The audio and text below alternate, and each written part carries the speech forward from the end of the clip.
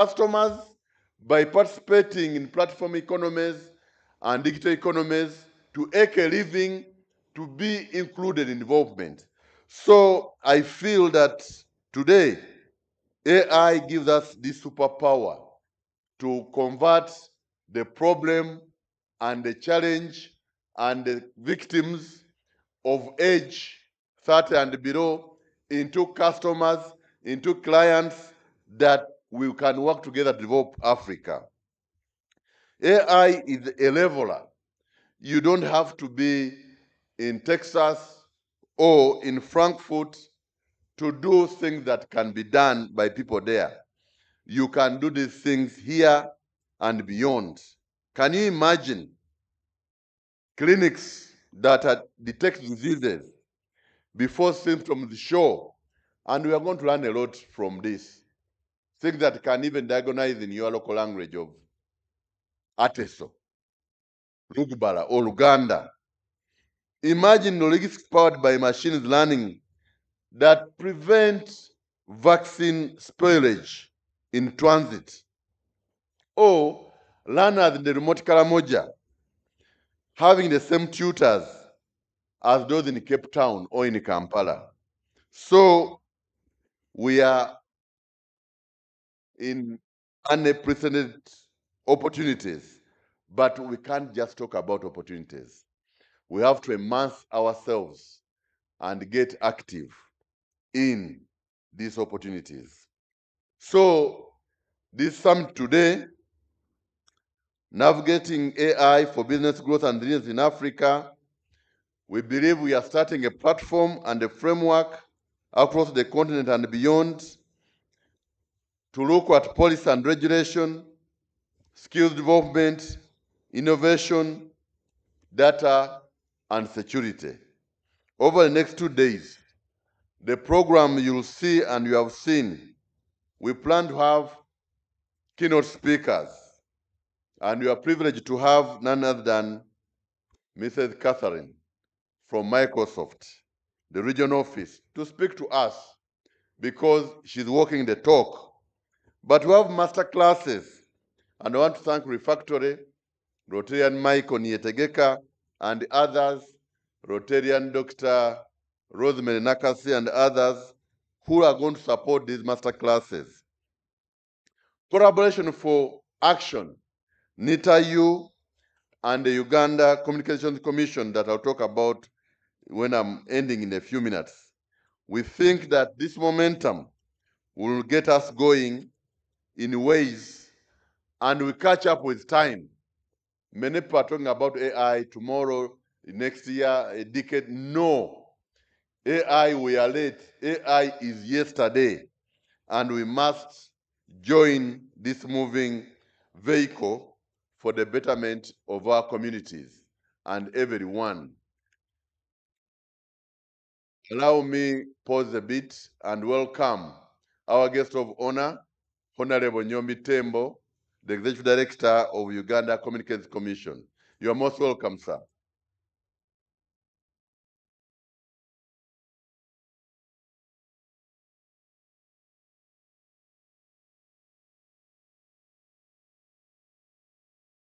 Yes, your seat, the one you are touching, yes.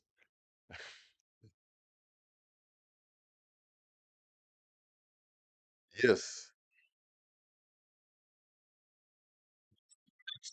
Would not be possible without the unwavering support from our partners, Jeng Tech Limited, the Center for Entrepreneurship and Executive Development Uganda, Uganda Communications Commission, Refactory Academy, AI, Makere AI Health Lab, CCare Uganda, Center for Policy Analysis, Samsung Innovation Campus, and a New Vision Printing and Publishing Corporation, among others.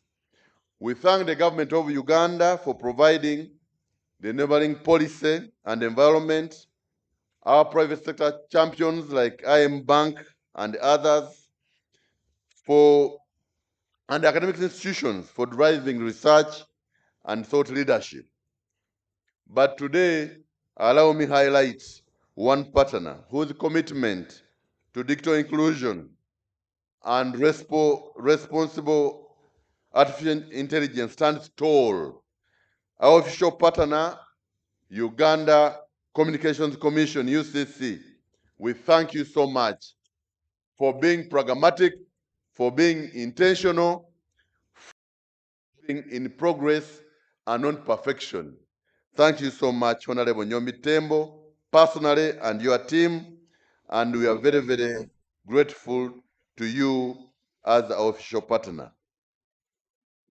I'll come here to invite you to speak, but for now, I'd like you to come down and listen to our keynote speaker so that when you come to open this summit, you'll have got some matoke to chew on and appreciate. So, friends, ladies and gentlemen, even those online, welcome to our current reality. I wish you all the best. Let's network, let's learn, let's go and implement and engage and inform and be champions of a very, very beautiful scenario before us that should allow growth and resilience in our companies, in our communities, in our country. Good morning. Thank you very much, Ochitiwa. I'd like to recognize the presence of Ms. Sarah Kajingo, Vice Chair of the Board of Private Sector Foundation Uganda. Thank you so much for joining us, Madam. The reason this summit is important to us is because we recognize that Africa has also been participating in the journey of technology. We participated when it was time for counting machines. We were there when it was calculating machines. We went into computing, and now we are here at Cognizance. Ladies and gentlemen, again, please clap for yourselves because you are here at the fourth industrial revolution. I'd like to then invite Edgar Nsereko. But before he comes, can I request that we all stand? I know this room is cold and we need to warm up and shake.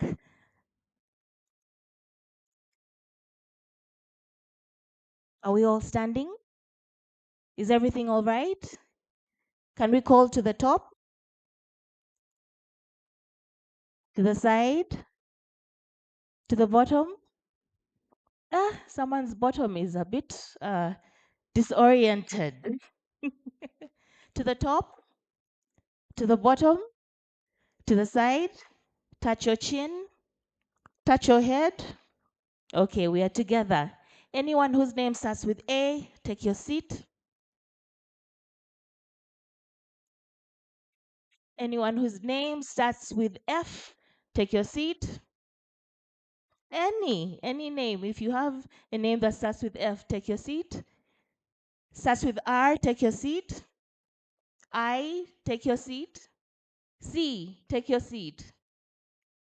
A, again, are we all seated? Yeah. S, take your seat.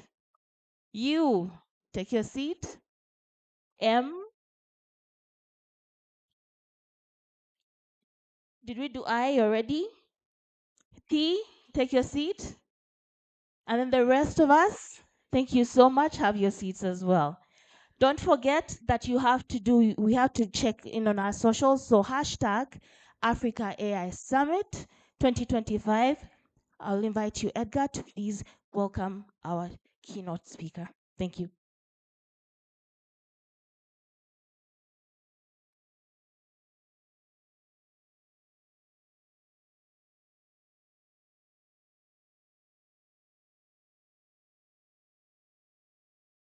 It's my great privilege to introduce to you our keynote speaker, Catherine Moraga is the Managing Director of Microsoft Development Center with 15 years of experience leading innovation across sectors in finance, aviation, and manufacturing. Ms. Muraga is a trailblazer in technology and digital transformation.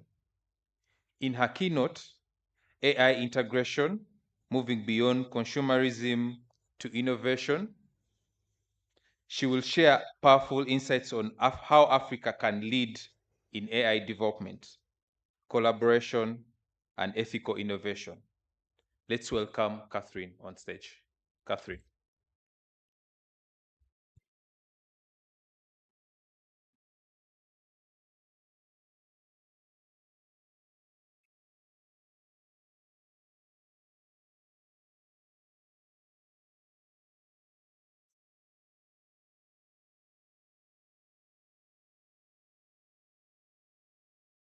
Our chief guest, Executive Director, Uganda Communications Commission, Honorable Nyombi Thembo. And as I stand on the protocol that was very well articulated earlier this morning, good morning. Hey, that energy is low. Good morning. Thank you very much. Before I start, I just want to extend my deep gratitude to the Lead Summit convener for inviting me to speak at this great gathering. And as introduced, I lead the Microsoft Africa Development Center. For those not conversant with what we do, Microsoft has 30 or close to 50 similar centers globally. And these are the centers where some of the Microsoft products customers such as yourself use every day are developed. I was asked to speak on AI integration, moving beyond consumerism to innovation. But first, I would like to lay some context on Africa, where we are, and also globally. I'll start off from a demographics perspective. According to the UN population report, the world is aging, except Africa. Our median age is 19. By 2050, Africa's working age population will be around 1.6 billion people. And out of this, 54% will be youth. With more workers, hours, if you consider the lifespan, and low costs, there could be a continued shift to the continent of Africa for talent. But will we be found ready? From a productivity perspective, Africa mostly remains in the slow lane for productivity growth. Are we likely to witness a shift as there's improved access to healthcare, education, finance, and many others? And lastly, from a technology perspective, we have witnessed decades compressed into less than 3 years. What do I mean? If you consider the previous revolutions that we have witnessed, history books tell us that moving from steam to electricity took more than 50 years. If you consider when ChatGPT was first introduced to now, it's been less than 3 years. Hence my submission, we have witnessed decades compressed into less than 3 years. AI holds unprecedented promise for Africa's economic growth and societal resilience. Recent estimates, according to a report done by African Union titled Africa at the Forefront of AI Revolution, it suggests that Africa could contribute up to $1.5 trillion, which is about 6% of Africa's GDP. Quite significant. With Africa's young, tech-savvy population, soon to be a fifth of the world's consumers, the continent is uniquely positioned to ride this AI wave. However, as the topic I was given, there's a lot to be done for us to move beyond passive consumerism to actually producers of homegrown innovation. In this keynote, I will explore practical strategies for African markets to leverage AI for local innovation. How do we grow talent? How do we build or ensure robust infrastructure, as an example? Across Africa, businesses and governments are beginning to apply AI to solve long-standing challenges and boost productivity. Critically, AI's promise in Africa coincides with the demographic strength that I just spoke about. Africa's population being the youngest globally, brimming with digital natives. These people were born and found technology ready. By 2030, the continent will house a large share of world's workforce and consumers. This means a vast user base ready to benefit from AI-driven services and a talent pool that if, and I underline if, properly skilled, can develop and maintain these AI systems. Let me go back to the if, properly skilled. Is it time to re-engineer school curriculum with the aim to improve AI learning and literacy at an early age? I was having a chat earlier with Michael of Refactory. And as I reflect, is it a coincidence that some schooling systems, for example, in China and India, why do they introduce computing studies at an early age? Is it something we need to rethink from re-engineering our own education system if we are truly to take advantage of this revolution? At the same time, AI can bolster resilience against shocks. We have seen AI help predict and manage disasters like floods and enable droughts, optimize healthcare delivery during pandemics, and enable businesses to adapt quickly to market changes. As an example, the organization I lead, we have a Microsoft Research Lab Africa. AI models are being used in Rwanda to forecast floods in real time, allowing communities to prepare and mitigate damage. In agriculture, AI-driven climate models are helping farmers in Kenya adjust cropping schedules ahead of drought or floods, cushioning the blow of climate change. I said earlier, AI can help bolster resilience against shocks. These examples illustrate why embracing AI is not optional if Africa is to build a robust and inclusive future. But how do we make this happen for our Africa markets? Number one, there's opportunity to identify high-impact local use cases, high-impact local use cases. For example, agriculture suffers unpredictable weather, pests, and fragmented markets.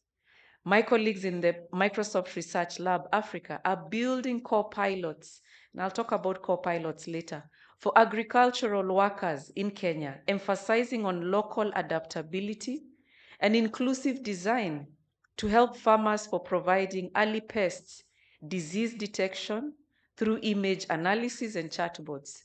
I don't know about Uganda, but in Kenya, the ratio of farmers to extension officers is very thin. But we have an opportunity here with technology. AI can also connect farmers to markets with predictive pricing.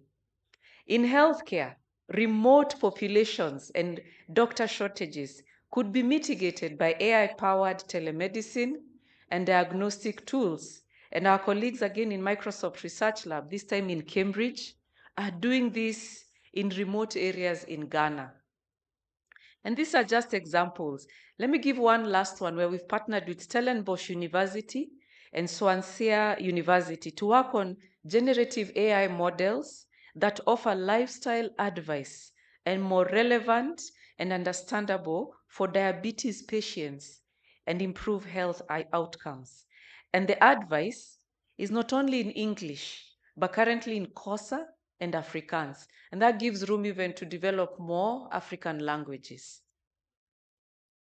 Another opportunity is leveraging existing platforms and data, because as we all know, we need good quality data to really power the AI models.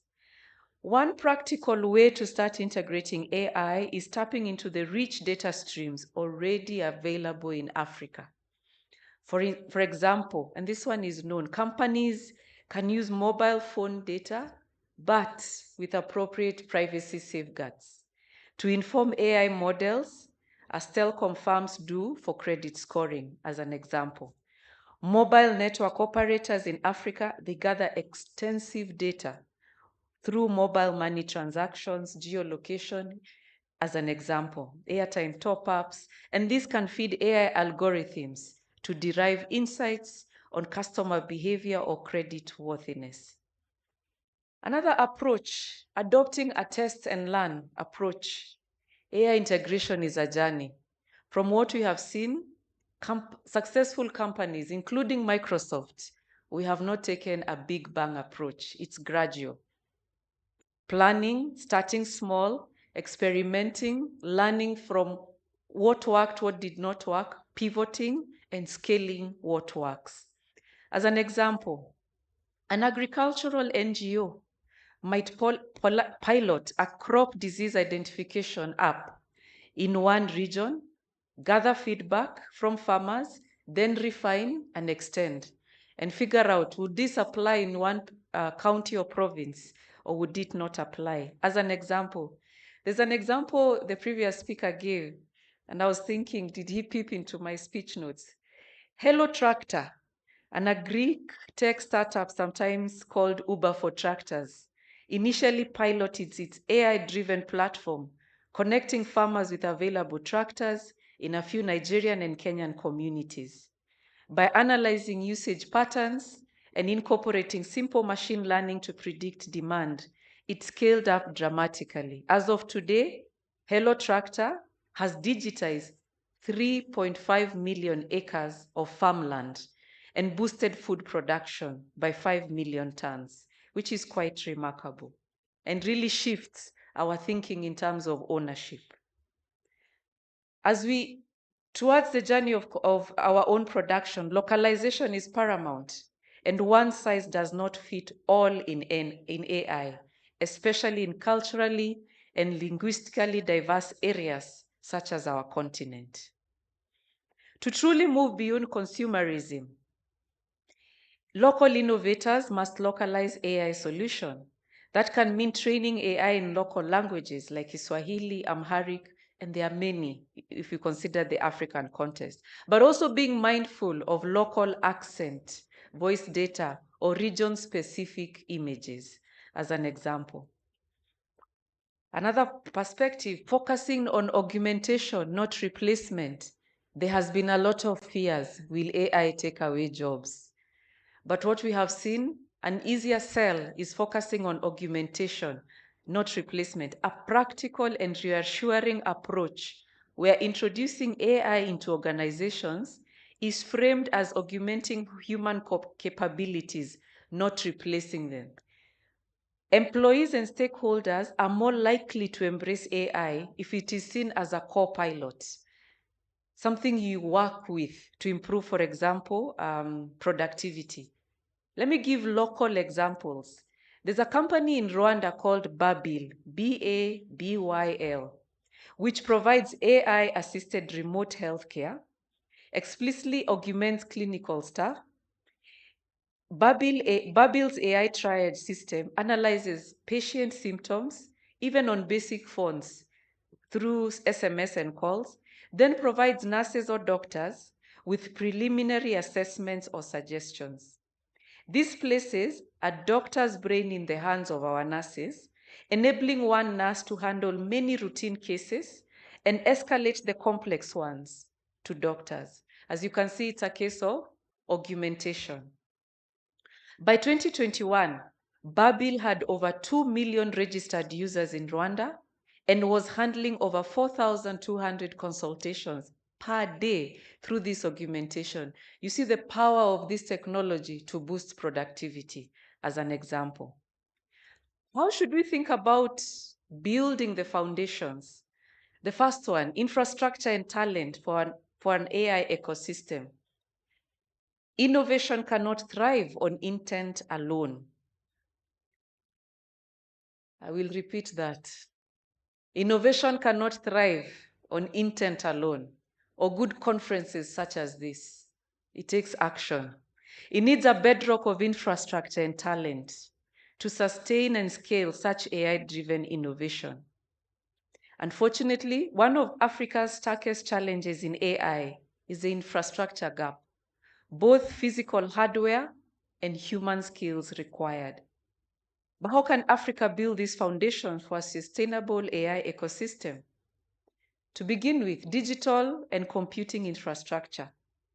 AI is computationally intensive. Training advanced models or running large-scale analytics demands significant computing power and reliable electricity and internet connectivity to use cloud resources. In Africa, access to such compute is still limited. There's progress, but we need to catch up. Stunningly, only about 5% of African AI practitioners have sufficient computational power for their work, meaning 95% are constrained by inadequate power or costly cloud access. This, in brackets, compute divide, which is akin to digital divide, threatens to leave African talent behind unless addressed head-on. Encouragingly, steps are being taken to improve AI infrastructure. Major tech companies such as Microsoft, for example, and I'll also speak to a local example. In 2024, Microsoft partnered with Africa's G42 to announce a $1 billion investment in Kenya aimed at building a geothermal-powered data center and an innovation hub. This will not only increase local cloud computing capacity, which is critical for AI services, but does so sustainably using renewable energy.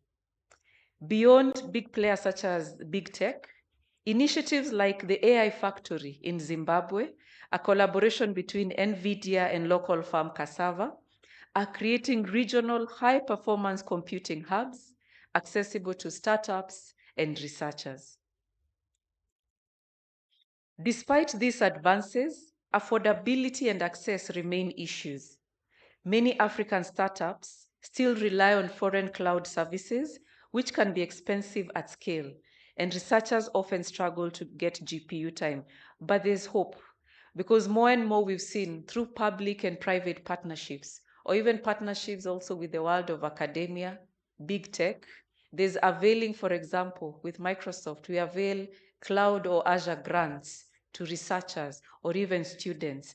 And even more and more, we are seeing big tech such as Microsoft or Google partnering to enable open data or synthetic data to really use in training some of these models.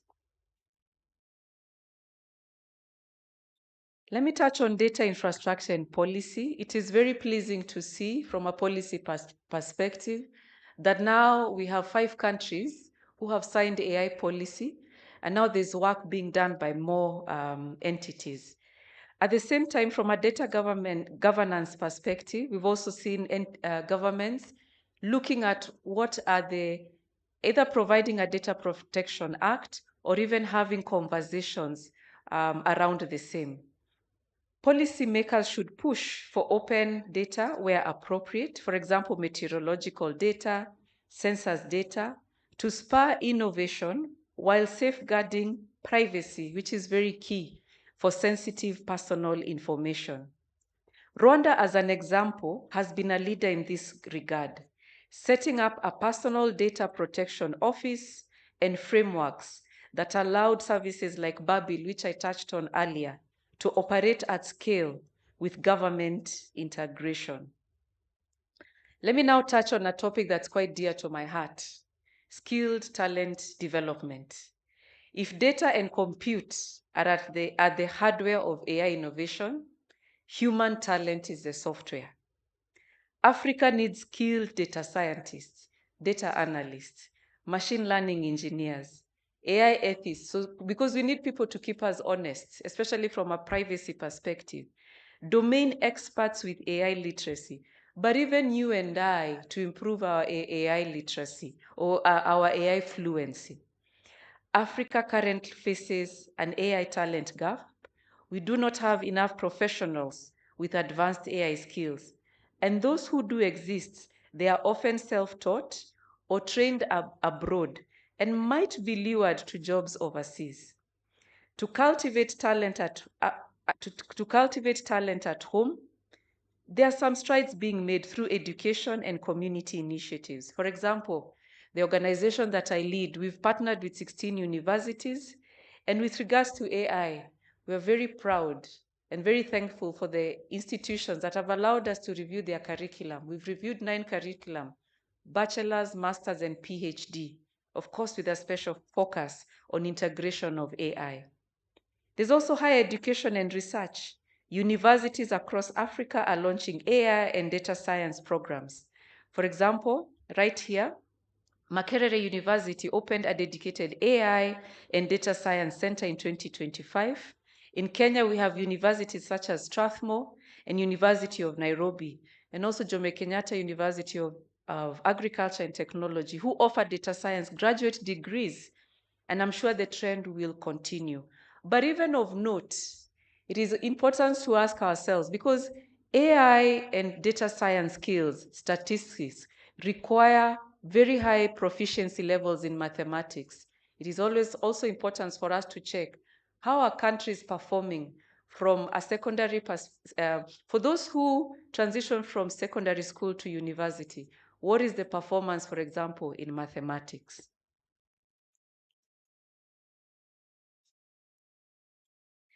Governments and donors should continue funding scholarships and research grants to build a pipeline of homegrown AI experts.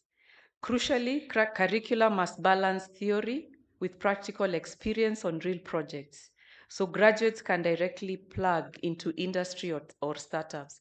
And it is something we have witnessed. Institutions of higher learning producing graduates, but are they fit for purpose? A big challenge.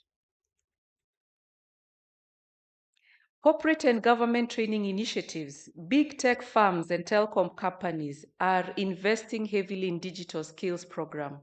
For example, you may have seen in the media, Microsoft launching initiatives to skill 1 million individuals in markets such as Kenya, Nigeria, and South Africa.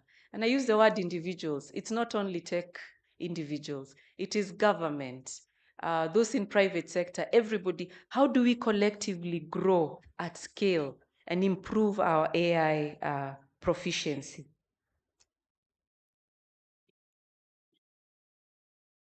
It's about creating an AI literate workforce, as I'd mentioned earlier, from technicians who maintain hardware to domain experts who understand how AI can assist them, be it doctors, nurses, as I talked earlier.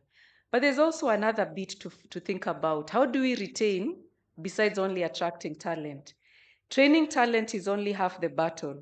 Keeping talent is the other half.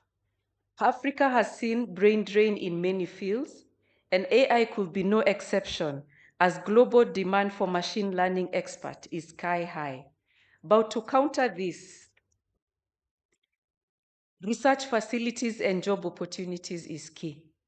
When top AI minds can find challenging work at home with competitive pay, they are less likely to depart. And we have seen this right here in Microsoft. And also similar cases are shared by Google Development Center as an example. The vision, from when we look at it from a talent perspective, should be where we mark a clear career path and impact from a domestic perspective, so that to really drive for us to produce solutions that are truly homegrown.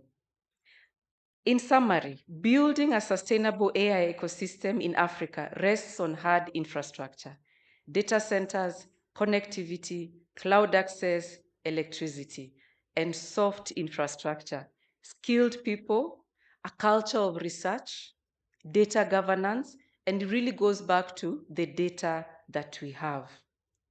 Let me give an example of collaboration between policy, academia, government, and private sector. Microsoft Research Africa in Nairobi, for example, from an agriculture perspective, there's a project called Agri Advisor, an AI co-pilot for farmers, which combines generative AI with localized weather and soil data to provide actionable farming advice to smallhold farmers. The thing I like about this project, again, it does not only speak English. It goes to the local dialects. in the various regions. But there's so much work if you consider the number of languages, local languages that we have. Another key one I thought to mention is Dukawala, and all this is available on Microsoft Research Africa website. If you consider how much Africa's economy relies heavily on small and medium enterprises, MSR Africa created Dukawala, which is a voice-based AI data assistant for small businesses. Many shop owners or micro-entrepreneurs in Africa may not be fully literate with spreadsheets and digital accounting. Dukawala lets them speak their data, for example, verbally report daily sales or stock levels, and the AI system intelligently collects this information and provides insights, such as your sales are 20% higher this week than last, or for example, you should restock product X by Tuesday, based on the trends. Again, having the capability building to understand the local dialect and also the various accents. I had a lot to share, but so I'll summarize in the interest of time. When you look at all these initiatives, it is very clear for us to really make progress, there's need for partnership, local relevance, and open knowledge. How much of the various data sets can we really leverage to really move forward? There's a Swahili proverb that says, umoja ni nguvu, unity is strength. That applies perfectly to how Africa should navigate AI, united across nations and sectors. We can harness AI to drive unprecedented growth and solve our toughest challenges. And also, how do we support, for example, the local tech ecosystem? As we see, for example, more and more governments digitizing. If we are truly to support the local ecosystem, how much of government work is given to local enterprises to provide tech solutions, as an example? An African AI revolution is not a distant dream. It is happening. It promises not only business growth, new jobs, efficiencies, and services, but also resilience.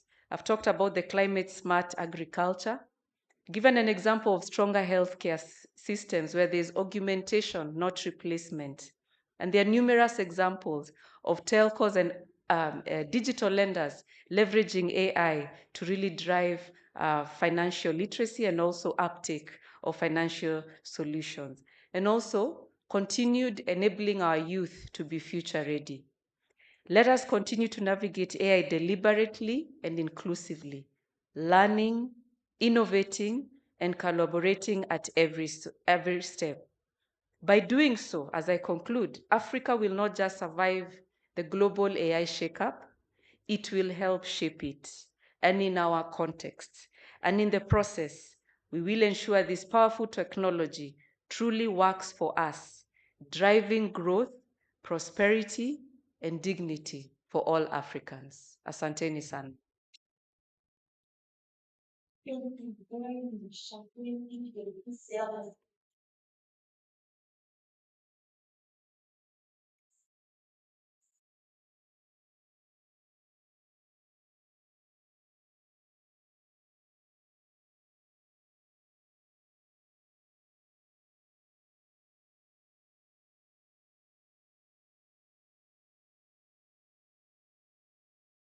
Okay.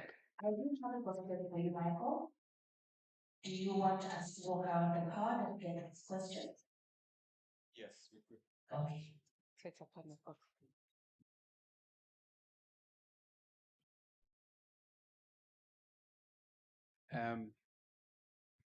Good morning.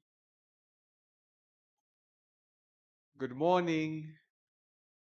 Much better. I feel like the SC is, I don't know if it's sucking the energy or draining us, but I hope the topics themselves are also not draining us. So my work is really to moderate a conversation for the next 15 or so minutes. And Catherine, very well elaborated, and I think you've touched on a number of things.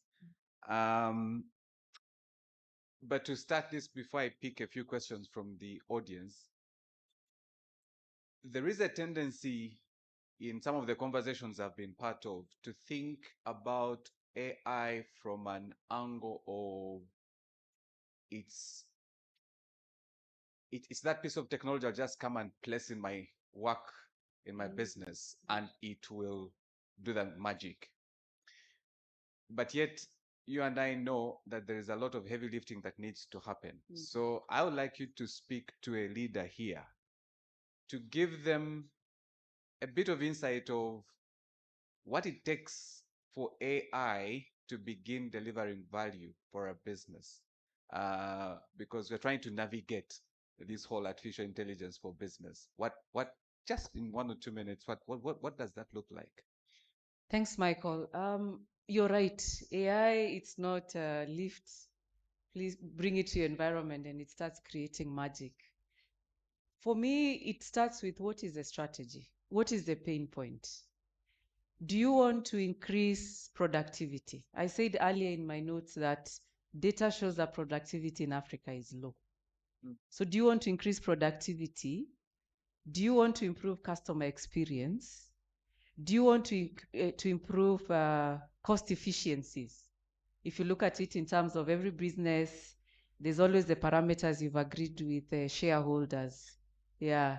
Do you want to improve your cost margin? Do you want to extend your business to a new business model? Okay. For example, through the internet wave, new business models emerged that allowed people now to be visible courtesy of websites, social media handles, and scale. So what is the actual strategy? That's a starting point. Then number 2, what data exists? What is the quality of data? But even from a data perspective, because it triggers conversations around data governance. In our institutions, when we are collecting data, are we mindful? Are we collecting too much information? And also the data that we are collecting, how will it help shape to really identify a particular customer, for example? If you just need to know my name, national ID or passport number, for example, do I need to give you my postal address as an example? Yeah. So it's also data governance components, but even more importantly, because ultimately everything rises or falls from a leadership perspective. I always advise individuals or corporates who reach out on this topic. The layer at leadership level, because sponsorship is key. Do they have AI awareness? Do they have AI fluency, literacy? Yeah, I think it's very important. But ultimately, Michael, to summarize it, what do you want AI to do? What is the strategy? Yeah, what is the strategy? And I like the fact that you raise it starts and falls with leadership. If leadership understands and embraces, but they're also not sponsoring from a point of, yeah, those are your things, but they understand exactly what they want it to do, then the likelihood of transition and adoption then changes. My second question to you is around talent, because you said it's dear to you. And you've also, I think, thrown the spanner in the works and said, is it time for us to rethink our education and how we are skilling? The question I have is around the alternative education models, where they are not necessarily leading to skill, to certificate, like a degree certificate, but are empowering, and we're seeing this rise significantly in Europe and the US, the micro-credential space. How do you envisage the two coexisting? And how can governments embrace and create space for them to exist? And here's the reason that the talent demand is now, and it's not going to wait for 3-year degree programs, because the demand is now. How do we quickly upskill those that have just completed university to get into this industry and start tapping into it? Wow, that's a very broad question, and so I'll attempt different angles and you can bring me back. Yes. Let me first start with a story.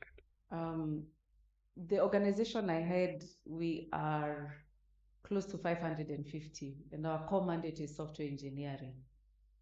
90% Kenyans, and then we have 18 other nationalities, including Ugandans. There's a story I always talk about. There's a gentleman, he used to be a fisherman in Kisumu.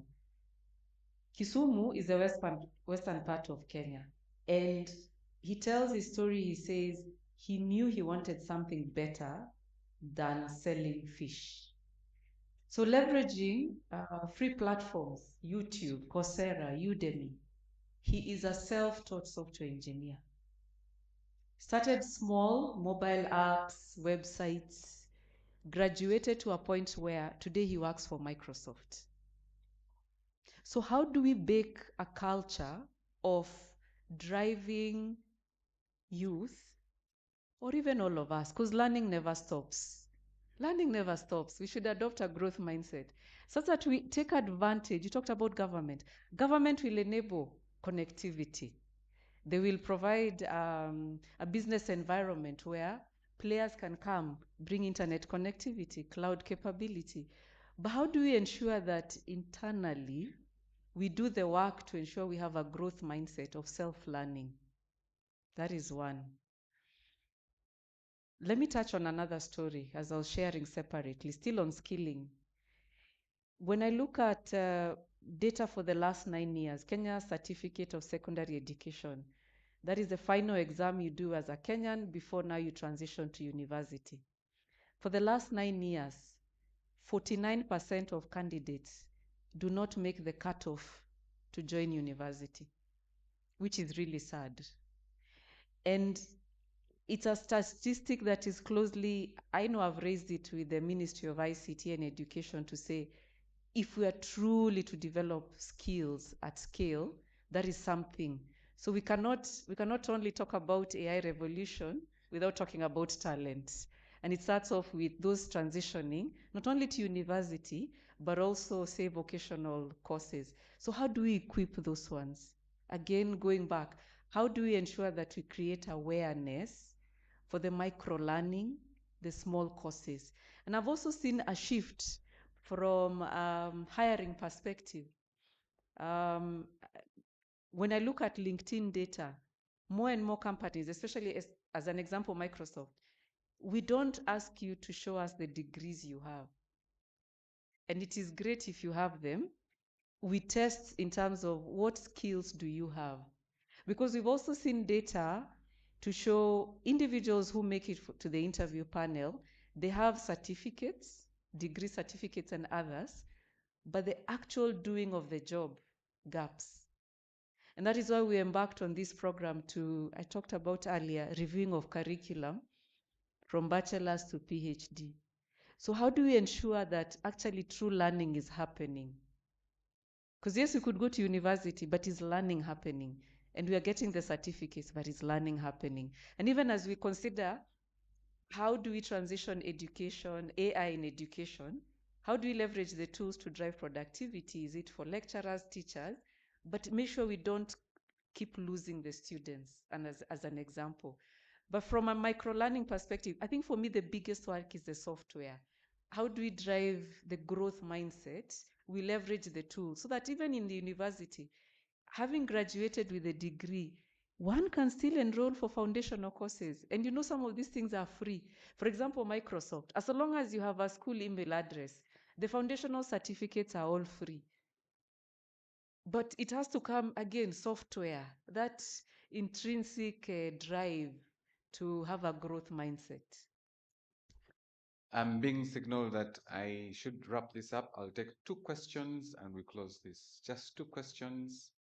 I see Sarah Kajingo here from the Private Sector Foundation. Going once, going twice, going... Okay, I'll have these 2 gentlemen here. So Sarah, please keep it short. No presentation before the question.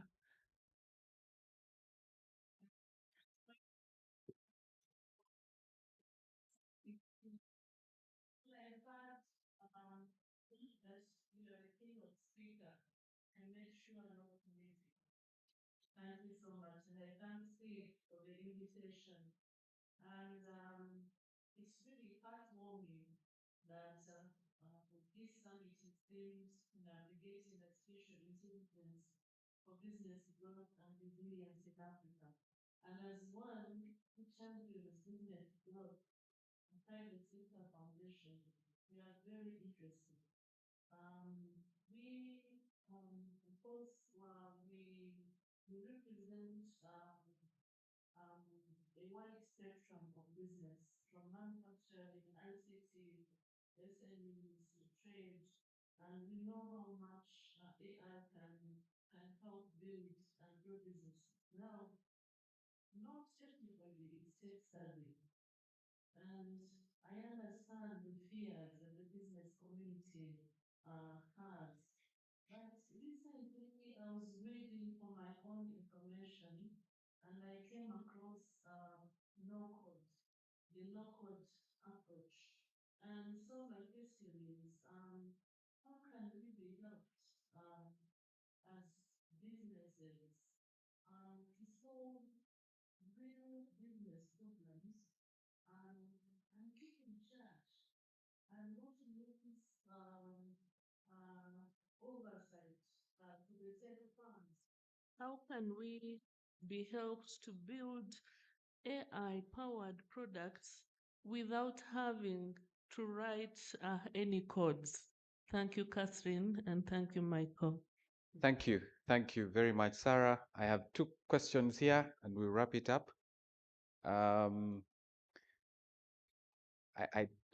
If you can just put up your hands so they can, yeah, there's a gentleman right there. There are two gentlemen anyway, so yeah. Hi, thank you, Nicholas Deventer. I found that with AI, it's often better to see it than talk about it. You had mentioned you didn't know if the AC was keeping people down, but the most boring thing is listening to two people talk about AI. The second most boring, or the first most boring thing is listening to them and not being a part of that conversation.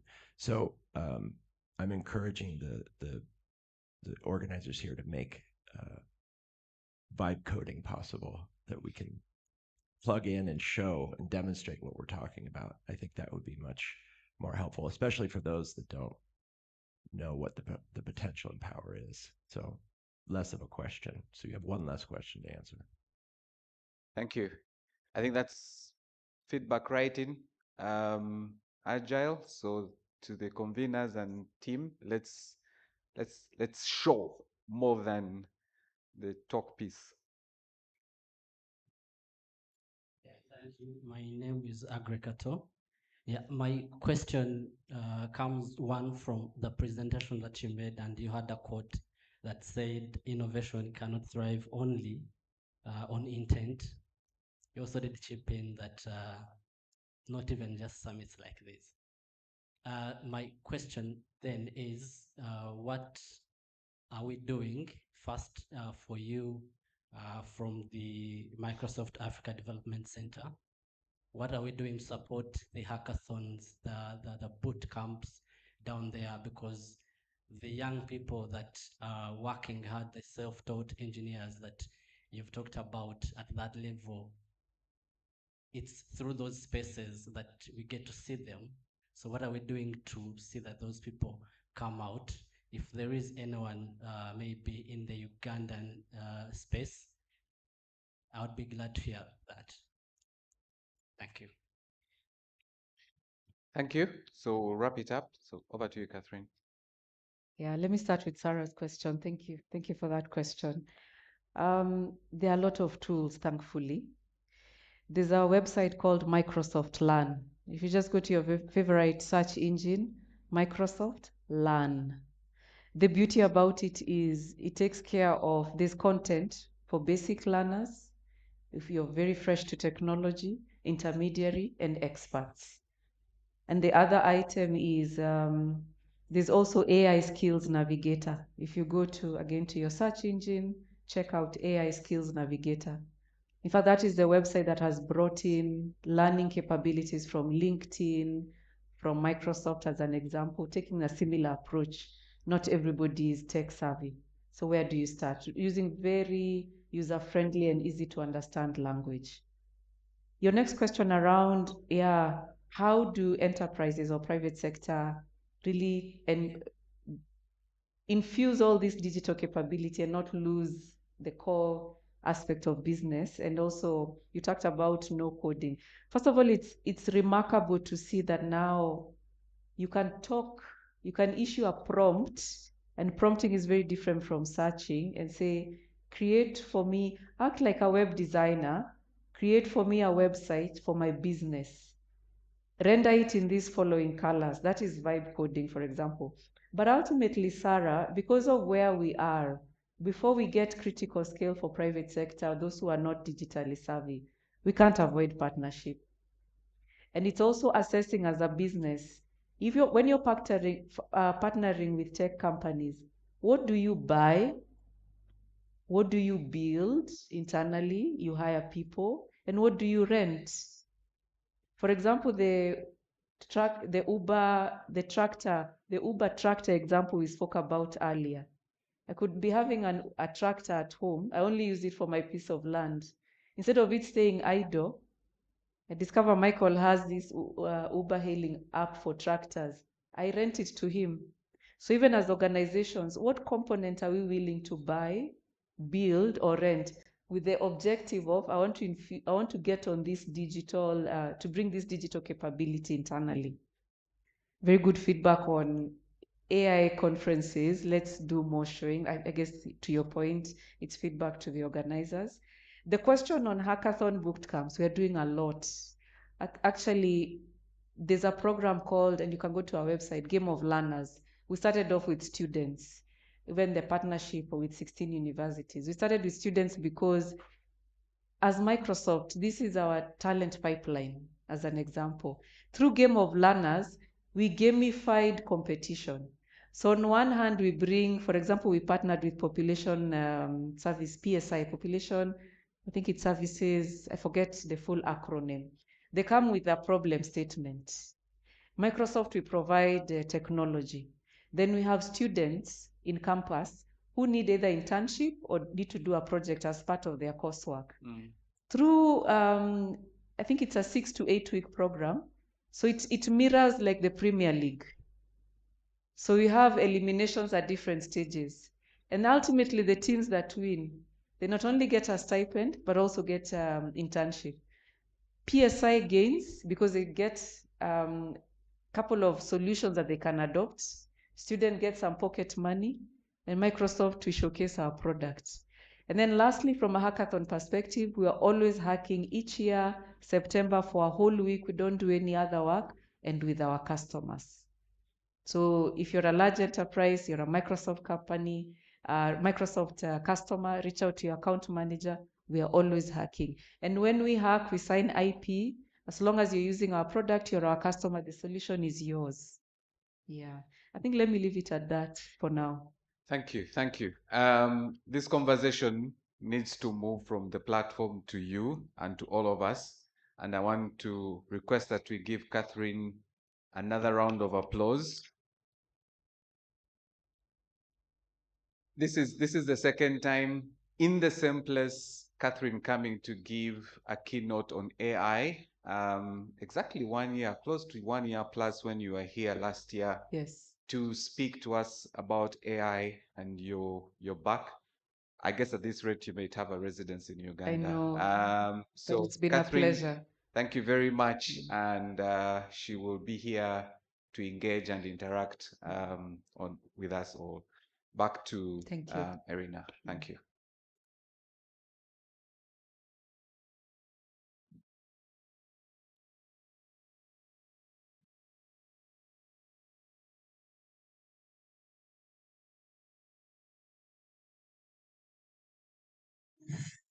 I'd like to invite Owechitiwa Wagwansivirwa to come and give a befitting vote of thanks and appreciation to Catherine, but also to then welcome our chief guest.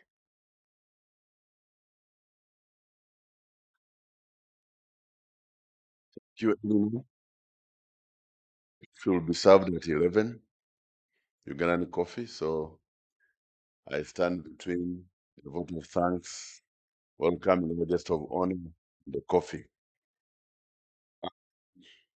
I think listening to Catherine, and I love the way you presented this morning. As an economist, I like case studies. You have made this live and alive. We are not talking about theory. You brought a lot of practice. This thing is happening around us. Mike, I felt bad. The case studies were from Kenya, Nigeria, and Rwanda. But I'm sure we shall also mainstream our case studies from Uganda, the few we have. But thank you so much for discussing this complicated subject in a simple way, but not a simplistic way. We are all, you could see we are all aligned and were so attentive. Thank you so much, Catherine. Asante sana. Our guest of honor,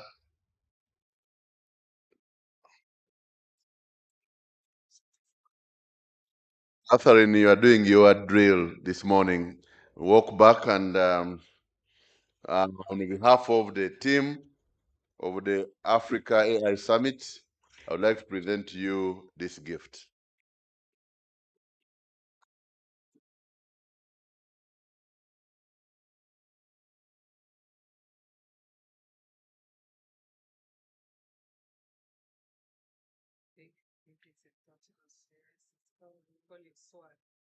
So don't think there were bundles of dollars. Yes. Thank you so much. Thank you very We are very grateful. Thank you. Oh, this is yours. They'll help you.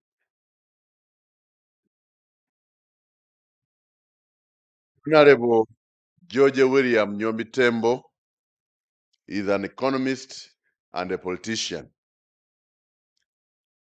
As Uganda and other Ugandan, I'm happy he's leading the stewardship of communication in our country at this time. Why is it so? He's very pragmatic.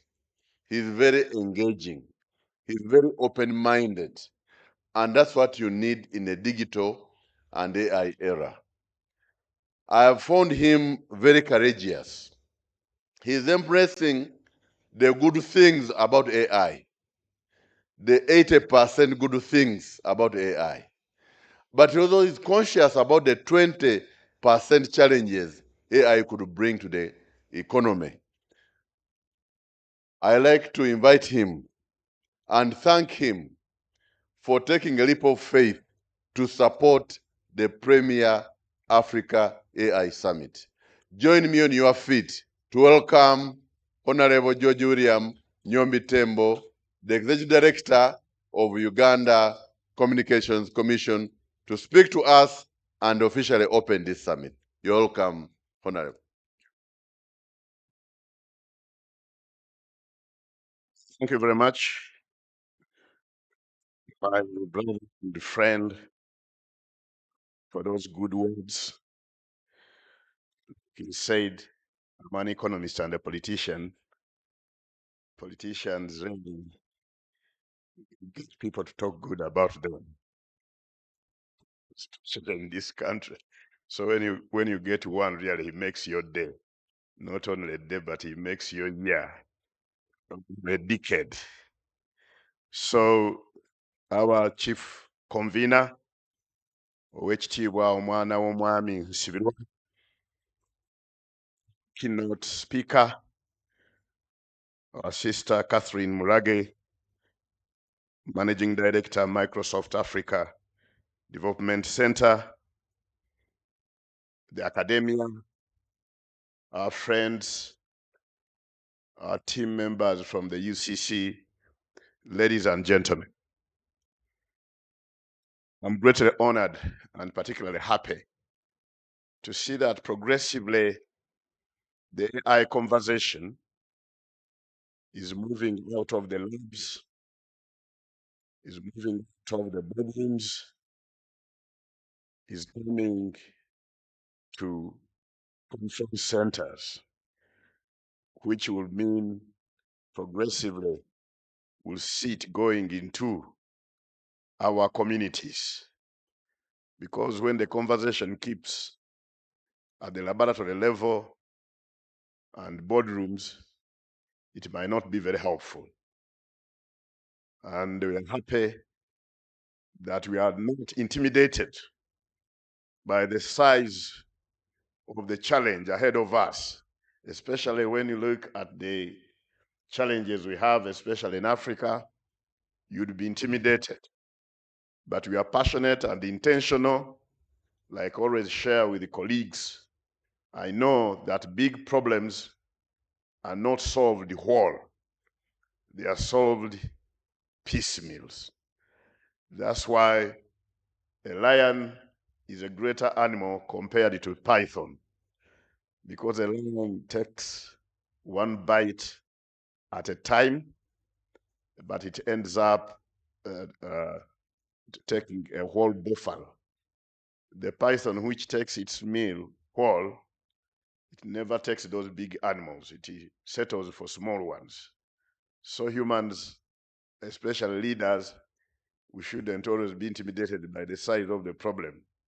We will just say, if the problem is big, we can start small. So long as we are intentional, we'll be there. I'm sure the time is not on our side. I'll try to summarize. I'll avoid the details, because you know that when you go in details, people might look for devils. They say that the devil is in the details. So I'll try to compress all my angels in this summary of my opening remarks. Extend sincere appreciation to the summit conveners for organizing such a significant and timely event. Thank you, Jengo Tech Limited and Center for Entrepreneurship and Executive Development, for bearing the vision that gave birth to this momentous event. This gathering is not just a meeting of minds, it's a call for action for Africans, innovators, policymakers, industry leaders to come together and chart a course towards the AI-powered future that serves all Africans. The gathering like these provide an opportunity to discuss not just the potential of AI, but how we can shape it to serve Africa's future. Because AI isn't just a technological revolution, it is an opportunity to redefine Africa's economic trajectory by transforming sectors critical to our future. From agriculture to health care, to education to business, AI had the potential to be a game changer across Africa's key sectors, offering solutions that not only drive economic growth, but also improve everyday lives in all areas, like it has been well articulated by our keynote speaker, in agriculture, in healthcare, business and financial sector, in education, in social service delivery, mention it. A recent study conducted by Harvard University revealed that AI tools can boost work productivity by up to 40%. Just think about that for a moment. 40% is not just a slight improvement. It's a massive leap that could redefine our output as workers and hence our economy as a country. I was very happy when I heard Catherine talking of augmentation rather than displacement, because that has been a very, very big fear. You see, AI, we have the fear. And what I'm sharing with my colleagues in the policy space, even my cousin, the politicians, is that we shouldn't fear. We shouldn't put fear before realization of the potential of AI, because fear can lead us to missed opportunity. Actually, for me, I'm not really very scared of the delay to formulate policies, because sometimes when you formulate policies before we internalize the issue very well, we can end up enunciating policies that can push us backwards. But now that the conversation is really percolating to the policymakers, they are understanding it better.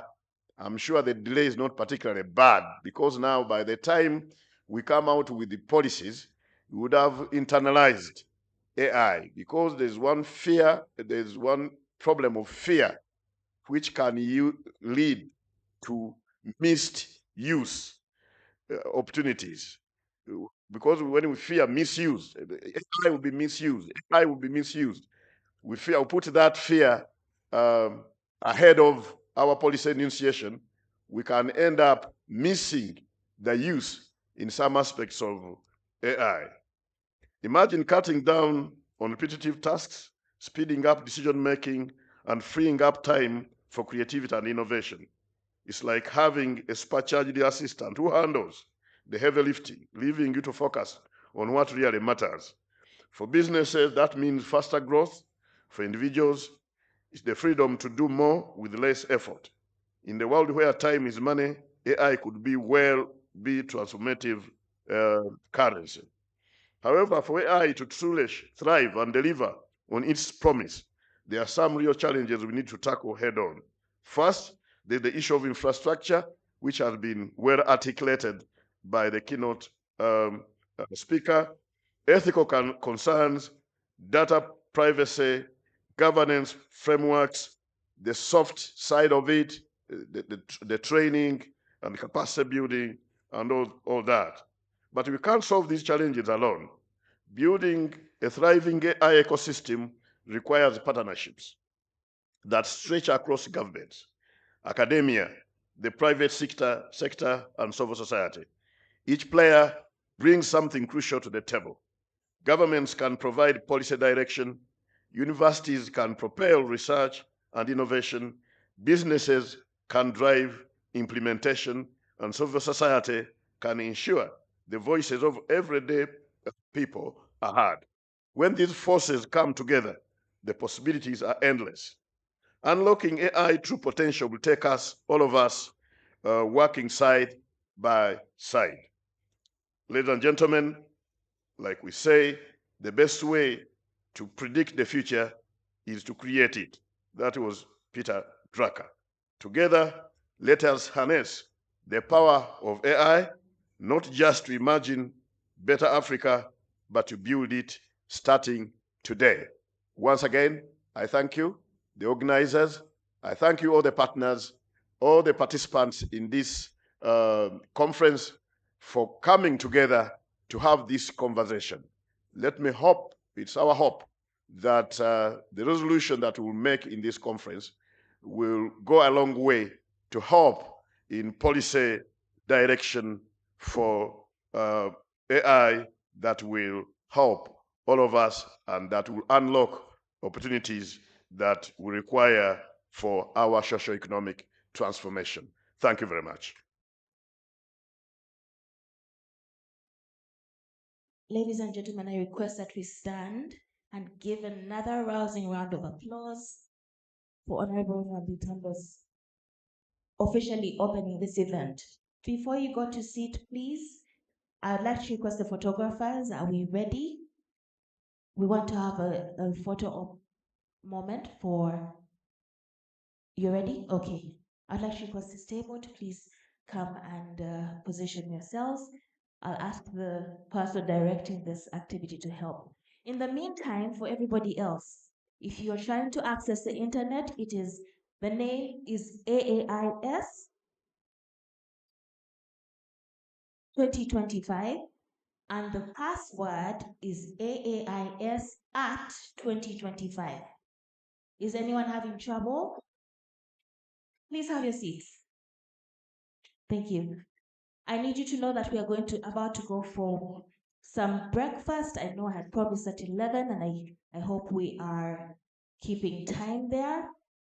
But in the meantime, CCare, who are our official health partners, have set up a tent below here. In the event that you require any emergency service, you're not feeling well, please go down and you will find their tent.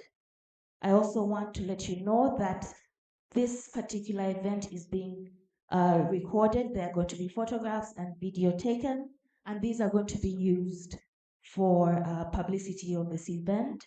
Please do not be too shocked if you see your face at one of these. Now, for the purpose of breakfast, I have been told by the team who have organized this that what is going to happen is the ushers are going to come through and they're going to direct all of you to have your breakfast. But before we go, I'd like to ask if everybody's okay. Are we all right? Are we good? I have no idea if anyone is in this room right now. Are we good? Okay, let's use hand signals. Are we good? If we're good, we do this. Yeah? Are we good? Are we good? Yeah? Okay, great. So please wait for the ushers to come. In the meantime, the program is being projected for the team. If you can also give us a bit of music, but I'd encourage you to use this time to get to know your neighbors and interact, and let's see what's going to happen in the next sessions.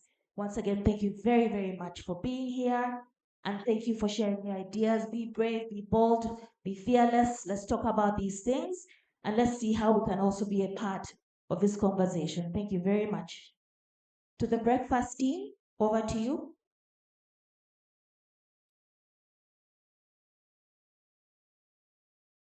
Just be here, take a break. I am moving so space with you, like I don't care about the way.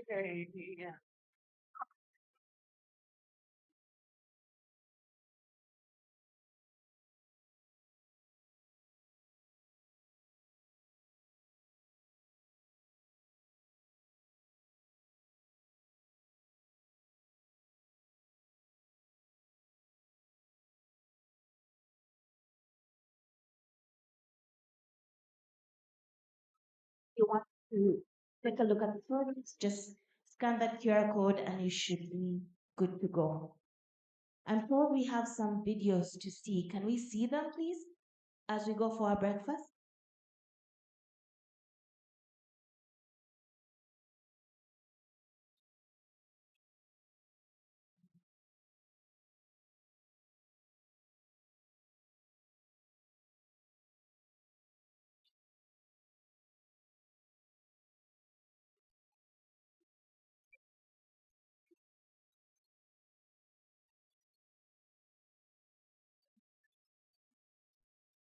When you look at the healthcare system, especially in our context, not only Uganda, but under the sub-Saharan Africa, we do face unique challenges from the health infrastructure, from the infrastructure that enables the utilization of artificial intelligence to the limited capacities in terms of workforce in the different health facilities across the LMICs, but also looking at the group population, especially in Africa, we realize that this is actually the right time where we need to harness the tremendous opportunity that comes with artificial intelligence and technologies. We really want to close that gap, especially when you're looking at scenarios where we have very few skilled technicians. Can artificial intelligence be that tool that can come in to support the way diseases are diagnosed, the way treatment is provided, the way care is provided, even within our limited resources? Can we look at the emerging technologies as a solution? And I think these conversations are very timely, and we also need in Africa to take note of the capabilities of artificial intelligence and how they can support the different healthcare that we have. There is a lot that we're going to expect. We're going to look at the different use cases to appreciate how artificial intelligence can be harnessed in the healthcare systems. From the way we're developing artificial intelligence diagnostic tools, not only that, but also scaling it to, providing to the health protocols that even in scenarios where we don't have next part on the ground. Can these AI-powered platforms bridge that gap to bring patients closer to health practitioners, even in scenarios where they're actually not on the ground? We want to look at ways in which we can be able to utilize artificial intelligence in surveillance of certain diseases from contexts where these diseases are partially located.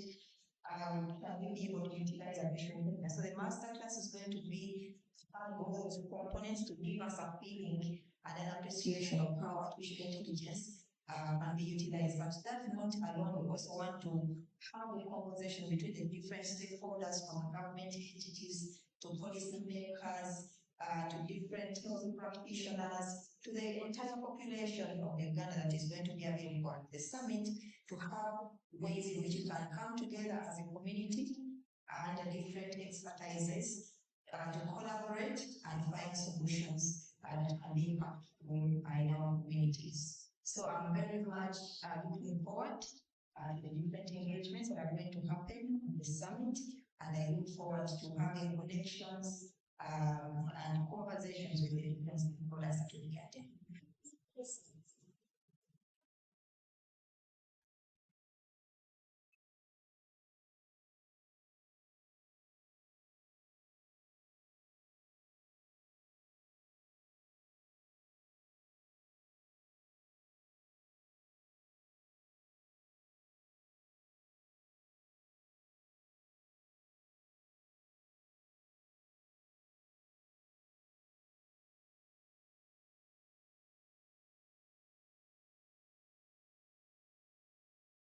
At the moment, education is a very important factor of our society.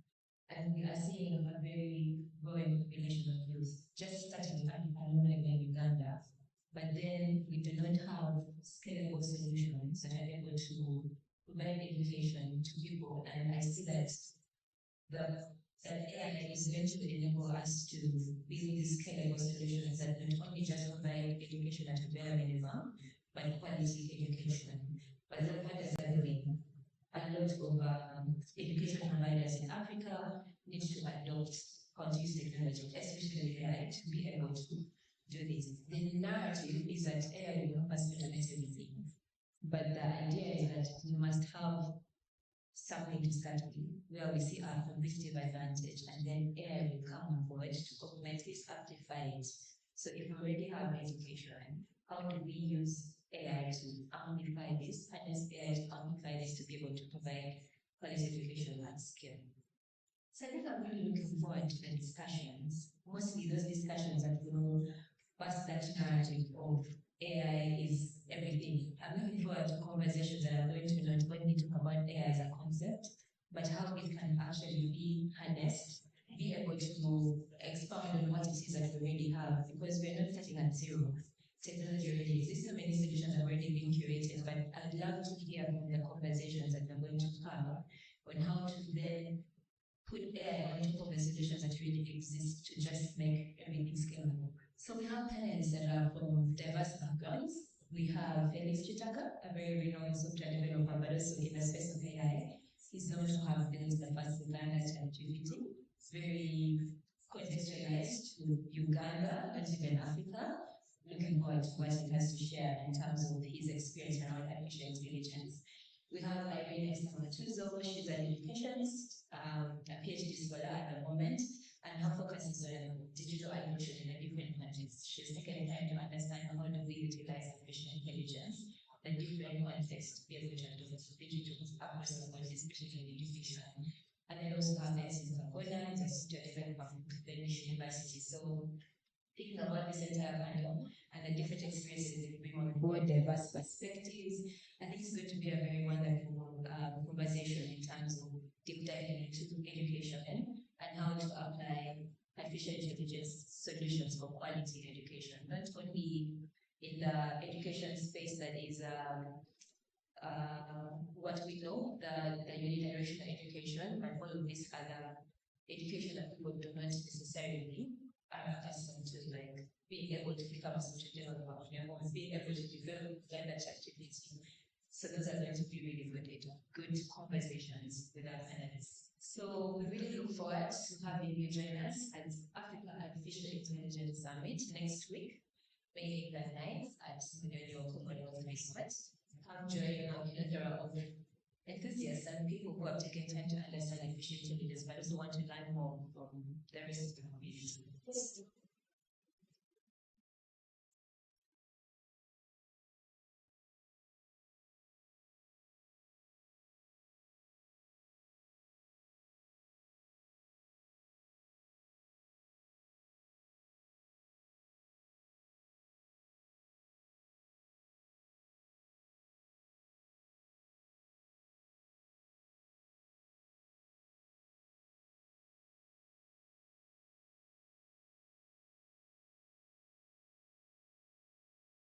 So many times we've had perspectives about AI in different parts of the continent, but Africa has had this opportunity of their own perspective.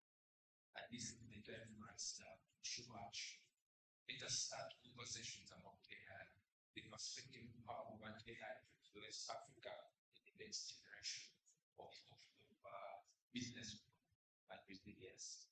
We need to start discussions on how we want AI to give growth to our economies. We want to start conversations about how we need to influence the policy in Africa in regard to AI. And so this is an opportunity for every enthusiast, every innovator, every business leader, every academia to have a chance to attend this summit. This is the inaugural summit, but there will be an annual summit each and every year. And so my call to you is don't miss out on this action. This is time for us to take action as Africans and show the world what's our innovation and our contribution in regards to the future of the world is going to be. So we want the opportunity to engage and our partners join us for this AI summit. And I would want to happily say that first and foremost, General and Sid being the conveners of the summit and have been proudly joined by our lead sponsor and partner, who is Uganda Communications Commission, as well as Factory Academy, Makerere Health AI Labs, SIPA, NITA, National Information Technology Uganda, Authority Uganda, African Development Center, and this is a great opportunity to work with all these fantastic organizations that have come to our side. And so we look to Africa for solutions, because it's within these discussions that we get solutions to drive Africa's perspective on AI.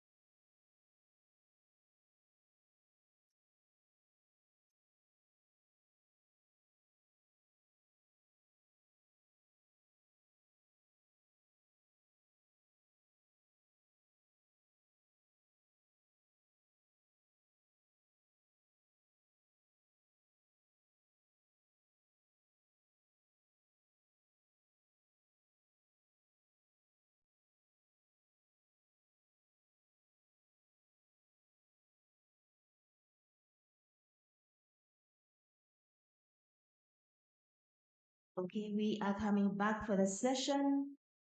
To everyone who's still having your tea, you can come in here with it.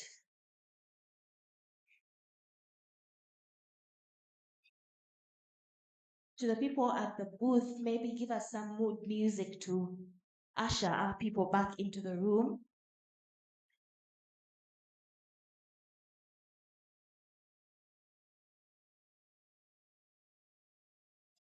I'd like to request the ushers to bring our guests, our delegates back into the room, please.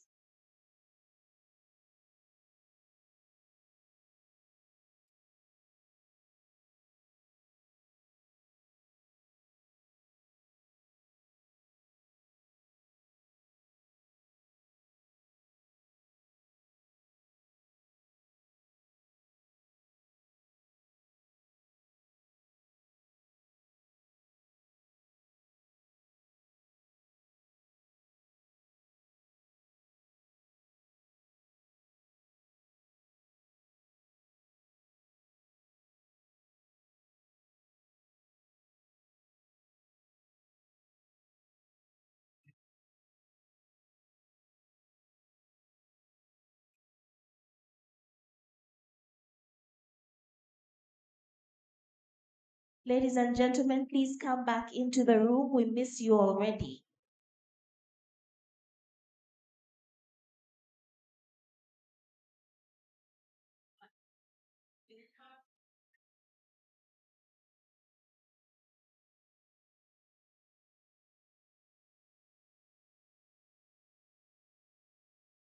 All our delegates who are outside, we have resumed our event.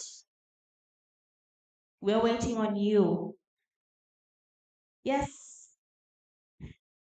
To our delegates who are sitting out here, please, we are going back into the room now.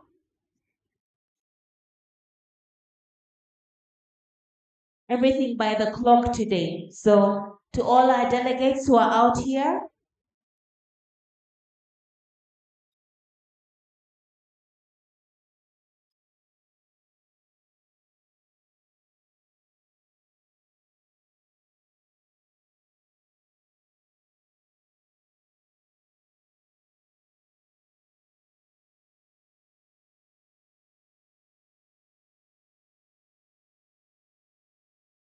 people who are out here, we are going back into the room.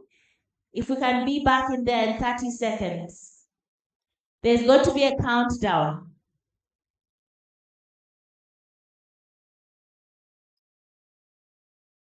Hi.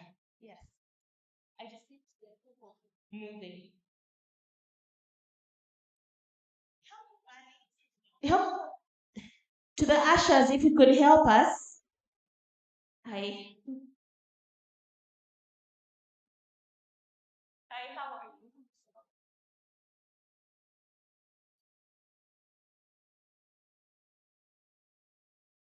Our next session is going to start in 30 seconds.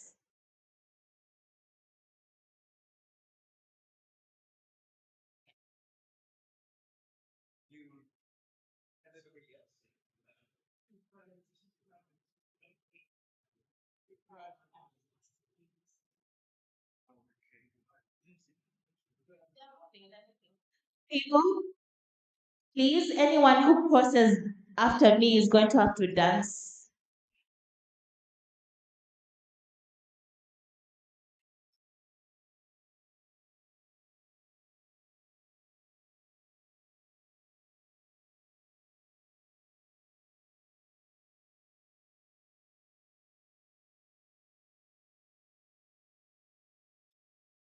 Let me draw your gaze to the tables over there where people have their exhibition booths. Make sure to pass by and see what Refactory, Nexa, INM Bank, and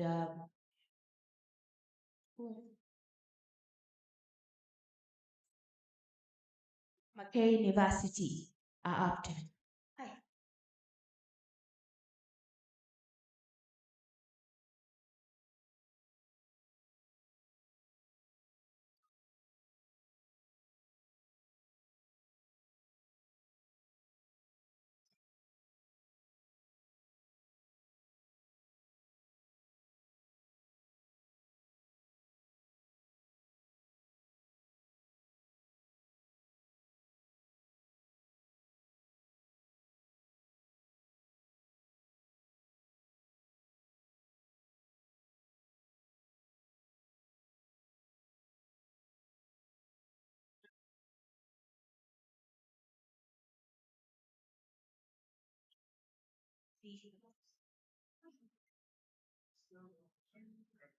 Okay, I need to check in. This is just a pulse check.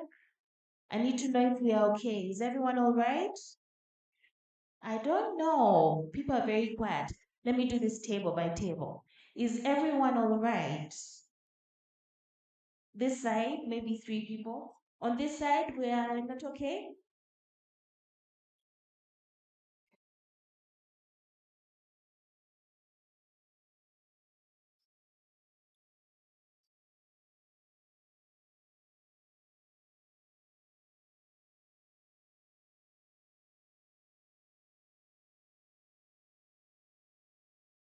I would like to let you know that CKR are downstairs, and some of the services they are providing are free consultations, BMI check, blood sugar check, and blood pressure check. They are in the Sapphire room 15.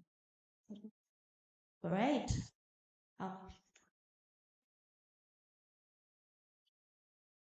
Please, we don't want you to be uncomfortable. If you're not feeling well, Sapphire just below us, go and get a health check. I need to. Okay, is everyone all right? I want us to get into our next session. I am worried that the tea has made us sleepier than we were before we started.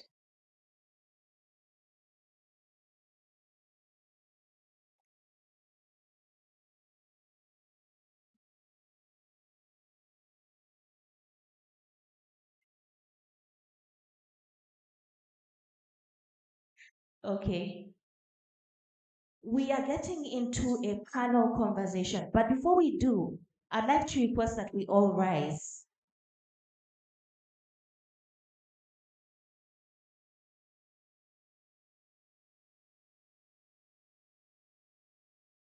Everybody stand up. To the people in the booth, if you can give us something to dance to, because I told people the penalty for lateness was to dance.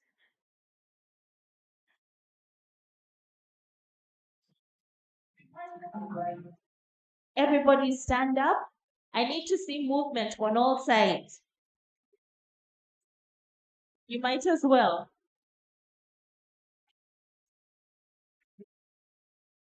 Okay. Thank you very much. I see the bones are still a bit stiff, but we'll work on it slowly, yeah? We have AI here to help us achieve these things. Please have your seats. Welcome back from your coffee, your tea. I hope everybody was served. Again, if we're okay, let's do this. Are we okay? A-okay? Are we okay? Okay, wonderful. The next session we are going into is quite important. It is a panel discussion on government strategies for fostering responsible AI development and deployment in Africa. This panel is going to be moderated. Are we ready? This panel is going to be moderated by Mr. Ian King, a representative of UNDP. Please put your hands together and welcome our moderator. Okay. Our first panelist, Dr. Hatwib Mugasa, is the Executive Director of NITAU. Dr. Hatwib, please come. Please put your hands together. I need to hear those hand claps. What is happening? Mr. Franklin Egbe is the head of Equities Trading Tech, Credit Suisse, MENA region. Thank you. The next panelist is Mr. Nicholas Demeter, President Local for Dev Hub. The next panelist is Dr. Abdul Salam Waiswa. And our final panelist is Mr. Chol Joseph Mayendut, Director of Technical Services at National Communication Authority, a regulator in Juba, South Sudan. You're most welcome. We have high hopes and high expectations for a wonderful conversation here. And so, Mr. Ian King, over to you.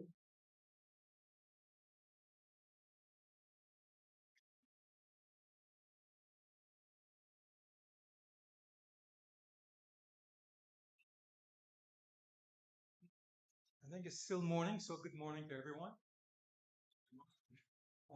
Pleasure to be up here with this very distinguished panel, but I feel I must apologize on behalf of, as a moderator and the organizers, I'm used to being on a panel with only gentlemen. But I'm sure we're going to address this deficiency with the, no doubt, very capable contributions and leadership later on in this discussion, in this forum. So thank you very much. I hate to start as an apology. My name is, as you heard, is Ian King. I'm the Deputy Resident Representative for UNDP here in Uganda. I'm here because my resident representative, Wani Wede Obapor, who is, as you heard from her name, female, and so we're responsible for this imbalance as well. She is unfortunately not here, so I am filling in on her behalf. The objectives of this panel discussion are to, amongst other things, examine Uganda's national AI policy and regulatory landscape, highlight government strategies, fostering responsible AI innovation and inclusive development, explore cross-sector collaboration, particularly public-private educational partnerships to build AI capacity, showcase how AI is being used to address African challenges and drive sustainable, equitable growth, and inspire bold, accountable action from stakeholders on AI development across the continent. So you see, it's quite an ambitious expectation, challenge to our panelists. I feel, to some extent, I would like to share why for UNDP and other UN partners, this is for us an important area to address. I expect my colleagues in this panel will probably elaborate much more on this, but we appreciate that the expectation is that by 2030, almost 20 trillion, AI will add almost 20 trillion to the global economy, and indeed in Africa, 3 trillion, potentially creating 500,000 jobs annually. For us, it's important to see the harnessing of transformative power of AI to accelerate areas for which we're committed: inclusive, sustainable development, fostering digital innovation, and building national capacity for ethical and effective AI use in Uganda, and I would say throughout Africa. In terms of an AI ethical framework, we have been in collaboration with the Ministry of ICT and National Guidance. In collaboration with the Ministry of ICT and National Guidance, UNDP, and one of our sister entities, UN Global Pulse, supported the development of Uganda's ethical AI framework. The framework provides guidelines for use of AI technologies to ensure that these are developed and deployed responsibly, emphasizing transparency, accountability, and inclusivity. I do not want to spend too much time talking, but I do want to say that our focus is on that policy, on developing capacities and skilling, particularly among youth and women. But I also want to make the point that just this week, UNDP launched its global Human Development Report, one of our signature productions. And the title of that report is A Matter of Choice, People and Possibilities in the Age of AI. And it underscores the critical role of AI in shaping human development trajectories. We expect to have this global launch was in Brussels, but we expect to have a local launch here in Uganda and Kampala later on this month. And, we will be sharing information through the organizers of that launch, and I'm sure several people here will be invited to see it. So I would like to stop there and maybe, I'm sure, get to the things that you want to hear, which is our wonderful uh, panelists, and hear what they have to say. And so, with your permission, I will go on to the first panelist, Dr. Hatwib Mugasa, Executive Director of National Information Technology Authority in Uganda. And for me, Dr. Mugasa, the question would be, Uganda's national Fourth Industrial Revolution strategy outlines AI as a key driver of digital transformation. My question, therefore, would be, could you outline the current regulatory frameworks that NITA, and I apologize if I haven't pronounced that correctly, is working on to ensure that AI development remains responsible, secure, and aligned with Uganda's national development goals, including data sovereignty and ethical AI. So I turn the floor over to Dr. Mugasa.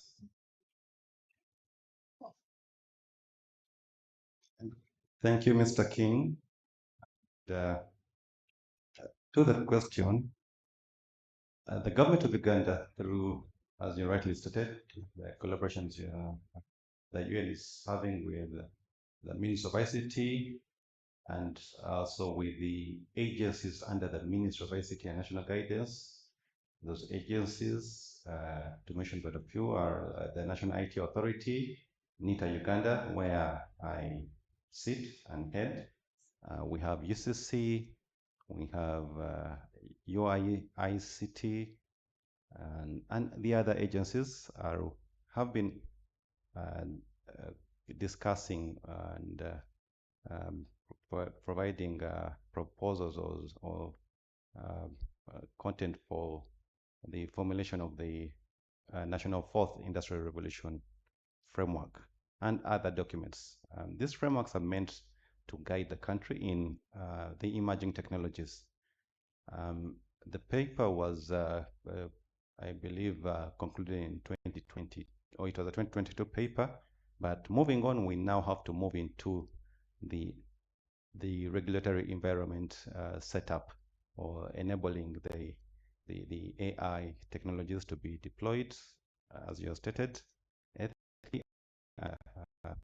with the view of or the view of government's priority areas, that is in socio-economic development.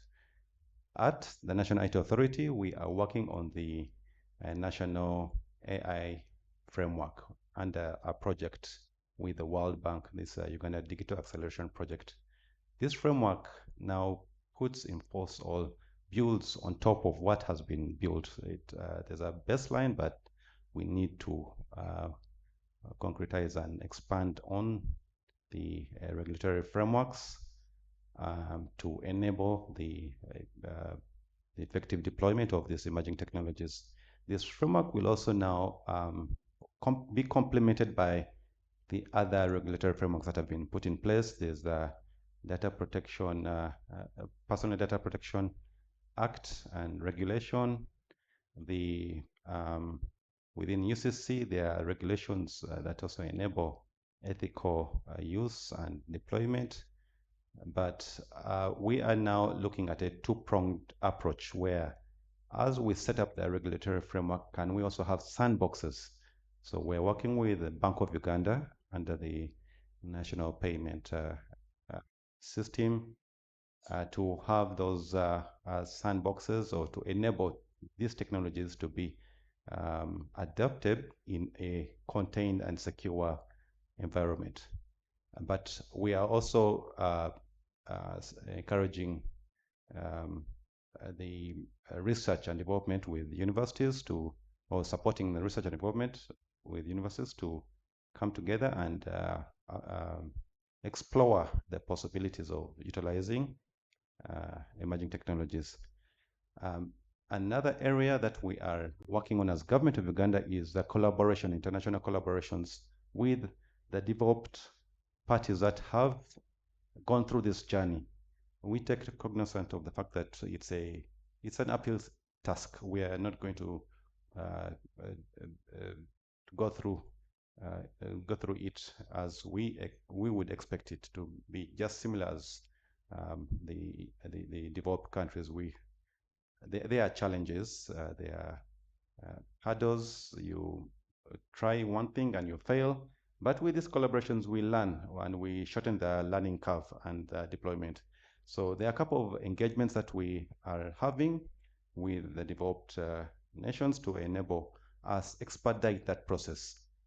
And as of recent, as I would say, as of yesterday, one of them was put into effect, where we signed a memorandum of understanding with the United Arab Emirates to collaborate on very specific areas, and one of them was in advancement in AI, or artificial intelligence, and also the application. How can it be applied? I'll give a use case. Most of us have been, well, I apologize, I'm one of the people who came here late, but I believe if you are to travel on the Ugandan roads, you'll experience that challenge that we all go through. But how do we apply AI in enabling us efficiently get to the locations that we want to within the shortest possible time, but also putting in mind that we live in an environment that is growing, so we have to live within the means. But with AI, that will enable us to plan better and also probably advise on a better means of and change our perspective of how we are addressing the issues of, I would say, transport. What if we look at it at a higher level, mobility? We are moving, but what's the purpose of you moving? You are moving to a location. It could be your place of work, or you're transporting goods, but there are so many factors that play into that activity. And if we are only looking at it from a single point of view, we may miss the target. So we want to look at it at a higher level. As the processes are currently, it would be a very big challenge. But if we apply AI, we have CCTV cameras. We have probably the weather was a cause of the traffic. We have weather sensors. We have road, maybe there's a road construction that's going to be taking place. We have all these points of collection of data. How can we consolidate that data to advise the citizens on their day-to-day activities? I'll give an example of mobility. So let's not look at it in a single, narrow way. Let's look at it holistically, because all these factors come to play and will achieve the intended goal. So that's the work that we are doing as government. In a holistic way, we need to work and collaborate with all sectors, both in the public and private sector. There are private contractors. There could be an issue on why they are not delivering their mandate on time, but we are not looking at that. We're just looking at the end goal. Yet probably we could address the issue of the private sector that is supposed to deliver on this public good. We need to collaborate as governments, both with the private and public players, but also we need to integrate. Integration is very key. Integration in a way that the data points or the sources of data have to talk to each other to achieve that intended goal. And we have to look at it in a very holistic way. We should not narrow down and look at only what probably, I would say, if you are in the road sector or means of works, you only look at your only key areas. No, there are some factors that are out of your focus area that actually affect your activities in a very major way. But also we need to apply technology and AI. We can't do that in a manual process. That's what we are advising government, and and I would like to thank and appreciate the support that we got from the UN, specifically the Global Pulse, in working together on testing out those use cases. There's a use case that we tested on border accidents. It was a problem not for the border but for the health care sector. We are getting so many accidents or reports of borders are the bicycles, the quick bicycles that we use here in Kampala. We're getting so many cases in our hospitals of casualties caused by these accidents on the road. And with the simulation that we did, we of course had to capture some data in in an ethical way, but we did a couple of simulations and noted the factors that we could tweak and enable tweak and enable us to have those insights on what can work to reduce those cases. And that report really, it's a report, well, it was done in the transport sector, but we're solving a challenge in the health sector. So that report gave us some good insights, and it was a very good proof of concept. We also worked with the UN in developing the digital transformation roadmap that will be going till 2028. We need to collaborate and work together as government, and that's what we're promoting as part of the agencies under the means of ICT. Thank you very much.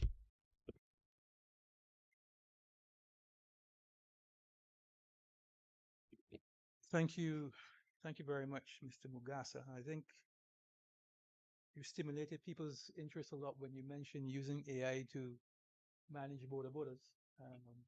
As a road user myself, I am very interested to see how we to look at that simulation. But seriously, the whole issue of better coordination amongst the sources of information is, that's a long-standing challenge for many government agencies, and we look forward to seeing how that could be supported, because as you quite rightly said, those different points of information are going to be critical to informing how you can advance in these areas.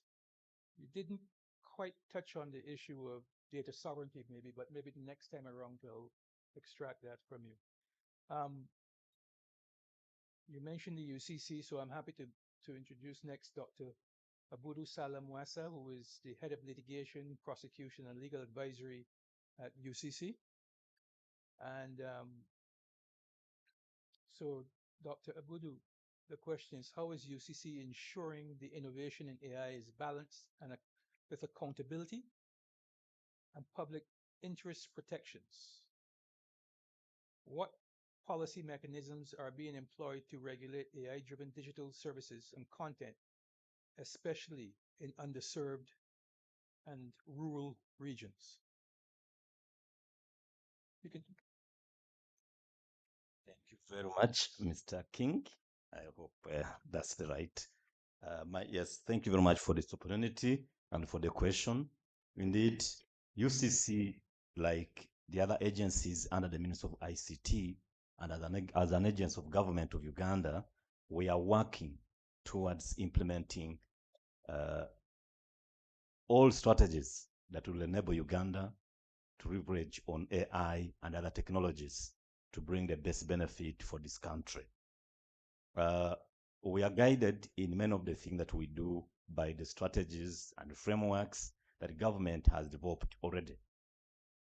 Dr. Mugasa already mentioned the fourth industrial revolution strategy. We also have the digital transformation roadmap that was also formulated by the Minister of ICT in 2023. It goes up to 2027, 2028. In that roadmap, the number of activities and initiatives that we are supposed to undertake as government agencies, but also the private sector, to ensure that we use AI for good in this country. On our part as UCC, we have done many things, and I'll just mention a few initiatives that we've really undertaken as UCC. First of all, last year, UCC established a communication sector AI task force. This task force, and I'm privileged to be part of that task force, our mandate is basically to study AI, look at user cases, and see how can the communication sector facilitate the deployment, the development, and responsible use of AI in the communication sector. But of course, we know that the communication sector doesn't work alone.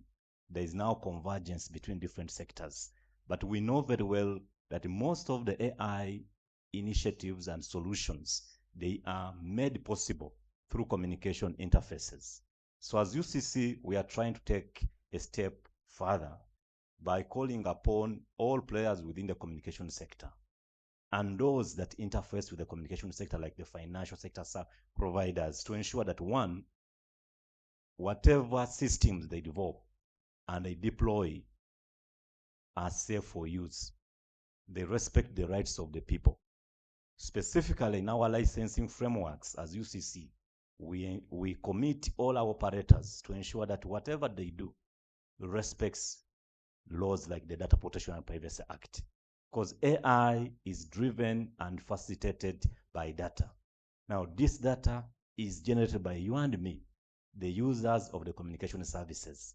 So we do commit all our operators to respect these laws and ensure that there is no breach and violation of the laws.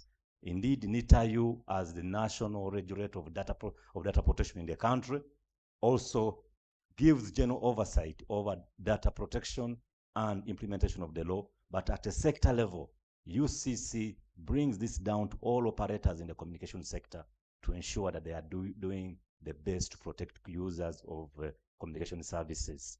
What are we doing to help the underserved people beyond Kampala to really take benefit of AI?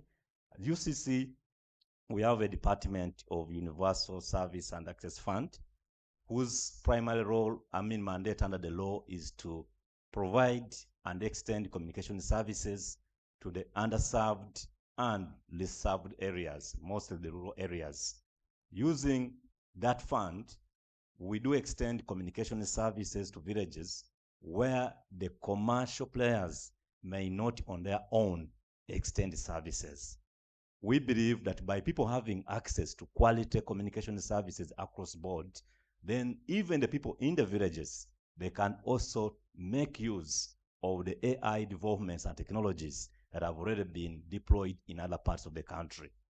For example, we are talking about using smartphones to provide solutions. You cannot do that unless you have good, reliable internet connectivity. So we are trying to ensure that people enjoy the same level of quality up country as they would in Kampala. AI can do many things. We lost a young entrepreneur, a rich man, Rajiv, just last week because of a barrier, I'm told, in the road. I've just passed by that area now. I saw the barrier.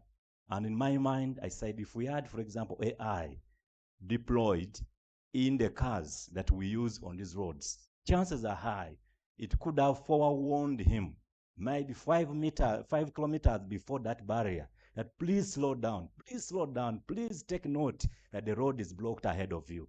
Chances are high that with that prompt, maybe he would not have hit the barrier and by now he would be alive. Of course, as a driver, I know you die when you must die, but technology can help us minimize some of those preventable deaths. Also, as UCC, we realize that not all schools in this country have access to ICT services. They don't have access to laboratories. They don't have access to computers. So under that same program of UCSAF, we do equip schools, mostly up country, with computers and connectivity to ICT services. In the last 1 year, we've rolled out another program that targets the use of AI to teach science subjects in rural schools. We've given out so far about 400 computers and tablets to different schools outside of Kampala, mostly in the rural areas. And on those tablets, we put content for mainly science subjects, biology, chemistry, and physics. And those tablets have chat boxes that are enabled by AI to enable a student in a rural school to, for example, go to that tablet, try out any physical, any chemistry laboratory test, and conduct it as though they are doing it in a laboratory. We came up with this initiative because we know that many of our students in the villages are not passing science subjects, not because they don't have capacity, but because they don't have access to laboratories apparatus, but also good teachers. So now using this arrangement, we are able to even the ground for students up country also learn and try out these laboratory and scientific tests without necessarily having a physical laboratory. And this is already happening.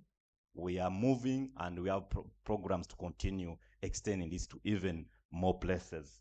But also, as UCC, we have a program for ICT innovation test bed.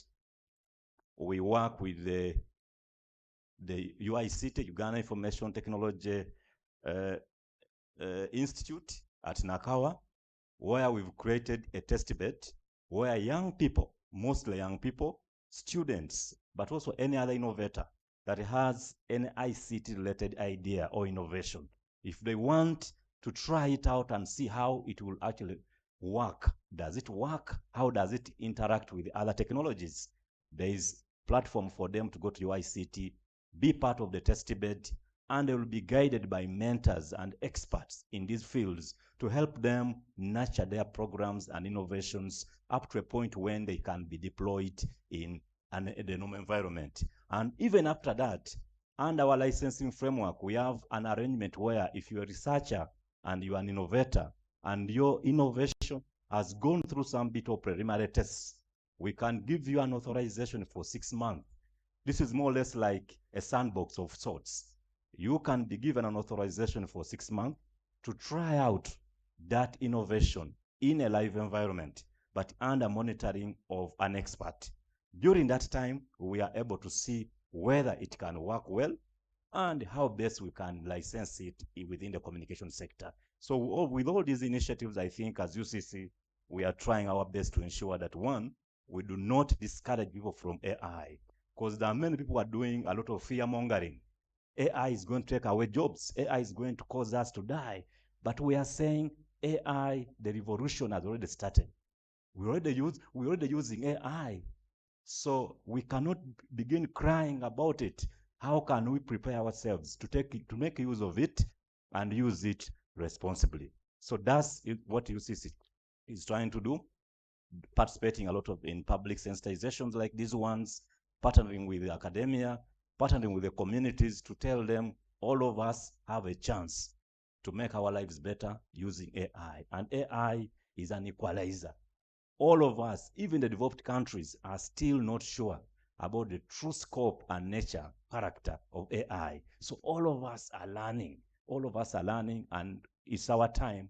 If we can showcase better ways, better user cases, we can indeed get a lot out of AI and make our society better and safer. I thank you.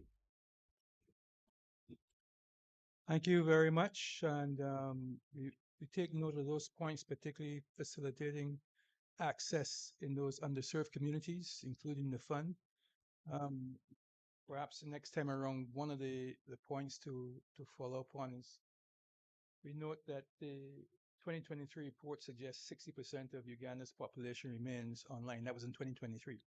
So even as you have these initiatives to facilitate access, it'd be interesting to see how you are tracking whether or not those people are, that number is reducing significantly as a measure of success.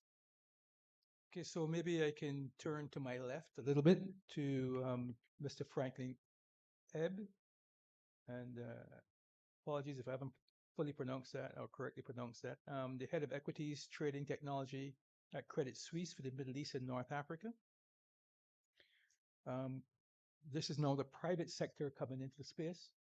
And I guess, Mr. Ebb, from your experience in global financial markets, the question to you is, what can governments such as Uganda learn from the international best practices to scale AI responsibly, particularly in areas like fintech and economic inclusion? How can we in this country create local innovation sandboxes, and we heard of the sandboxes a bit earlier, to ensure safe experimentation? Over to you, sir. Thank you, Mr. King. Before I answer that question, I just want to say my views here are not those of Credit Suisse or its parent bank, UBS. They are my personal views. but good question nonetheless. So from a private sector perspective, even though my background interfaces with policy as well as tech, there is a lot that the government can enable the private sector, especially within Africa. And before we get to that, the space where the African government sit in with respect to the global picture is one which is encouraging right now, and I would delve into that. So if you look at a sort of comparative analysis of the US, China, India, the European Union, and African AI policy, you can pick out very significant differences. The US is very free market specific, its approach. EU has taken a different approach to enacting a law, looking at enforcement, looking at risk classifications, which is some people see that as very restrictive. China, as you know, is very centrally controlled in most of their initiatives, and that also reflects in AI. India is closer to the US position. And that brings us to the African continental strategy, which is very much rooted in an African-centric, sustainable development impact of AI, ethical, equity, and transparent AI, which is a good position to be because Africa has to chart its own course. So how that enables the ecosystem in Africa is the fact that an aspect of that strategy looks at multi-level interaction between national players, between sub-governmental entities, private sector, NGOs, and the academic sector as well. And that interplay, I think a lot of people today have spoken about partnerships. That interplay is very essential to grow the AI sector within Africa, but also for Africans and the African governments to be conversant of what is happening in the rest of the world and the partnership they can have with the rest of the world. Now that takes a different form depending how you look at it. There is a drive globally for initiatives like open data, but there is also the aspect, as the moderator mentioned, of data sovereignty, of data localization, which for the governments within the continent, that is key because data is becoming the new oil, right? So imagine at the beginning of, after the Second World War, the independence movements and all of that, you now give away your resources, oil and everything underneath the soil that we live in as Africans. Data is taking that place right now. So we have to make a careful balance between open data and data localization and data sovereignty, because it's very important. You need to have your ownership of your data. You need to have your sovereign decisions on your data to be able to be a global player. I think the keynote speaker spoke about intent is different from reality. Now, that difference comes together when you have control of your key resource in this particular revolution. And that key resource is data, right? You see it in the private sector where the rollout of AI innovation is driven by that sectioning of data. Privacy is obviously a key constraint, but also making sure your competitive advantage is protected. So we have to look into that. There's been mentioned a lot about skills, bringing up sort of pushing for upskilling of the people in the continent. An aspect I want to mention in terms of upskilling is there is this fear that AI will take jobs. And I was speaking to one of the delegates before this session and trying to get a perspective on that. Now, there are two sides to this. AI would definitely disrupt. That disruption is expected. Those fears are justified, right? AI would disrupt. But then the other side of that coin is the fact that AI will bring more jobs.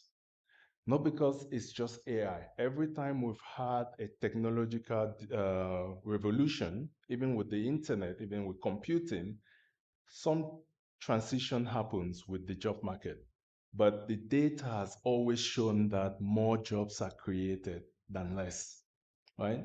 So when you think about AI is here to disrupt our job, also think of AI is here to give us 10 times more opportunities. So what that means for the individual is upskilling, stepping into those opportunities that emerge, and developing yourself, being driven by growth, right? And so this is how we should look at that perspective of disruption for AI. It's the fact that there are options for us to step into and get rid of the past and become the sort of continent who can be a big player in this space. There was a mention of 3 trillion out of 20 trillion in the global GDP belonging to Africa. I would push that. Why not 5 trillion? Why not more? We are a continent of 54 nations. We have the youngest population in the world. Population-wise, we compete with China and India as a bloc. So then there's no reason why 3 trillion is our portion, right?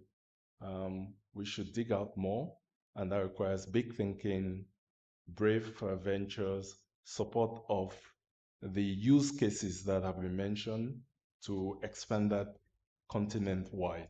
Because the picture now, it's progress, but not fast enough, because the sector and AI is brought with it urgency, the fast pace of development. So instead of having 5 countries having a national AI strategy, you should have all 54 countries having a national AI strategy. And we should get there sooner than later. Thank you.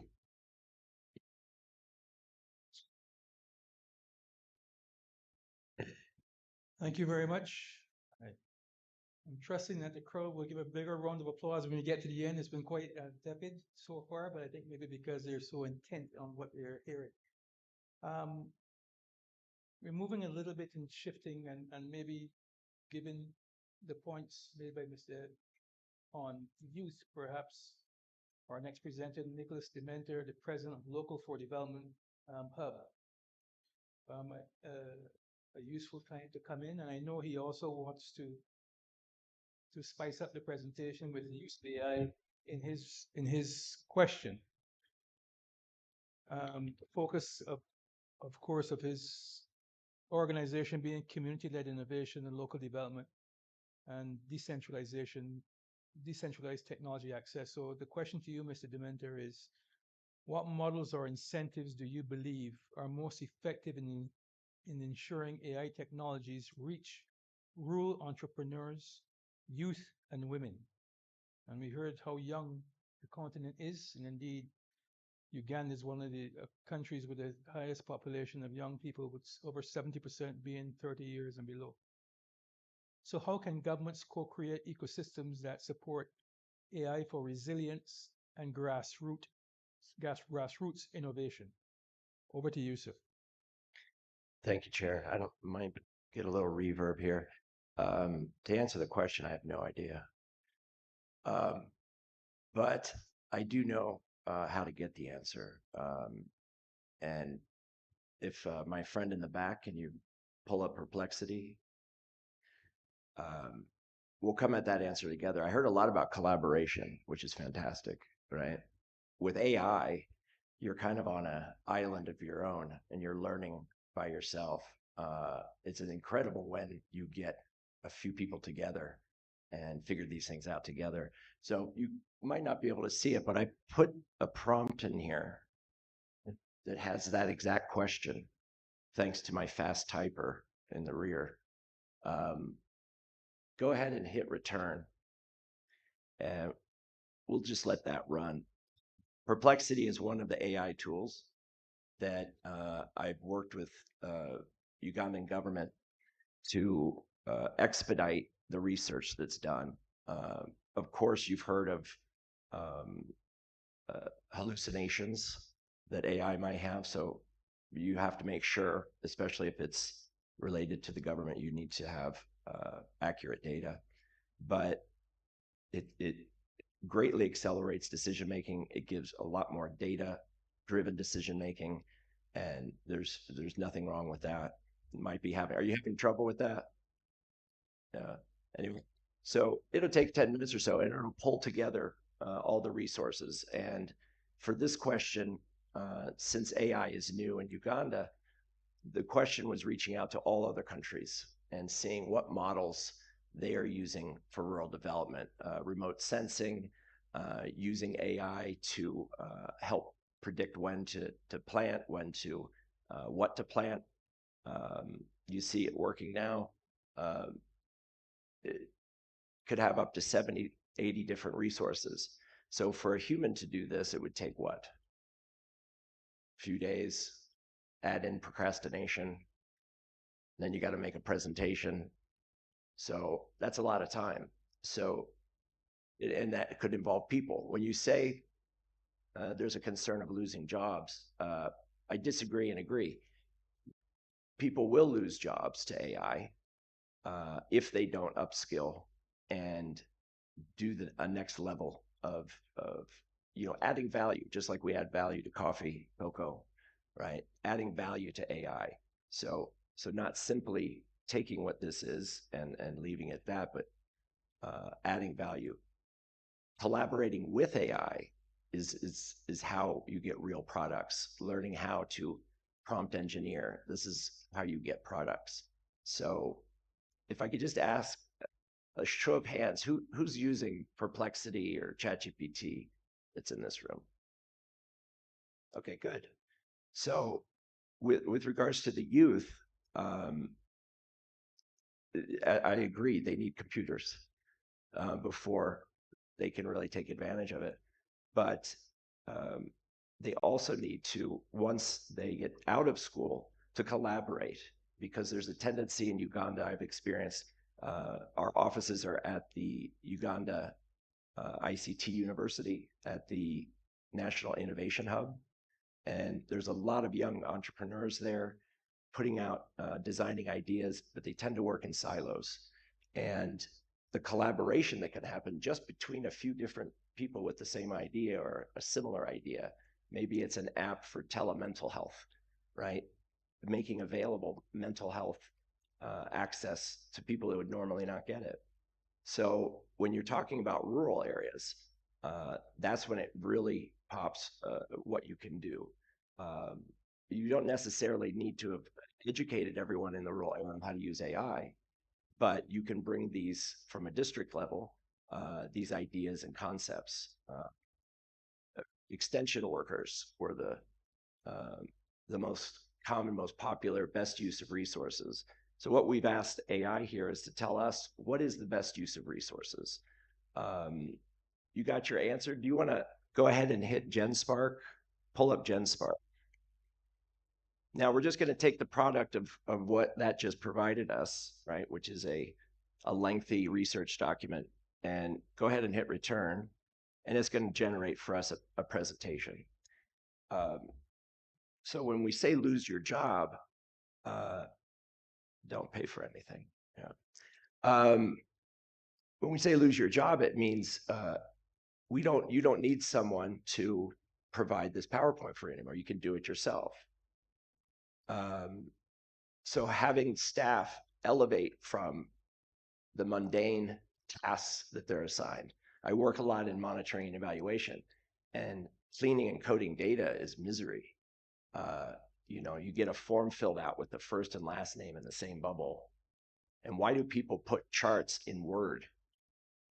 eventually someone's got to take that chart, put it in Excel, merge the columns. So it's a pet peeve of mine.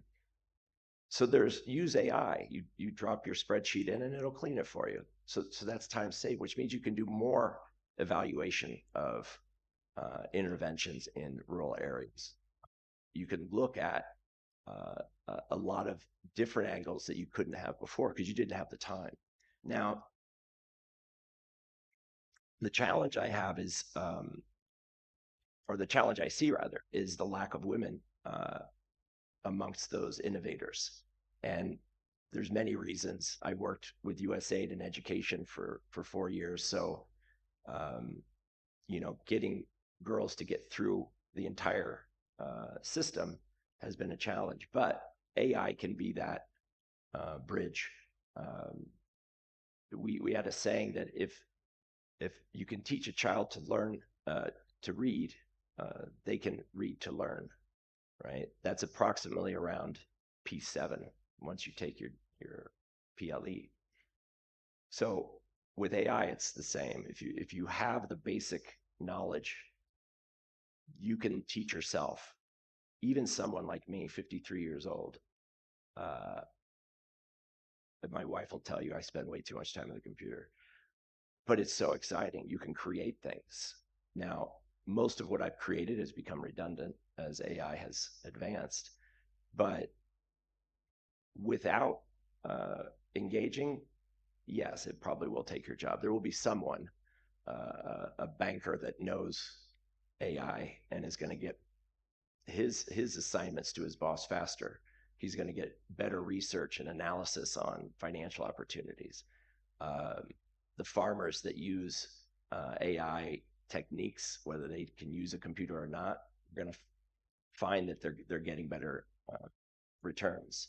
So I don't know if that presentation worked. You can check in on it, but it's as easy as that. Now, what is the skill to type words into a prompter and get that kind of product? That's critical thinking, right? And that's what may be missing in some of the education systems, is because it is top down. It's the professor teaches and the student listens and repeats what the teacher said.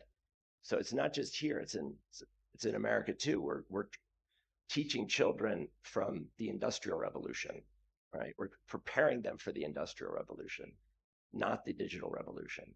So an acknowledgement of that is a first step, so that children leave school with some knowledge of how to use a computer.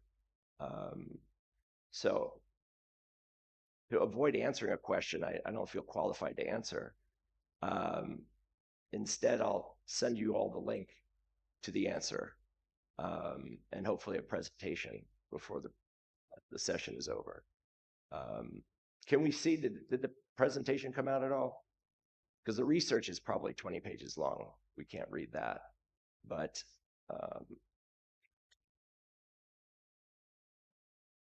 Joseph, how you doing back there? What I can do though is read a few highlights, and this will give you an idea of the level of detail that AI can get into.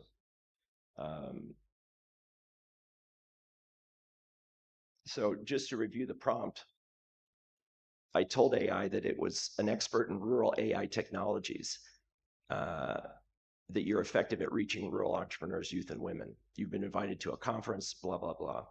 So it breaks it into two parts: global models of effective rural AI technologies, digital visual training for illiterate farmers, localized agricultural advisory services, AI for financial inclusion and risk management, alternative credit scoring for rural entrepreneurs.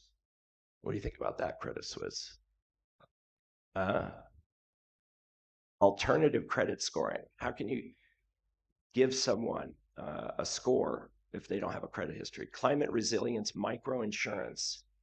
Some of these are known to experts in this field. Predictive analytics for shared equipment.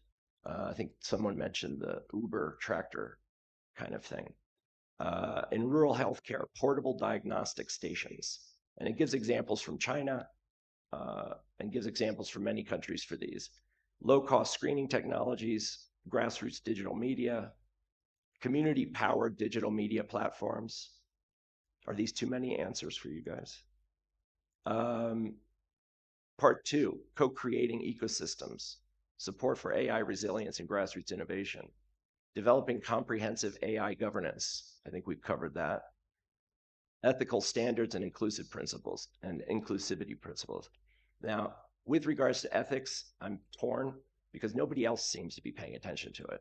So I think when it comes to PII, personally identifiable information, that is the nation's property, and it should stay the nation's property. But these models are so aggressive at trying to answer your question that they break through paywalls. A friend of mine who had a data visualization company, she had products for sale on her website with 128-bit encryption. Perplexity slammed through that wall and made all of her products available to the public. So yeah, there needs to be a policy. There needs to be protections and guardrails. But then you got to let everyone run. You know, policy in this regard, when you're catching up to the world's superpowers of AI, you know, the leap forward that you can get from AI, it's only about 1.5 years, 2 years. So it's imperative that Ugandan leadership get on AI, understand it so that they can create policy, and for the youth to not graduate another class that doesn't know how to use the computer. Thank you. Thank you. So you want to quick response? Yeah. If you will allow me. Give you 30 seconds. 30 seconds, okay. Thank you to my fellow panelists for the presentation. I think it's a good idea. One of the ideas for credit scoring is being put forward because the rural population needs access to credit. That's definitely a good point. But what I wanted to just touch on was, this is why AI cannot survive without humans. Look at that response from a global large language model. It tells you about all the steps, but it missed the one fundamental step. Give them electricity. That's the first thing growers need, right? Don't tell them about all this sophistication. Give them electricity, because with that, they can make magic happen. Thank you. Blame the prompter, not the AI. But a very excellent point. So our last panelist, our colleague from South Sudan, Charles Joseph Mayen, the Director of Planning, National Communication Authority in South Sudan. And to you, sir, Mr. Mayen, how can we create regulatory agility that protects citizens while not stifling innovation, especially and the examples being sensitive areas like facial recognition or health AI. And we heard a little bit about the whole issue of personal information, personal identity information. So to you and your experience and challenges in this in the South Sudan context.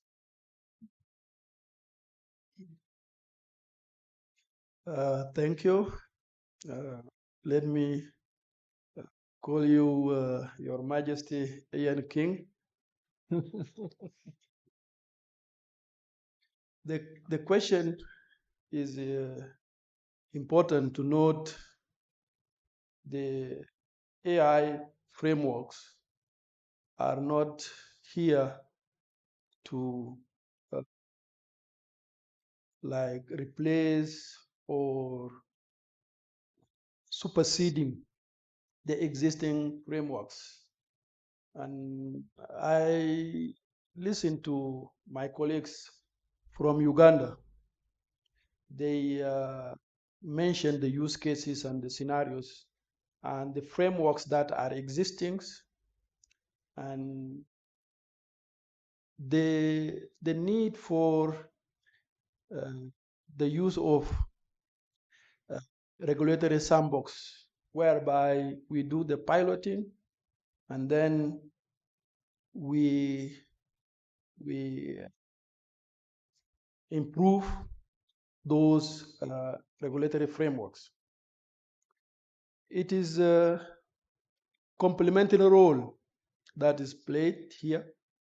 Whenever we talk about government perspective, we know all our African government, and I think all of you hear the term data sovereignty here in this room, and all our government, they are behind this slogan of sovereignty, but somewhere there, this data sovereignty with the AI, someone said once, is a myth. We cannot guarantee that one. But is the role that we can play as people who are putting and laying down those frameworks to balance between the innovation and also protecting privacy in terms of the data sets that are used need to be identified and regulated in a way to protect the same scenarios that you mentioned in terms of these two scenarios of data for health sector and the other data for facial recognition and the rest. This one is bringing us to the question about the relationship between AI and DPI in the context of the safeguarding the privacy of data. To overcome this, we have to explore ways of collaboration between all the stakeholders that involve. And I think we here, and I'm talking from the EAC, the East Africa Community level, there is a good progress in such a way to harmonize our frameworks when it comes to AI. As mentioned before, there is no one size that can fit all, but through the harmonization, we can reach to a better framework that can guarantee this.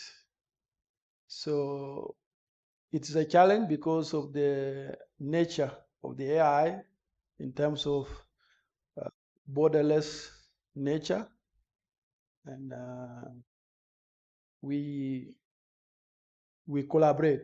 So the key point here is in terms of collaboration and partnership. Thank you.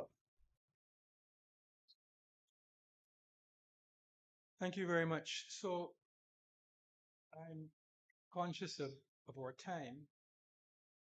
And I think with the audience that we have here, perhaps we can encourage one or two questions from the audience. You've heard the presenters on a range of things, but I'd like to hear you pose your questions to the audience. And maybe I should stand up so I can see, but I see the gentleman, one here, one there. So let me stand.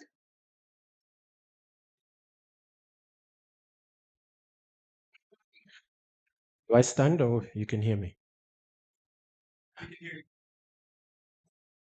My name is Mark Mugamba. I'm a lawyer and a data protection practitioner. So my question is to Mr. Dementa. I hope I got that correct. Nobody in 5 years has gotten that correct. Yeah. It's Demeter. Demeter, yes. I think you did a very good marketing presentation, but I would like you to address certain questions. Whereas I agree on the issue of data protection being a fundamental cornerstone of the country, I notice even with your applications, you do collect data. And it's also incumbent on you, because having looked at your page, I do not see things which govern cross-border data transfer, issues which govern consent of the data subjects, whose information you obtain, at what point they can, object to you collecting it or rectify it. Thirdly, I think it would be prudent that even in engaging with these people, you have certain policies, even on your website, which explain to people how you collect their information, how long you retain it for, what you do with it. Basically, or Cookie Monsters, like the prompts which you have on your page, just as a way of saying that, fine, this is an application, whether it's from America or from where, but myself, I as a Dementer, have certain policies which govern EII. So I do not have to throw the back to Uganda or whichever respective government. I myself handle privacy as a fundamental cornerstone. Thank you.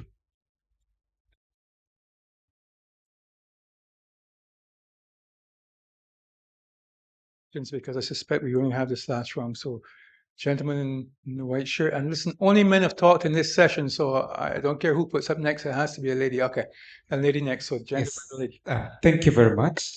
My name is Edmond Babalanda. I am an advocate with ALP Advocates. I specialize in AI governance, data protection, and tech.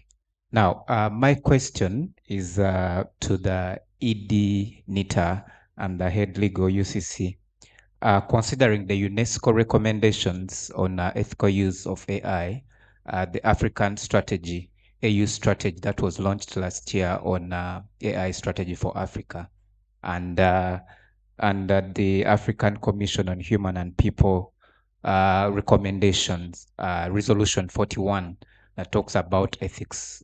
They emphasize a number of principles, but there are two principles that I want to base on. One is on multi-stakeholder engagement, and also the principle of proportionality and do no harm.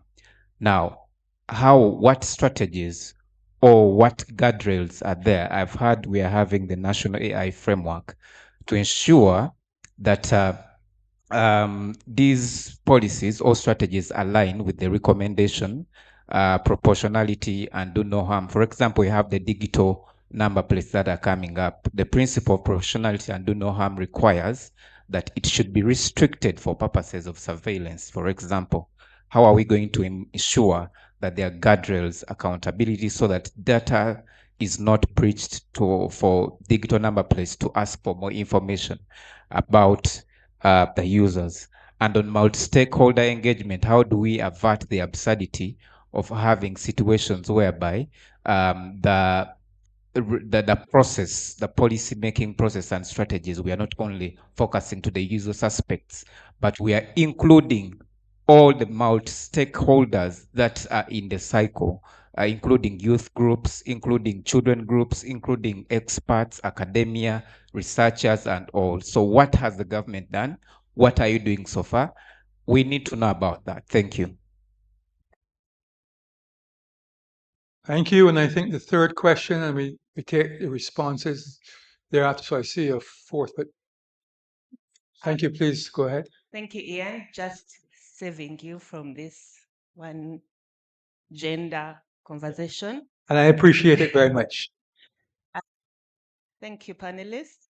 Eye-opening, like the previous speaker, I addressed my question to NITA and UCC. I am Penlov Nankunda. I head the digital team at Vision Group.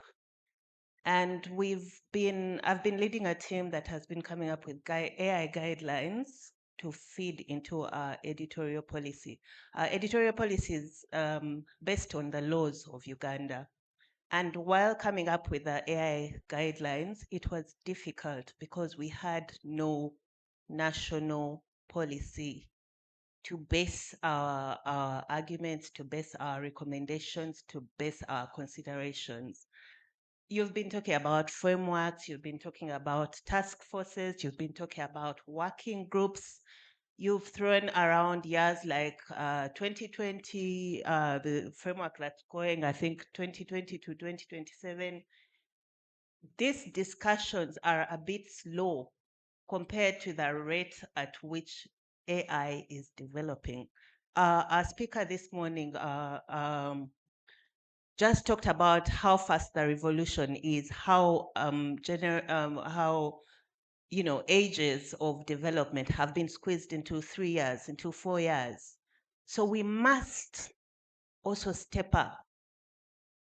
My call to you is to at least give, even if you don't have the national policy yet, you must give specific guidelines to the country, because while you're task forcing and frameworking, development is happening, usage is happening, panic is happening, you've been talking about people fearing for their jobs. So you must take lead and give something that Ugandan youth who are developing, Ugandan users who are engaging, and Ugandans who are panicking about their jobs can, rely on to make decisions even as they engage with AI. That is my call to you. Maybe speak up. Is there some guidelines that are out there that can already be relied on?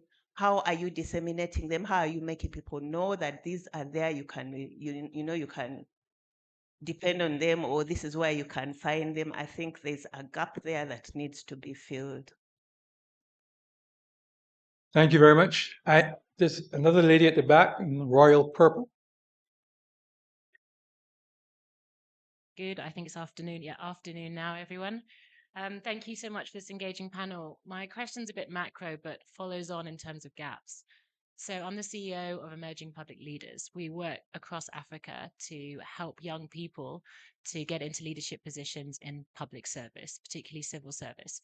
And I was in Ghana last week for our alumni gathering, and it was great to hear examples of some of our alumni who have done things like automate and bring AI practices into their various African countries and their ministries, to starting initiatives of things like improving health in rural settings, examples similar to what we've heard today, and their mentors saying, wow, I learned as much from the young person that I was mentoring around things like how to use their computer and AI. And I find that so encouraging. But at the same time, across Africa, we hear from some of our alumni that their peers and even supervisors don't always have computers or decent email, let alone are close to being able to use AI in the way that it could transform their ministries, their countries, and the continent of Africa. And that relates to an ongoing both inspiration and challenge that myself and I think many of you are probably grappling with, which is, I think many of us can see the potential for AI to be something that helps reduce the gap in economics and in development that Africa has faced. But at the same time, as my previous speaker mentioned, we're on the back foot and we need to catch up to some extent. Now, the good thing is we're not too far behind. As we've heard, 3 years, 4 years compared to decades is something we can jump on. But how do we make sure we're not only on the catch up, but we're on the forefront of AI, and we're developing AI that will really impact Africa? We've heard of some examples, but mine is sort of a challenge or a call to action or a question around how do we really make sure that we can utilize AI, which I truly believe could be the best thing that ever happened to Africa for a long time. Thank you. So I'm going to turn to the panelists, starting with Mr. Demeter, and then Dr. Weissel and Dr. Mugusa, and then if the other colleagues want to touch on some of the questions we heard at the end, I'll open up to them. So over to you first, sir. Okay. If Joseph, can you pull up the digital principles of development? So USAID we followed the digital principles of development. And when it comes to frameworks to follow, and again, I say, well, it used to be Google it. Now I guess you ChatGPT it, but with caution, because as my fellow panelists said, that the AI didn't pick up the most simplistic factor, electricity, right? So when we say AI is an equalizer, it's an equalizer until you get to the local context. It can't tell the local context because it just doesn't have enough information. So localization, which was one of the last memes that crossed USA before it was demolished, different opinions on that. It was a regimented discipline. PII, personally identifiable information, absolutely must be secured.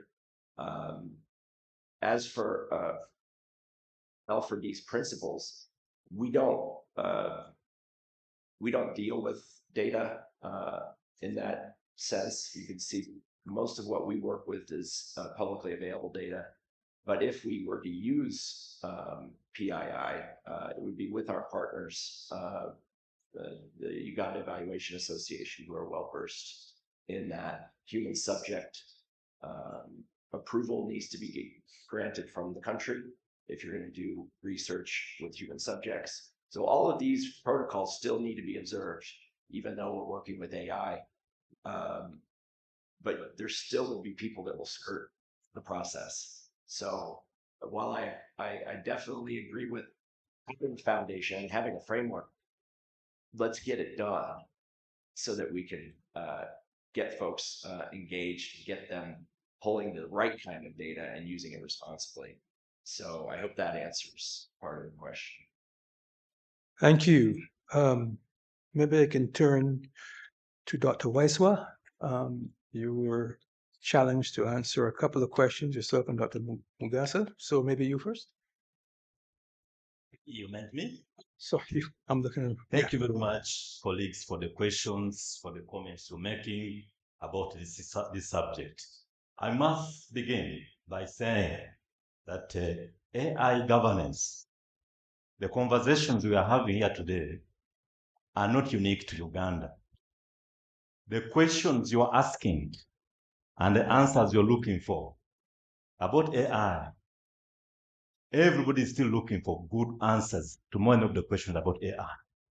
I've been privileged to participate in a number of discussions about AI, not just in Africa, but even in Europe. Even the people we think are way ahead of us have not fully mastered the true scope of AI.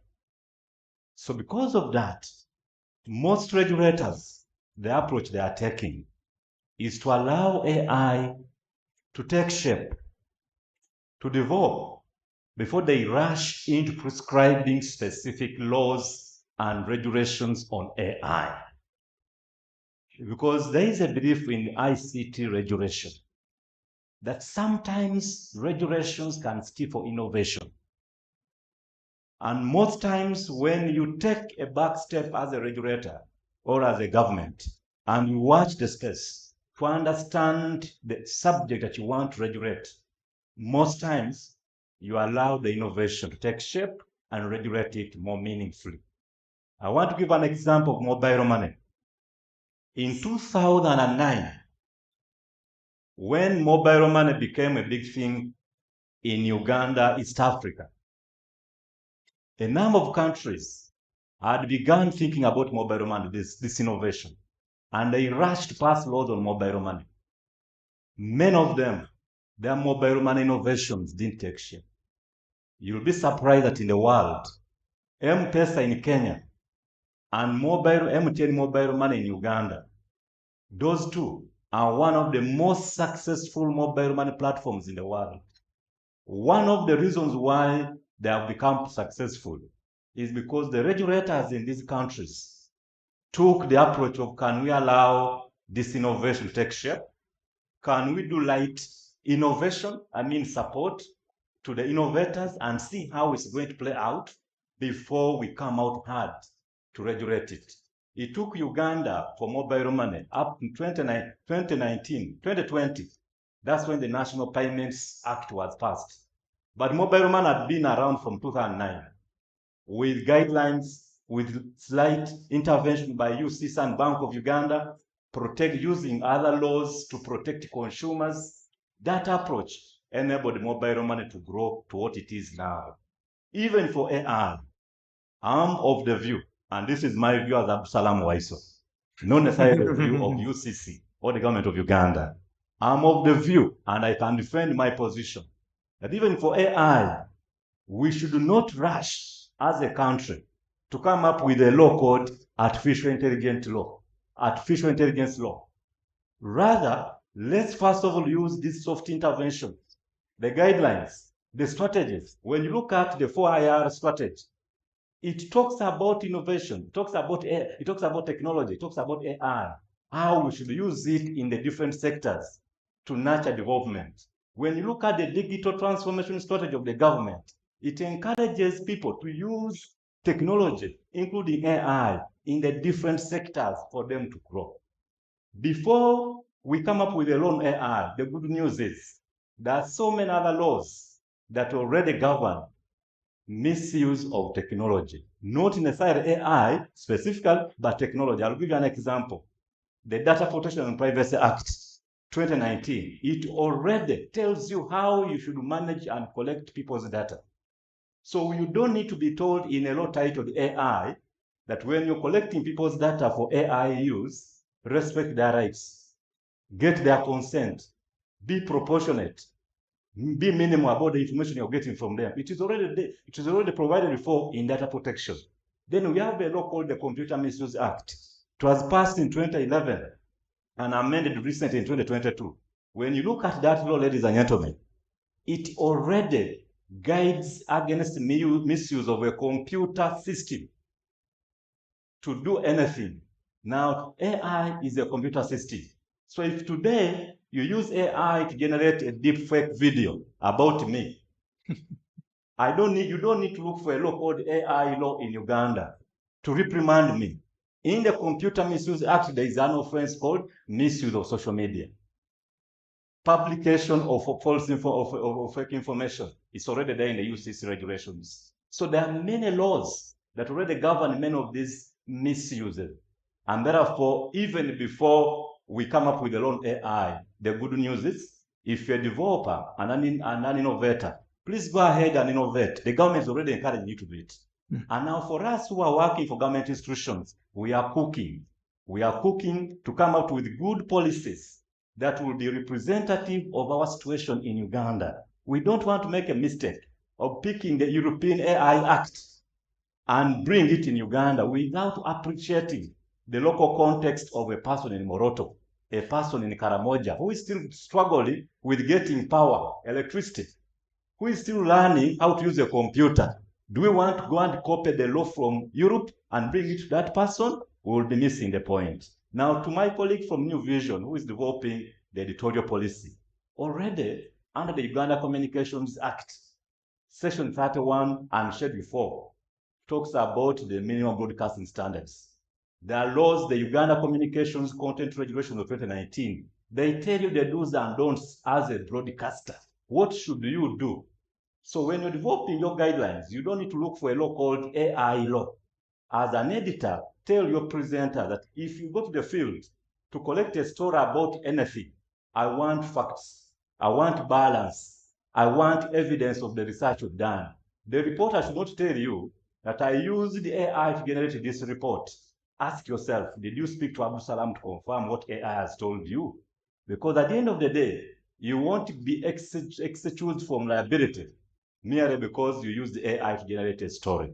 We expect you as a broadcaster to remain factual, impartial, and objective in all your reporting. And this applies to everything else. If you're a doctor, you already have ethical codes. As a doctor, you must be professional. If I come to you and I'm looking for diagnosis, if you go on Google and use AI to say somebody has a headache, a big stomach, swollen legs, what prescription? And then you pick medicine and give me that does not work. It's not a difference for you to say, oh, sorry, I use AI. No, we expect you as a doctor to use AI to do your work better, but not to abdicate your professional duties in being ethical, being factual, and also responsible as a user of technology. I hope that answers some of the questions. I thank you, ladies and gentlemen. Thank you. Dr. Mugasa. I can come around, but Thank you, moderator. Just before I answer, and I would like to thank my colleague from UCC for more or less answering the question also on behalf of NITA and government. But just before I answer some of the questions, I wanted to elaborate more on the data sovereignty. We've been talking about data sovereignty. It all speaks to the same objective of what we are here for. But there's something that the moderator said, and I want us to reflect on it specifically. Data is the new oil. And ask yourself, what was before data? Well, it was oil, but what was even before oil? Gold. So at one point we're saying gold, so oil is a new gold. Then, and you can go down the rabbit hole, which I don't want to go too deep into, but you can pick from that the spirit of why we are now bringing data to that level. Saying data is a new oil. It's value. It's the value of our data. If you can peg it to, let's take it to gold. At one time, the dollar was also pegged to the gold reserves, and would have it as a gold standard. Now let's look at data. I'm not going to say it's a new oil, but let's take it to gold, because this is something that has always been consistent. I know oil, yes, but there will be another school of thought that will not appreciate the comparison or the relation to oil. Let's relate it to gold. Data is the new gold, meaning data has value. Now, why don't we look at it in that way, or why haven't we appreciated the value in data? Would it be the same if you were saying you have oil, you have gold? Gold is the new. Let's reverse it. Gold is a new data. Would you neglect gold in that way? Would you say, okay, I have gold, let me just I'm not going to talk about it here. The difference is because there's something tangible. You can see it. You know this value. You appreciate. It has many use cases. You can maybe for the I don't put on any gold rings. Or it has something of value that you can see and appreciate, and that's why we attach to it, and it has been consistent over years and years.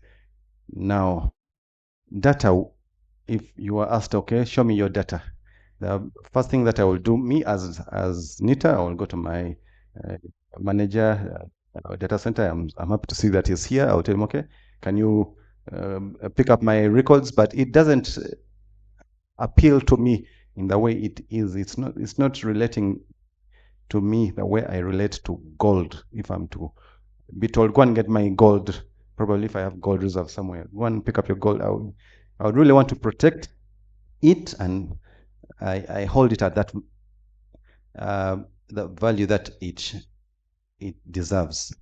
Now, sovereignty. This is speaking to protecting. I'm protecting something. I have control over it.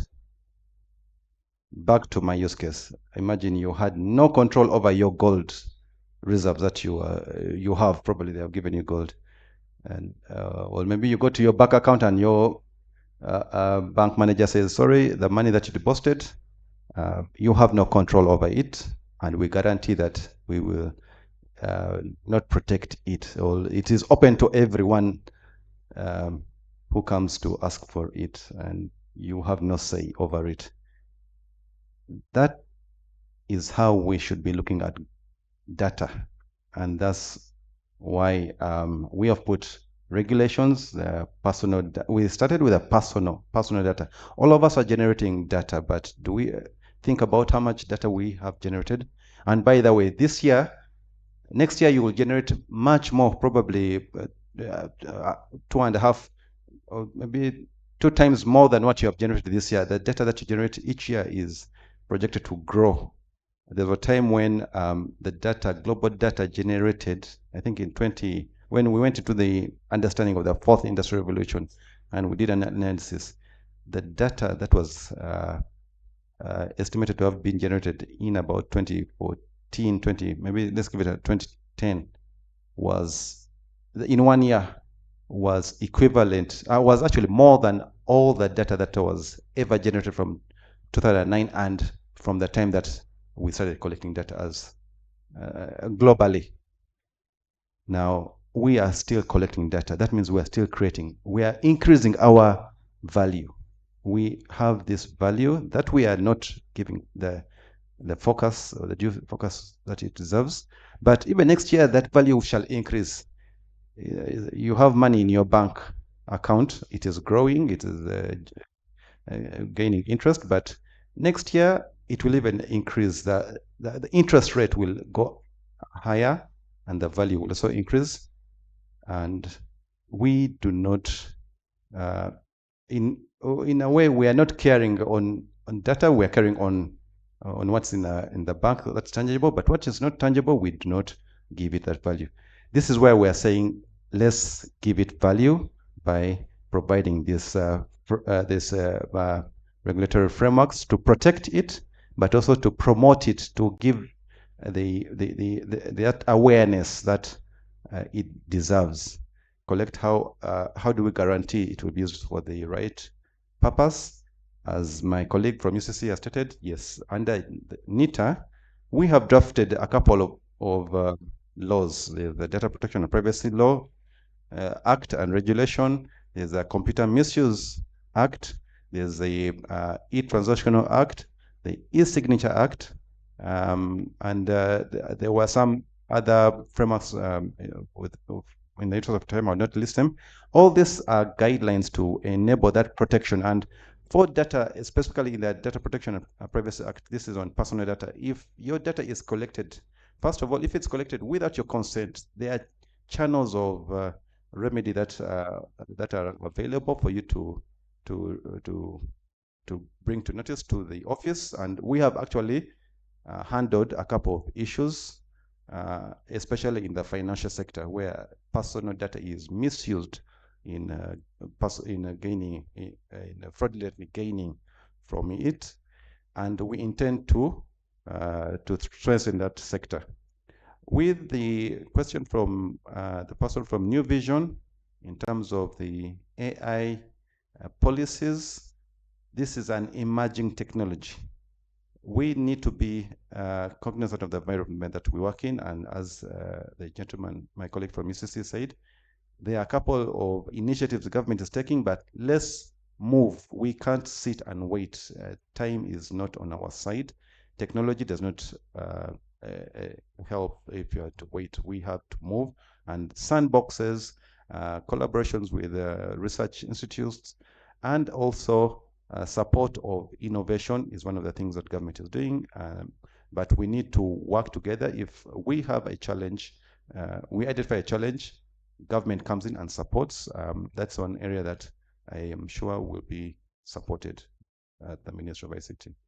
Thank you very much. Thank you.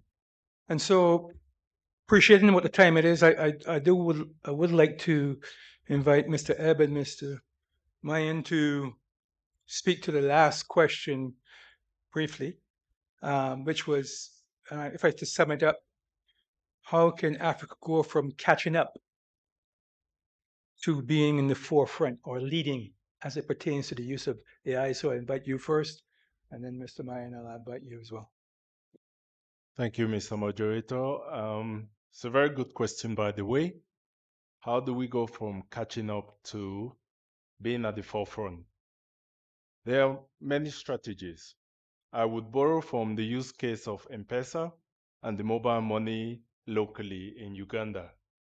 The first strategy is we are at the forefront when we solve our problems, when we solve local African problems. The reason why M-Pesa drove that much hype and substance is because it solved an African problem. So we must always make sure we solve local problems. That's the first one. There's been mention of light regulation so that we don't constrain innovation. 2 days ago, I was in Abu Dhabi for the governance of emerging technologies. The biggest theme that came out of that is regulation should not constrain innovation. So we have to make sure we don't stifle sort of innovation with regulation, which is the good approach which I see in Uganda and other emerging African countries. So those are some of the strategies. Some others is to make sure that the strategy to upscale is sort of segmentalized. So if we're talking of upscale of African corporations, we deal with that differently. Corporations have to look at promoting engineering culture within the corporation, making sure that your scientists, your IT, your engineering have a culture where they can see themselves grow. At school level,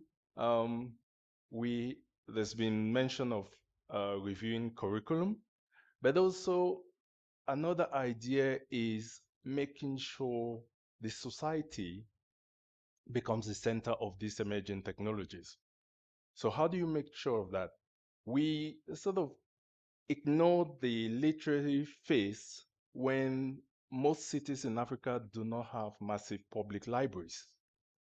Why can we not have public AI centers, public emerging technology centers? And that would drive adoption. But the point I'm trying to make here is if you have students from every school have a day at that center, what happens? Awareness travels fast. And it doesn't stop with students. I have children and I've learned TikTok from my children, right? So when your child gets the technology, the adult gets it. So we have to ensure that is another strategy. And my final one would be on the government level. Let's not focus entirely on AI and forget about the other technologies. AI development has to go with blockchain development because that would become intertwined. But also there's the new emerging field of quantum computing. Now we've talked about data sovereignty, data localization. If you do not have a hold on quantum computing, all of that is torpedoed, right? Because security of AI becomes a very topical consideration for government. So I'll end there. There's much more to talk about, but we have the framework and the sort of ideas to go about making sure we're at the forefront. Thank you. Thank you. Mr. Mayen, your views on how Africa can go from catching up to being in the forefront. Yeah, thank you. First to note is the way Africa were doing its own affairs before in terms of regulations. It was copy and paste at a certain level. But this time, Africa should have its own homegrown policies and frameworks that are driven from the needs. As the example mentions of successful innovations, we in Africa here, we have all what it needs to be in the forefront, not playing a catch-up role in terms of innovation, and innovation is with the youth. So let us give chance to innovators by availing all what it needs for them to innovate, to encourage them, get the platform for them excel in what they are doing. And as we mentioned also, to have a robust legal frameworks that and policies that encourage them. We have to encourage the youth to do that innovations. With that, and we will not play that role of catch up. Thank you. And also to you, the audience, and to those probing questions that we were asked. I think there's a lot there, I'm sure, that will be built on during this conference. There's some common themes. Of course, we heard collaboration, innovation, in terms of providing the spaces, sandboxes. I'm still old enough that I think of sandboxes in a different way, but I understand the context. Funding, providing funding and fund access to those who are most left behind. Some basic things we have to ensure that there is critical thinking, which comes back to your point about moving away from copy and pasting. But I think, and ensuring that regulation is not stifling innovation. But I think there is a key point, which is that to catch up and to go from lagging to the forefront, the critical thing is that AI must solve local problems and have a local context. And so with that, I think I have you 22 minutes behind your schedule, so I apologize. But I thank the audience and thank the organizers, and I'm sure we look forward to very engaging conversations over the next day and a half. Thank you all very much. Mr. Mayandut, Dr. Waiswa, Dr. Mugasa, Mr. Egbe, Mr. Demeter, and certainly, based off of the really acquired moniker, Your Majesty, Mr. King, I want to appreciate you for, looping us into your ideas and your vision. We honor you for the insight you've shared with us. And to do this properly, allow me invite Michael to, we're going to give him, to give a token of appreciation. And also there will be a group photograph. Thank you. People in the booth, can we have some music to accompany this activity, please?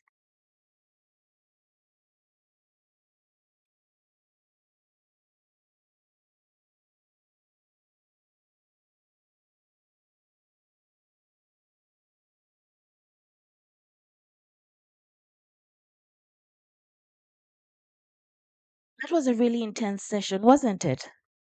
Are we okay? Are we okay? I need to see the hands. Are we okay? Wonderful. Thank you so much. You've been an incredible audience. It is now lunchtime, but before we go for lunch, I need to, recognize the people to whom I owe this event. Our partners, for whom we are very grateful for their support: UCC, NITA Uganda, Refactory Academy, Mark AI Health Lab, CCare, who, by the way, are offering health services downstairs, Microsoft ADC, I&M Bank, UNDP, CEPA, Center for Policy Analysis, and New Vision. We want to thank you. And of course, all of you in here for being a wonderful audience. You've been incredible. Now, as we get ourselves ready for lunch, there's just a bit of housekeeping information you need to have.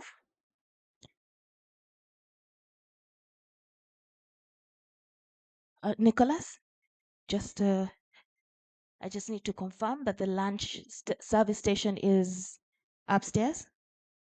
Okay, so lunch is going to be upstairs across the way.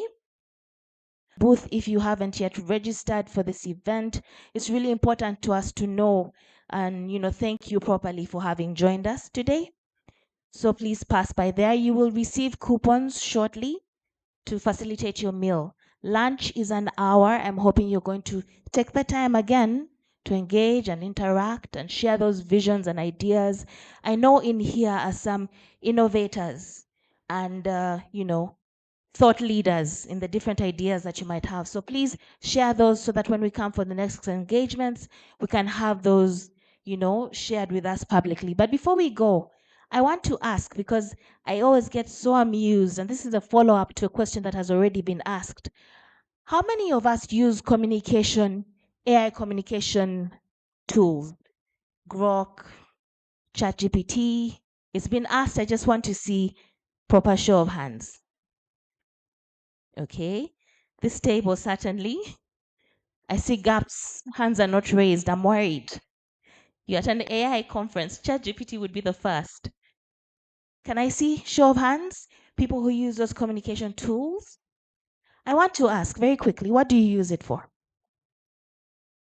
To understand certain aspects of my work. Anyone else? Anyone use ChatGPT as a friend? Because I can assure you, there are people who use these tools as friends. Anyone?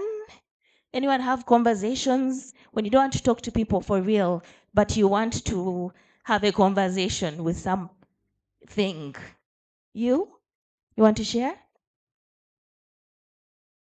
I always use ChatGPT on a friendly basis. Like when I'm lonely, probably I would engage AI and I would feel good. Personally, as I read, as I do my work, in most cases, you want to receive a different perspective on different things. And sometimes it's difficult for Google to give you everything you need.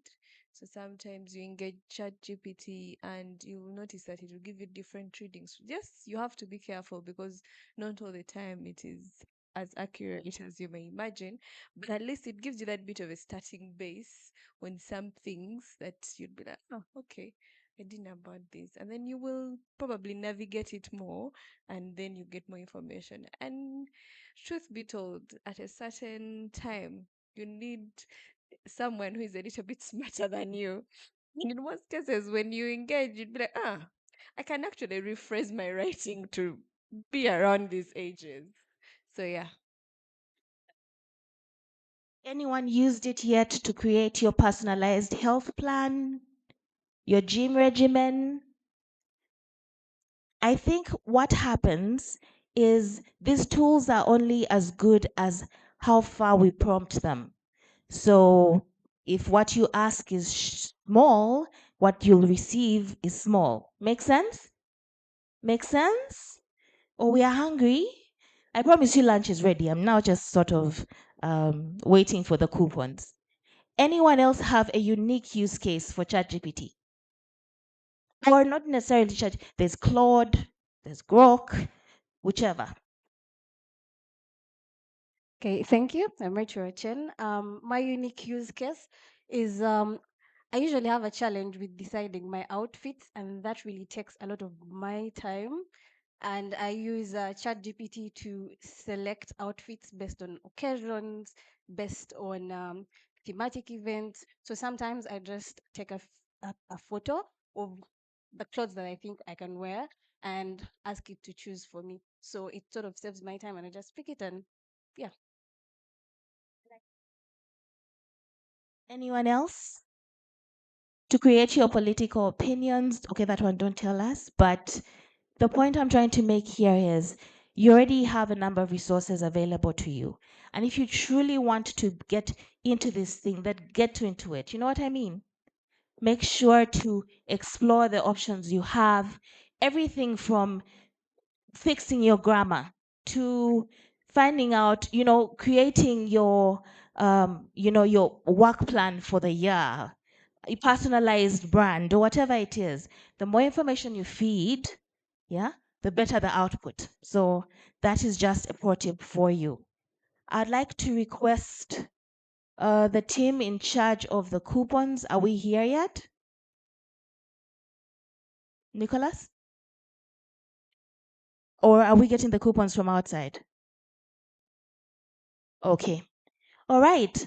Lunch is an hour. I thank you so much for your attention and your time. I am hoping there's things we're picking up from here. certainly things that we can use a little later. In the event that there's absolutely nothing you've learned, raise your hand. I just want to do a personal evaluation.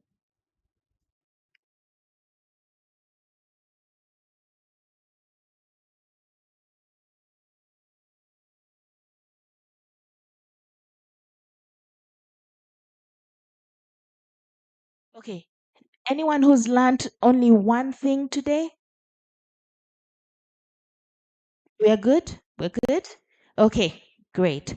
Now you're going to be directed on how to do to go for lunch. It's going to be guided, but I hope you'll enjoy your meal and certainly hope to see you back here in 1 hour, which would be what time?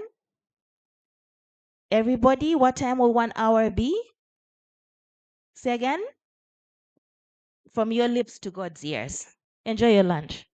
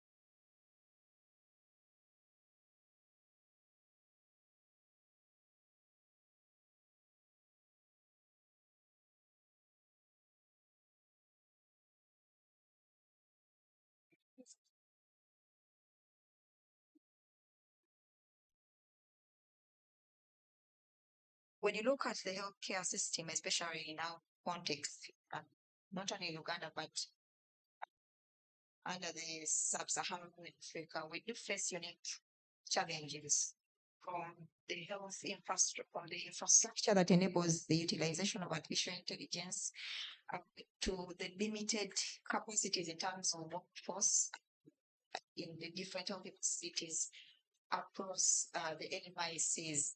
But also looking at the growing population, especially in Africa, we realize that this is actually the right time where we need to harness the tremendous opportunity that comes with artificial intelligence and cloud technologies.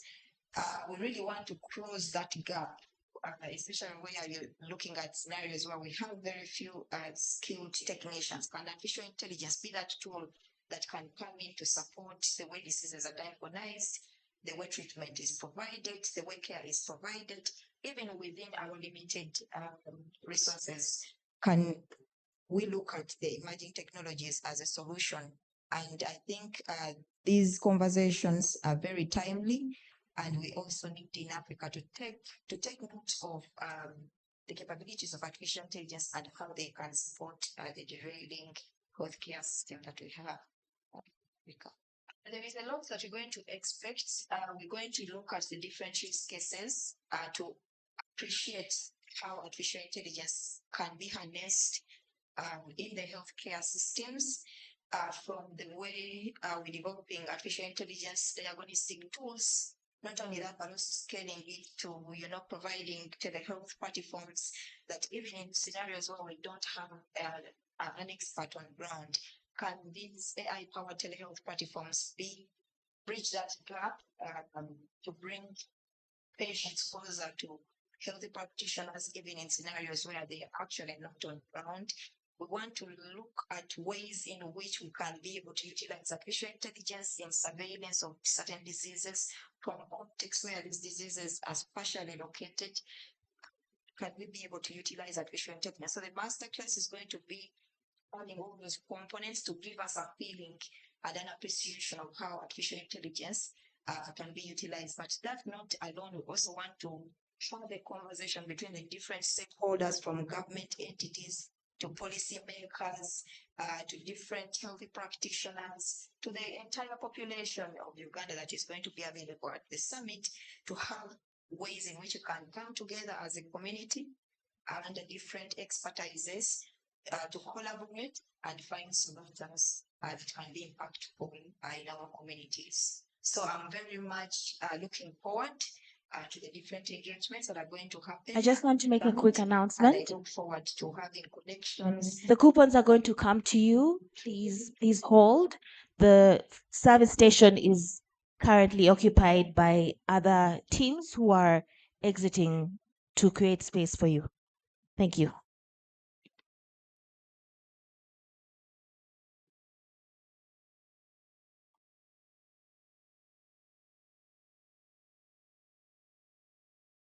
Since 1989, SEEF has been a trusted resource for small and medium enterprises in emerging markets, providing growth capital and operational support to build climate resilience, food security, and inclusion. In 2006, SEEF founded Seed Global to meet the complex challenges entrepreneurs face in the management of their businesses. Seed has since become an invaluable resource, providing peer learning and support networks to help entrepreneurs find practical solutions to both daily and long-term strategic challenges. Today, SEED and Seed span nearly 30 countries across 5 continents. At the onset of COVID-19 in March of 2020, SEED and Seed acted quickly to support entrepreneurs navigating the economic challenges and public health disruptions created by the pandemic.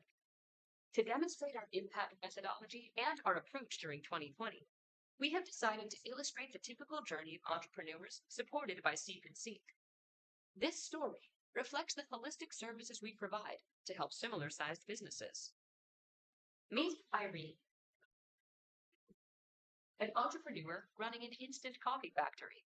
Irene's story is a fictionalized account based on the real stories and challenges faced by our entrepreneurs in 2020. SEED began investing in Irene's company in 2018, and by 2019, Irene expanded her business to include bulk exports and increased the number of her employees. She began buying large amounts of beans from local farmers and more equipment to produce her premium coffee blends. Irene joined SEED in 2019, greatly benefiting from SEED mentoring program, peer-to-peer learning, and business training. SEED paired Irene with an experienced entrepreneur who was deeply committed to helping her grow her business even further. In March of 2020, COVID-19 erupted across the world, and for many, travel and in-person meetings stopped. Irene's employees couldn't come to work. The economic slowdown impacted her cash flow and supply chains, slowing her previously booming business. SEED quickly helped Irene find and apply for third-party financial assistance to renegotiate her loan terms and extend her payments, allowing her to continue producing and exporting her coffee once the travel ban lifted, and, just as importantly, paying her staff. SEED and Seed advised Irene on how she could enhance sanitary practices within her factory to prepare for her employees' return. One of Seed's first meetings after the onset of the pandemic hosted a doctor discussing COVID-19 facts and myths and provided guidelines to mitigate the spread of the virus in the workplace. SEED also helped Irene devise non-overlapping shifts that would allow her employees to maintain social distance. In a peer meeting, SEED also provided concrete strategies for entrepreneurs like Irene to build business resilience in uncertain times. Irene not only kept her staff employed and healthy during 2020, but was even able to add employees later in the year, setting her up for increased sustainability and growth in 2021. Our collective recovery from the COVID-19 pandemic is predicated upon innovative and dedicated entrepreneurs like Irene, whose enterprises have been and will continue to narrow the existing and growing disparities we see around the world.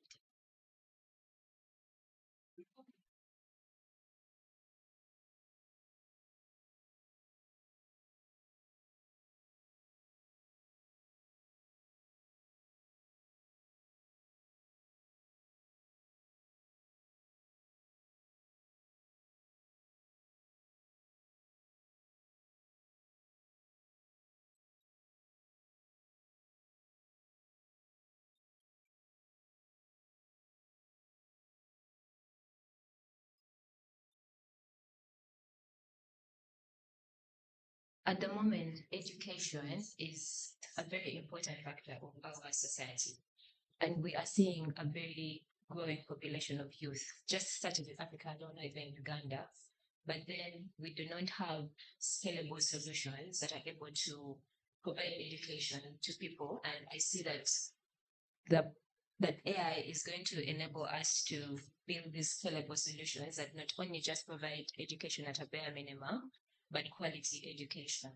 But what does that mean? A lot of education providers in Africa need to adopt how to use technology, especially AI, to be able to do this. The narrative is that AI will help us automate everything.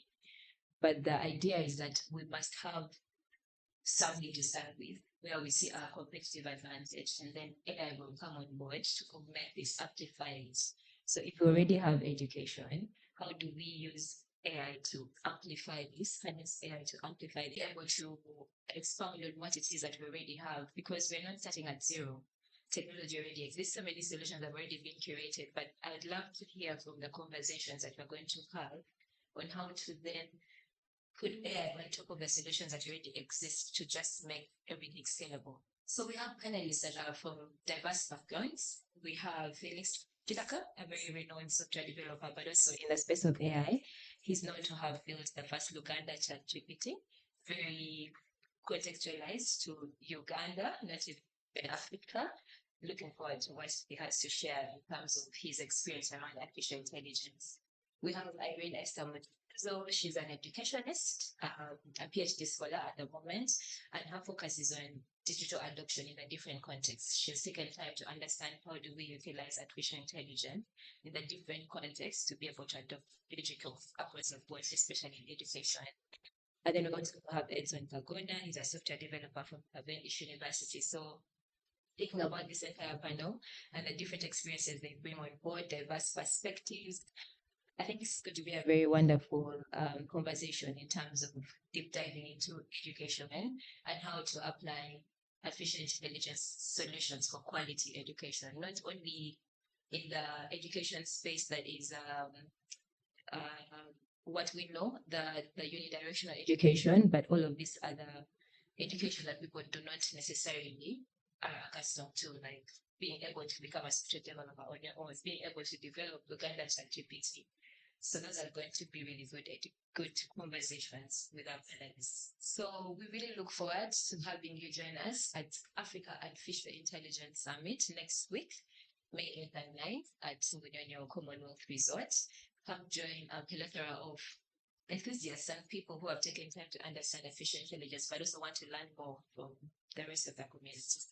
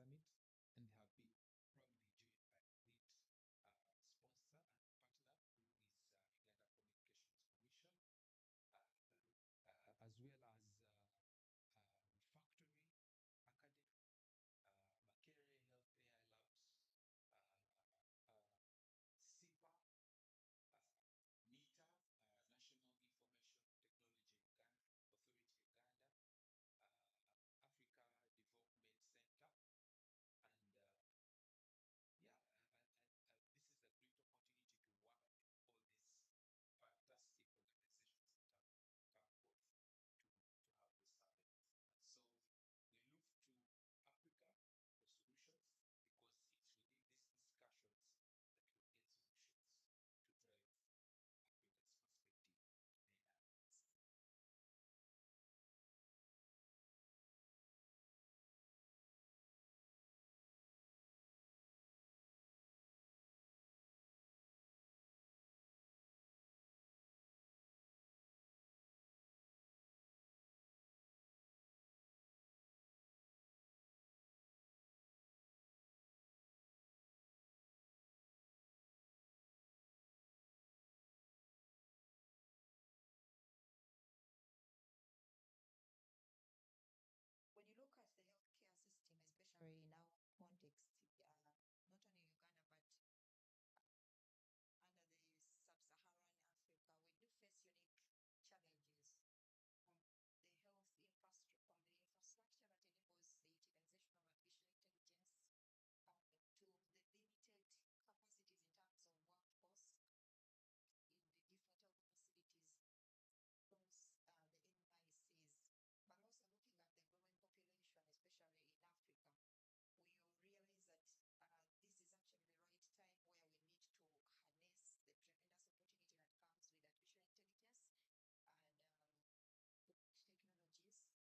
Can we look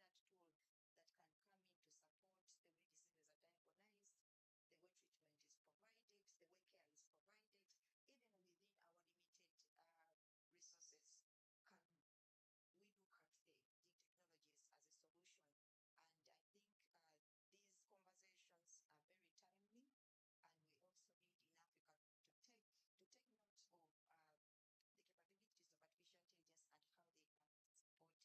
note of the capabilities of artificial intelligence and how they can support the derailing healthcare system that we have in Africa.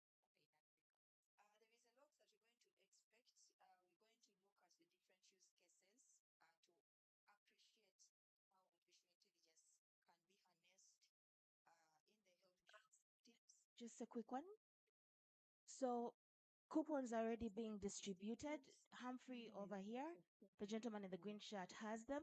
Please make sure to have a coupon and go and have your lunch. We need to come back here for another engaging session as soon as possible. If you have not yet received a coupon for lunch, kindly, Humphrey, raise your hand so that people can see. Okay. Humphrey should be able to help you. Artificial intelligence in surveillance of distant diseases from contexts where these diseases are partially limited. Yes. We need to be back here by 2:30. So please, please, please. Lunch is all the way upstairs and to that side. So you need to rise and Humphrey, there are some people on this end who have not got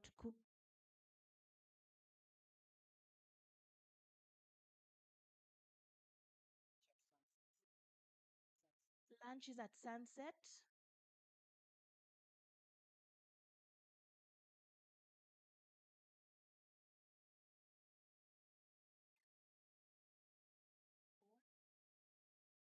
Engagements that are going to happen at the summit, and I look forward. Ladies and gentlemen, please go and have your lunch. I'm quite impressed that this group wants to stay in.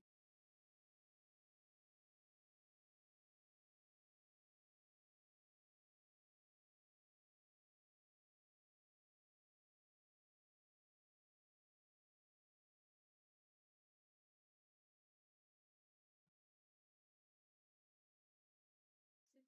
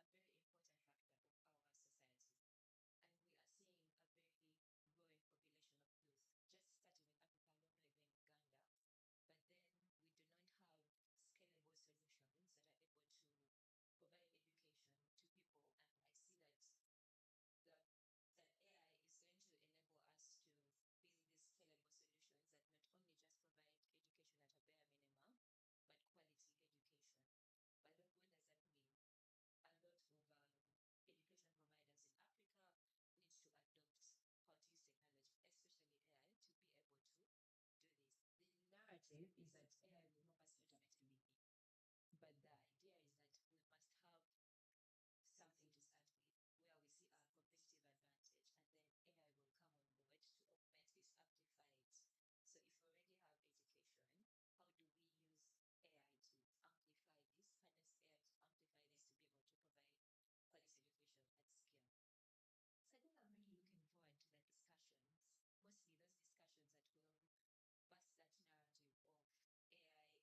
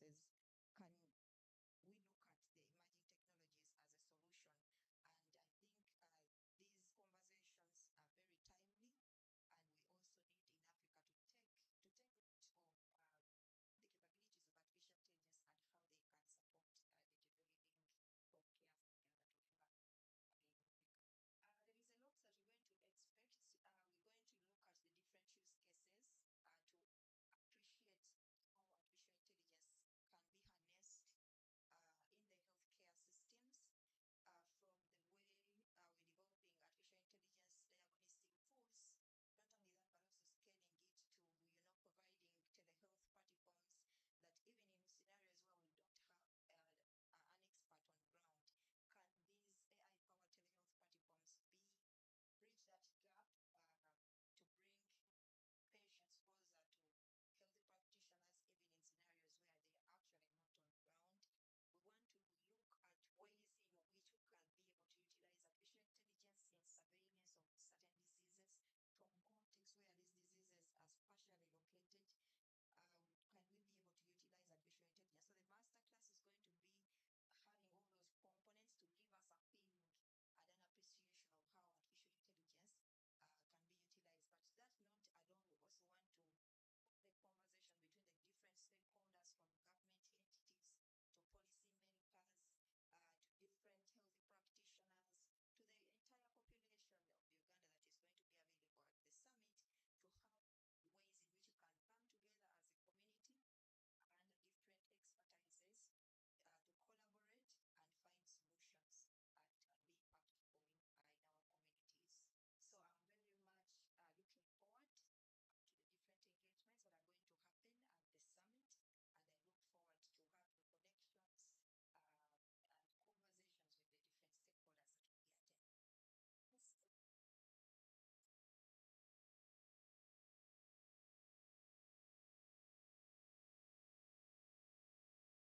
which we can be able to utilize artificial intelligence in surveillance of certain diseases from contexts where these diseases are spatially located.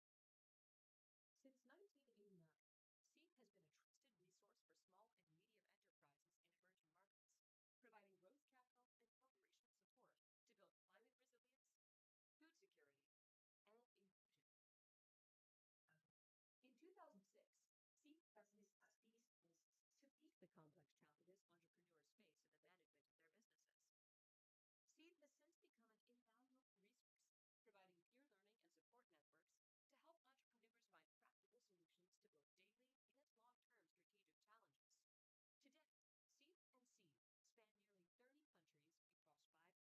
COVID-19, March 2020, SEED and SEED acted quickly to support entrepreneurs navigating the economic challenges and public health disruptions created by the pandemic. To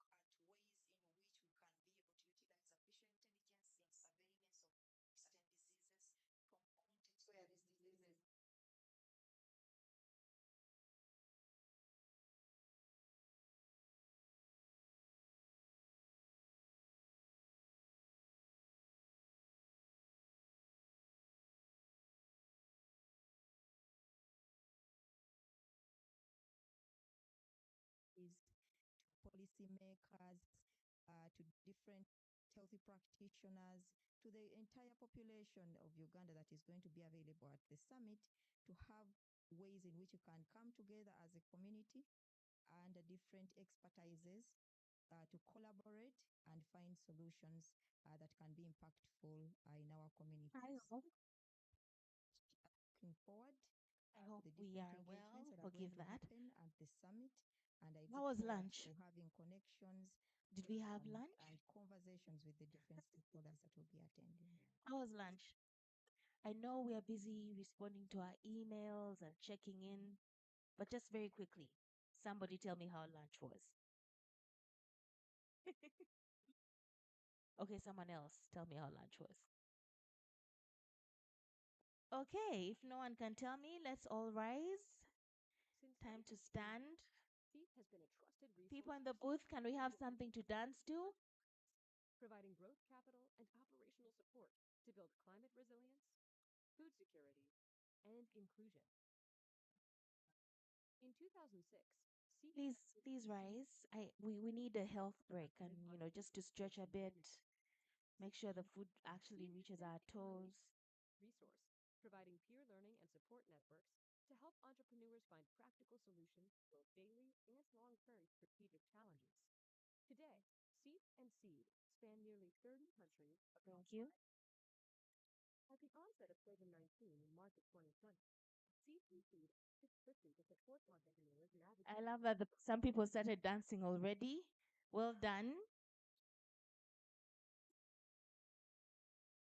Before I start handpicking people to come and join me in dancing, who wants to come and do the shuffle?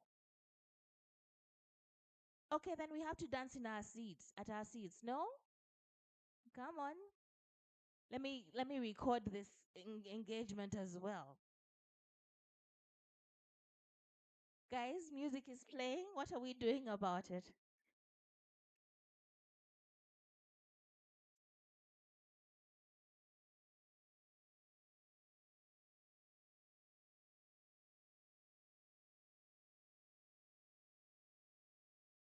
Right.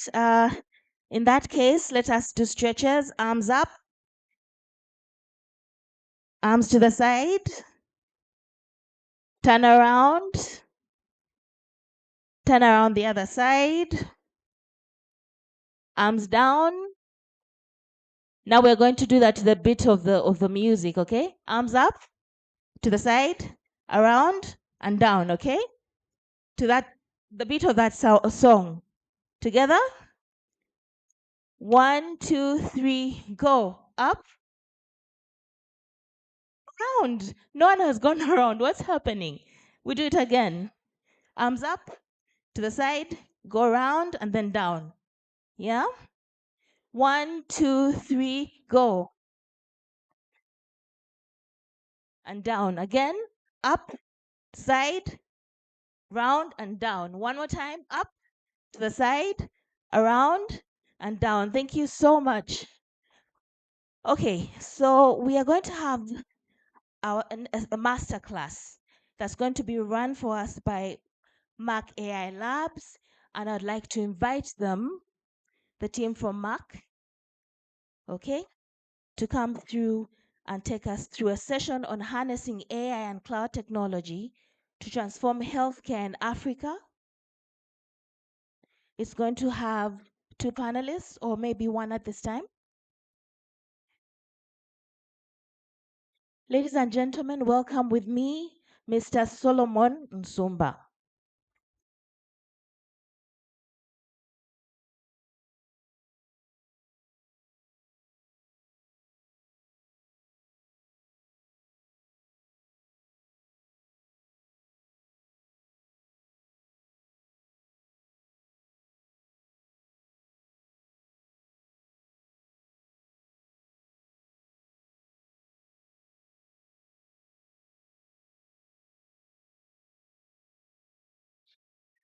Good afternoon, everyone. All protocol observed. It's a pleasure to be here. My name is Solomon Nsumba. I'm a computer science PhD student, but also a research scientist at the Makerere AI Lab. I also work with Sunbird AI. and I do facilitate some courses at Refactory. So privileged to be part of the presentation. So Dr. Rose is not around. She had to step out due to an emergency, but I'll take us through the presentation. And then we shall have a demo at the end of the presentation. So those that came with laptops, please do boot them because we're going to be doing some practicals. All right. Yes, so the topic is on deploying AI to transform healthcare and scale impact in Africa. And I'm going to use a case study from the lab that we've been working on for quite some time. So the lab, Makere AI Lab, began in 2007, started as a meeting group. People that were interested in AI would meet over coffee and discuss papers. And then in 2014, that's when we got a physical space at the College of Computing on level 6. And there we were doing work on mainly computer vision. So a lot of work that we've done has involves using images. We've done that in healthcare, agriculture, transport. And when you visit, now the lab has transitioned to the Makere Data Science and AI Center. And then from that, we now have the Makere AI Health Lab as well. So I'll take you through that journey with one of the projects that we're doing at the Makere AI Health Lab. Yep. Okay. So AI in healthcare can't wait because of the reasons that are listed here. So first we have the rising demands from within our context that we operate in, and it's to that effect that we need to develop solutions that can work within our context. Data has been collected. The good thing that we have in our setting is that it's not so polluted, meaning as innovators, we can easily pick up a given problem and then be able to innovate around it. So at the lab, we've developed solutions mainly targeting malaria, TB, and cervical cancer. And I'd like to take us through some of those solutions that we have been able to come up with. Yeah, so the project is called Ocular, basically looking at automating microscopy. So typically when you go to a health center, you want to be diagnosed for, let's say, malaria, they will take your blood sample, they do the staining, and then they have to look through the microscope to see the count of the parasites. Behind the room, there is a setup that you can visit. So we have a microscope there that usually lab techs would use to see if someone has the disease or not. So what we did with that is to come up with a 3D printable adapter that you can attach to the microscope. And then we have an application running on a mobile phone that you can slide into the 3D printed adapter, and then you're able to see what the technician would have seen if they're using their naked eye. Then to make the phone smart is we develop a model that's able to count the parasites. But before all that, we need to collect the data set from the hospitals because we know that AI models are data hungry. So we had to collect a lot of images to be able to train the model to do the automated count. But first we take the images and then have experts annotate those images, after which we train the model to be able to see what the human was able to see. And then those can be deployed in a lab setting for them to use.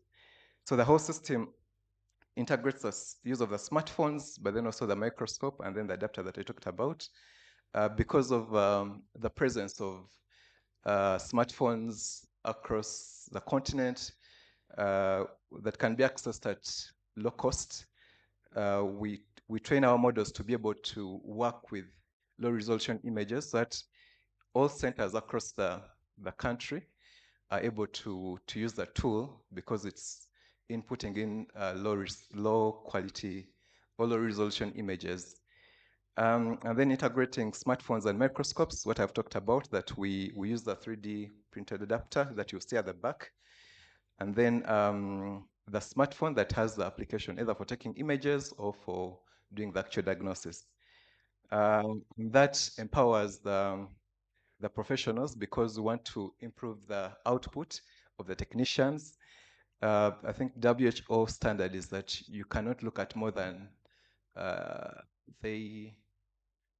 they 20 slides in a day for technicians? But then this is a machine, so it not get tired, meaning that you can feed it as many slides as you can, given the queue that you have within the hospital setting.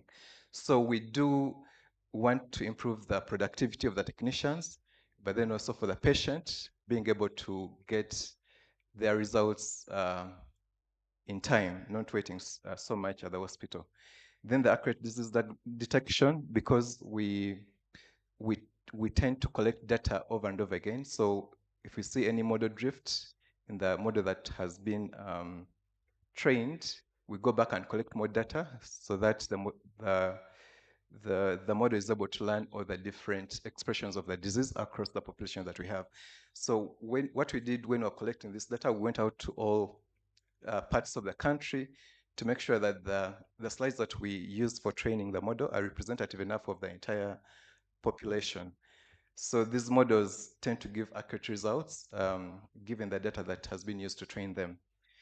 And of course, the end goal will be to improve the health outcomes, because if you're improving the efficiency of the technicians, but then also improving the time, reducing the time with which you get back these results, you're improving the lives of the patients. So Ocular empowers healthcare professionals to efficiently detect diseases and such as malaria, tuberculosis, and cervical cancer. So those are the three that we're working with at the moment, but anything that can be done through automated microscopy, that would be our target, to try and automate those processes for all the detections that can be done using this same pipeline. Okay, so how does this work? So we are mainly using computer vision. Imaging technology, like I said, the starting point is being able to get the images that you want to use to train the model. Like I explained, that using the same setup where you have the phone and then the slides being put below the microscope, someone's able to take images that are representative of a given expression that you want to train the model for. And for our case, we've done this for malaria, TB, and cervical cancer, because they're all, the diagnosis is done in a similar manner. And then for computer vision models, so when we're done with taking those images, we again call on the experts to come to the lab or at the station, and then they're able to map for us out the points where these parasites or cancerous cells are within the image, because we want the model to be able to learn from an expert. And in this case, our experts would be these domain experts that we have in the different health facilities. So we use tools like CVAT. There are so many labeling tools that you can use. You just have to train the experts on what to look out for when they are doing the annotations.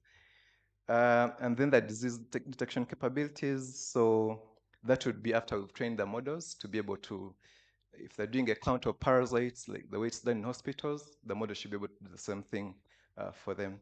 Same thing with cervical cancer. If an image is presented to them, maybe when they look through the microscope, they're interested in seeing the area that is cancerous, the model would be able to do the same thing. Same thing with TB bacilli, same thing, being able to detect those TB, the bacteria that causes that disease. And in all this, we hope that as people go to hospitals, they'll be able to get results quickly and also more efficiently. in such a process. So computer vision overall is just training the machine to be able to see like the human. So what I see as a human, we train the model to be able to see the same thing. And there's so many the other areas of AI. Computer vision has been a big thing for quite some time. Like I said, we started discussing this in 2007. So we had models where we would extract features manually, like SAP and Swift. That was before deep learning became a big thing. Now we have deep learning models that are able to do this more effectively. But by then when we're detecting diseases in cassava, you basically have the leaflet, and then you would manually have to extract the morphology of the leaf and extract those features and be able to train the model.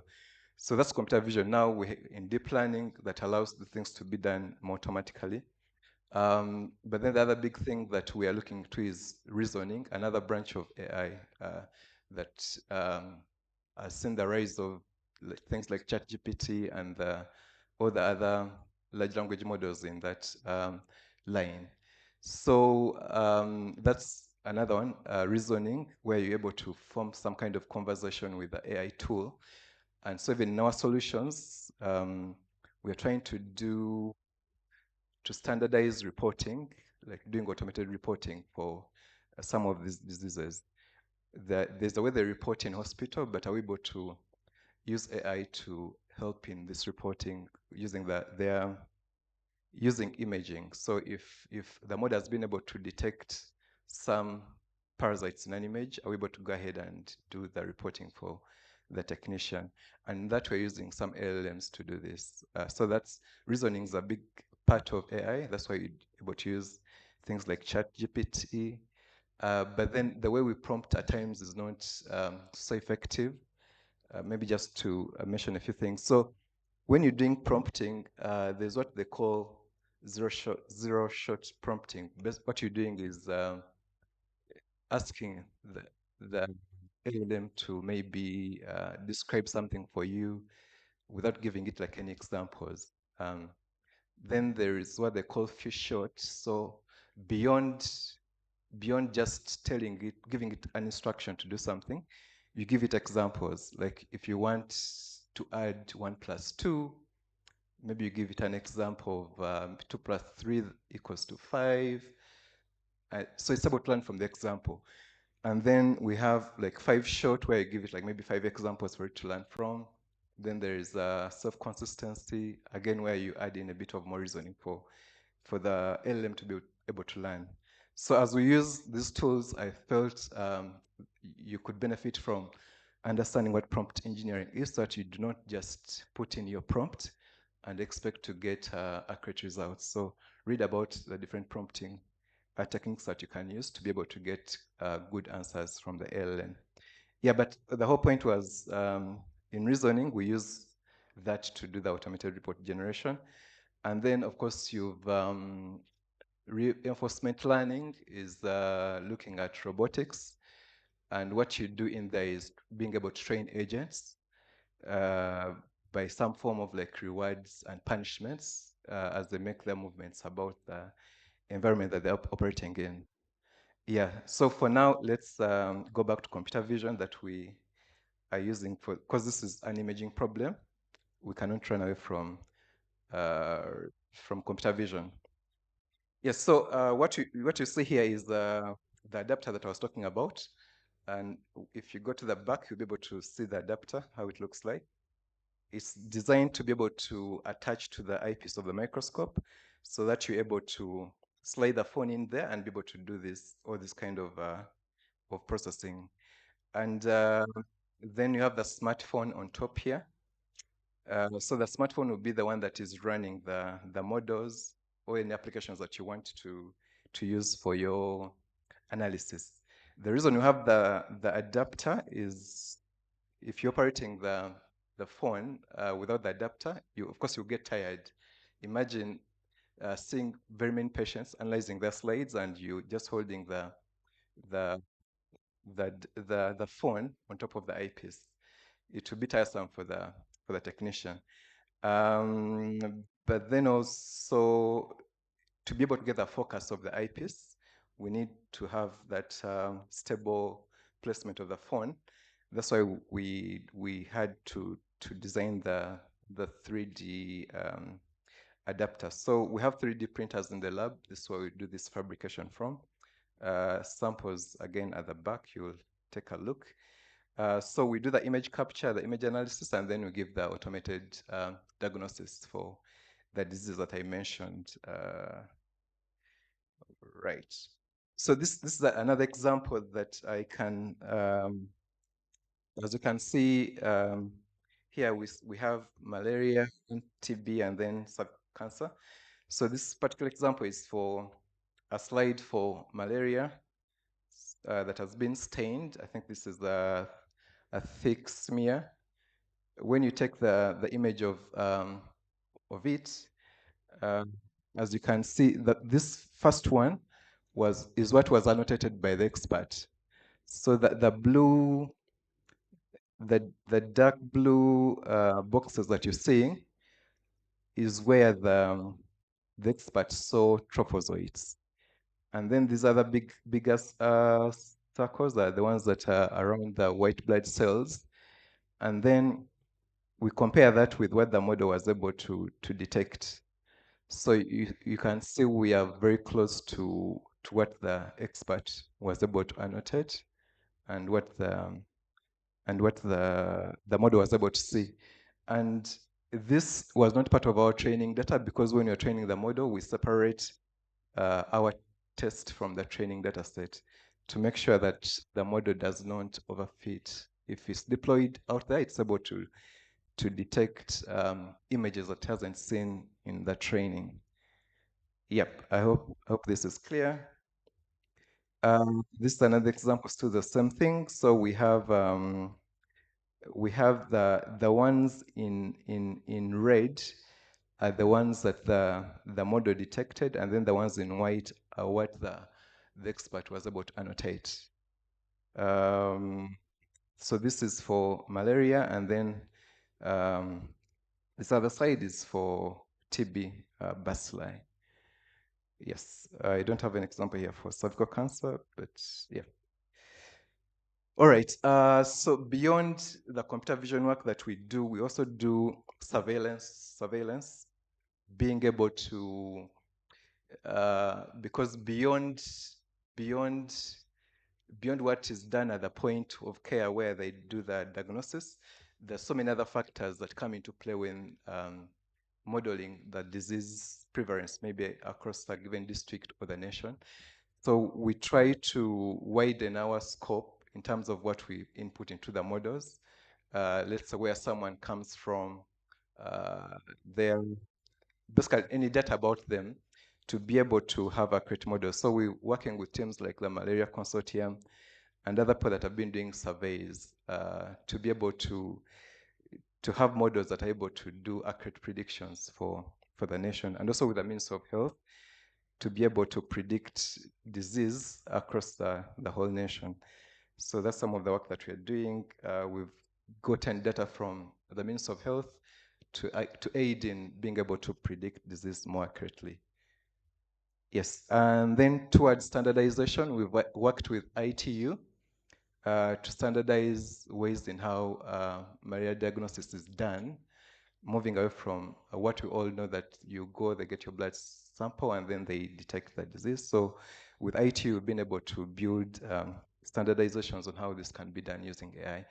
And then also we are working with the Ministry of Health to have an AI framework to be able to guide innovators that are working around the space of using AI for their health systems. I know most people are complaining that it's taking long, but yeah, in the background, the teams that are working towards getting these frameworks developed and implemented. All right, so this is our commitment as the lab, enhancing access to quality diagnostics. Like I've mentioned, we want to venture into other diseases that use the same things that we have looked at. And then combating drug resistance. We all know that as you keep on taking these antibiotics, a point reaches when your body no drug can work on you because you've taken so many antibiotics. So we're trying to innovate around that space to make sure that things are better for us. And then saving lives through early intervention, democratizing access to diagnostics. This means that being able to deploy even the remotest areas of the country so that people are able to get accurate diagnosis. And then empowering healthcare professionals, because when they use these tools with that guidance, they're able to give us better diagnosis. Areas of collaboration. So as a lab, in disease surveillance, we still need more data to be able to get accurate models to do the disease surveillance, and then AI-enhanced diagnostics for malaria. So any team or private hospitals that has a lab and they would want to test the tool, we are available to test the tool in their space. Access to healthcare workers, that one is also, if you're there and you want to test the tool, please do reach out. Then collaboration and research, like I said, the field is still, there's so many things to look at, so many diseases to cover, and we can only do a few of them as a lab. So if you know a disease that you think automation can come in handy, please do reach out. Those are the handles, X, LinkedIn, and that's the website. Yes, the second part of the presentation that I should have done is the tutorial. I would like to switch to that now. Okay. So I mentioned that I was requesting you to, if you have your laptops, if you can go to Teachable Machines. Teachable Machine, it's a Google application, Teachable Machine. I don't know if you can see you can't see, but if you just Google Teachable Machine and go to this website here. So we're going to try and design an application, a model actually, that does object detection. I forgot to carry objects. I need like 3 objects, maybe a cup, anything.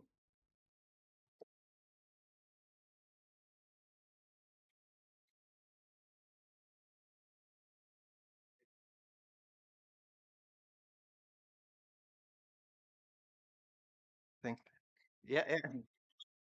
Thank you, sir. So I have a mouse. I have a pen and a bottle. So I'll be using the 3 objects. You can use any objects that you have or at your table. Just to, I want to give you a picture of what goes on as we train these models. So I'll go to get started.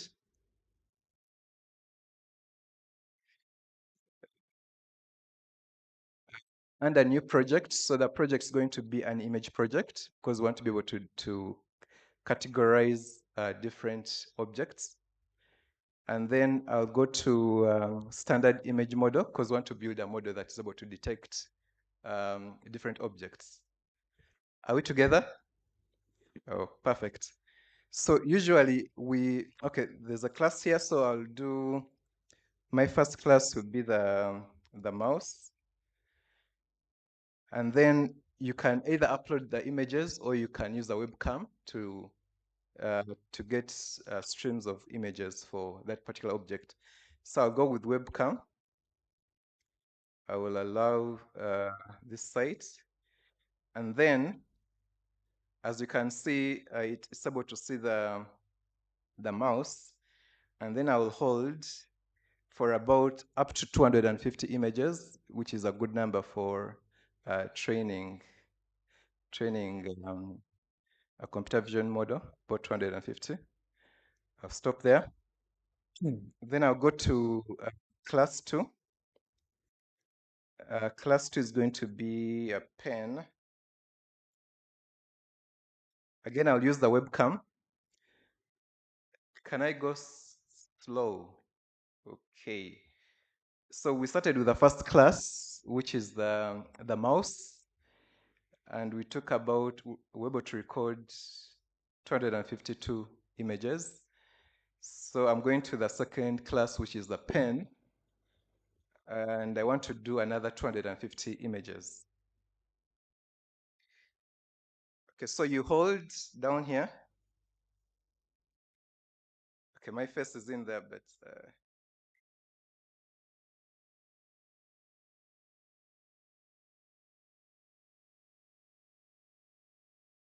okay, I've done 261. That should be fine.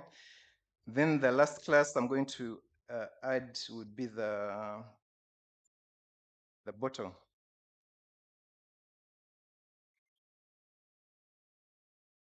Yes.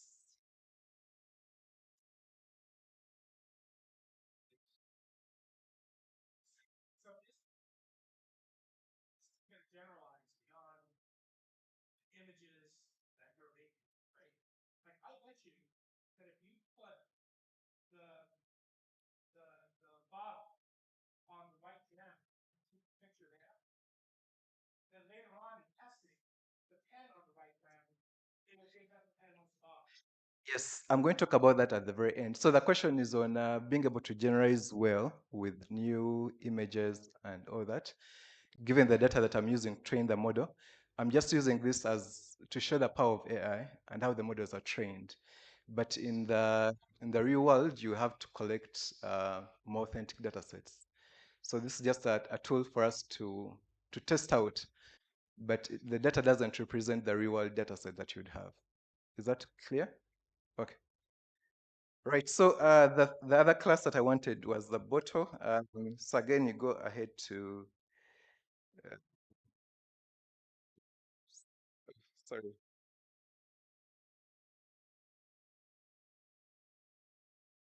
Again, we can do 250 or less. Okay, so now that this is done, the second part will be the training of the model. So this works for things like classification. So in modeling for at least for imaging, we have you can do classification, whereby in case you have known classes of different objects, you're able to develop a model that is able to classify those different objects. But then we have image segmentation, whereby you'd want to, like for the case of cervical cancer, our interest is being able to segment out the cancerous cells. So in that case, classification wouldn't work for you. Your model would be different. The way you train your model, you'd have to have another layer here that does, where you have someone do the actual annotation of where the cancer cells are. Same thing with object detection, like we saw for the malaria problem. Again, we'd have another layer here where we call on the experts to annotate out the parasites within the images. And then I've talked about object detection. Yeah, I've talked about it. Segmentation and then classification. So for this particular example, it's for classification where you have certain categories that you want to classify against. Okay, so if this is done, then we can go ahead and train our model. So we have 3 classes, and what we want our model to be able to do is to classify the different objects that we have into their categories. Is that all right? Okay, so I'll go ahead and train the model. So in model training, so many things happen. These are called iterations, as the model is seeing the images for the first time, then the second time. These would be called epochs or iterations. Basically, the model being able to look at your data set over and over again until when it's able to learn the patterns that are within your different classes. So in the lab, we'll do this, of course, using code, but for the purpose of this presentation, I want to just use this interface so that we able to know what's going on behind the scenes. So as you see, the epochs keep on moving. This is going to take a short time to train, and I hope you're training your model as well. All right, so the model is trained, batch size, learning rate. So these are parameters that you would set to be able to train your model. And usually if you're getting bad results, you can tweak some of these parameters to be able to get accurate results. So exporting the model. So this, if you want to deploy your model maybe on the mobile, within the mobile application, you'd export it as a certain file, and then that you can integrate within your mobile application. Or if you want to have it as a web application, you can do the same thing. So I've left the webcam on just to go ahead and test the model. And now is the time to show whether the model works well or not. Ideally, what you see down here, these are the confidence levels. Just the model being confident that whatever it's seeing is of a particular class. So let's go ahead and see what this is. So this is a mouse. So I want to see whether it was able to learn that this is a mouse. As you can see, it moves between, keeps on. I don't know which side I used for the, okay, let me just go back. I think we can say I used this side. So as you see, because it was able to learn that particular side of the mouse, it has been able to, when you look at the confidence levels, it's moving between, yeah, side. Yeah. Then if I go to the bottle, it's giving us 100% that this is a bottle. And then if I go to pen, again, we see that it's seeing more of the pen than the other objects. So this is the idea of what happens in model development, at least for computer vision. I just wanted to show you, to give you a picture of what goes on in the background as we train.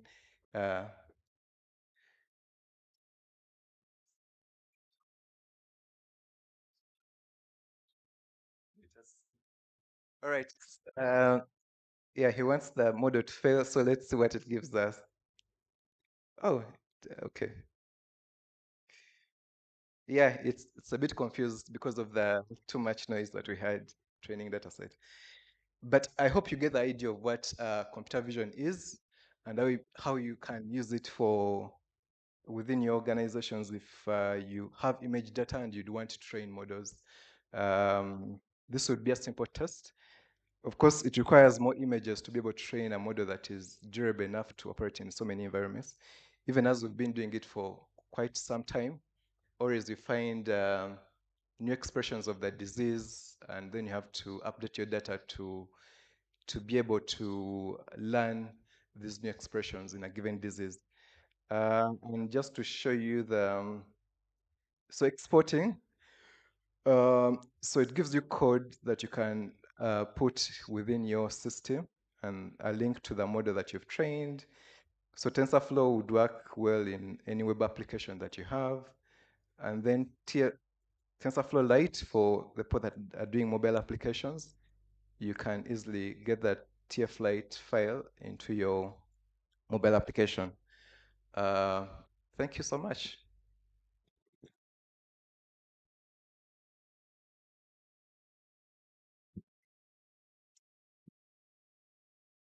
Questions? Yes. Okay. The question.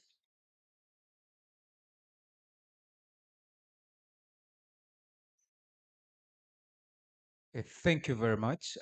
My name is Edmond.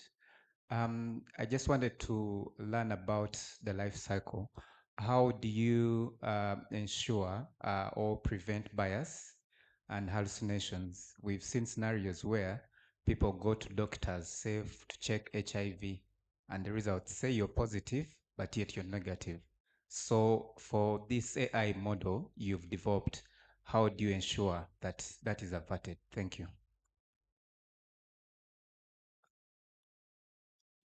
All right, thank you, sir. I think I'll take them as they come in. Yep. So the model durability depends on the data that you fed it with. That's why we had to go across all the different parts of the country to make sure that we get representations from all the different populations within the country. But as you deploy the model, there's what we call model monitoring, being able to see that So the technicians that will be using the model will be able to give us feedback on how it's performing. So in case of model drift, that happens whereby the model was being accurate when it was deployed, but then over time, because of the changing factors, maybe within the population, it has lost that accuracy. So we have to go back and collect more data and update the model to be able to learn those different patterns that were not captured in the first instance. Yeah, quick one. Other use cases, non-medical, thinking, wow, you're quick with that camera, bro. Thinking small businesses using, I mean, just to open the box up a little. Other use cases, general, commercial, okay. Non-medical. Non-medical, okay. So I'll talk about the work that we've done in the lab that is not medical. So I mentioned the use case for within the culture sector. So working with Narrow to be able to automate how they do their variety advancements in cassava. So usually when we take the tuber of cassava and you cut it, there's that disease, I think it's called CBSD. And so how they're doing it was a bit subjective because they would look at the tuber and then estimate the percentage of viral infection. So still with application, we annotate those images, areas where the root necrosis is, and then be able to train models that are able to detect for them the percentage of viral infection. Then that allows them to advance certain varieties to the next stage of their breeding cycle. So that's one use case in agriculture. We've also done a bit of chatbots for farmers and also develop tools for them where they can take pictures of their leaves of their crops and be able to get the disease diagnosis for those crops. Then in transport, we are working on emissions factor estimation, but also in traffic route estimations. So we've installed devices across the city to be able to so we can detect for you the car, make, mode, and year, and then from that we're able to predict the emissions in a given city. That's work that we're still doing, still under pilot studies. Then of course there's work under AirCore where they're able to do air quality monitoring. Then we've done other research in language tech. You know, there's a team from, I'm also from Sandbird, but I have colleagues there from Sandbird that will be talking about work that we've done around the language space, because we know even the LLMs that we use are majorly based on language. And since our languages are low resourced, the goal at Sandbird is to have our languages visible. And so if we have these translators, maybe even this conference, someone that is in Gulu or in the East can be able to log on and be able to get maybe captions, transcriptions for within their particular language. So there's work that's being done in that space of language and speech as well, that you're able to talk, and then we give you the transcript for our native languages. So that's what I can talk about for now. Yeah, but I think business Paul will speak more tomorrow, and yeah. Okay.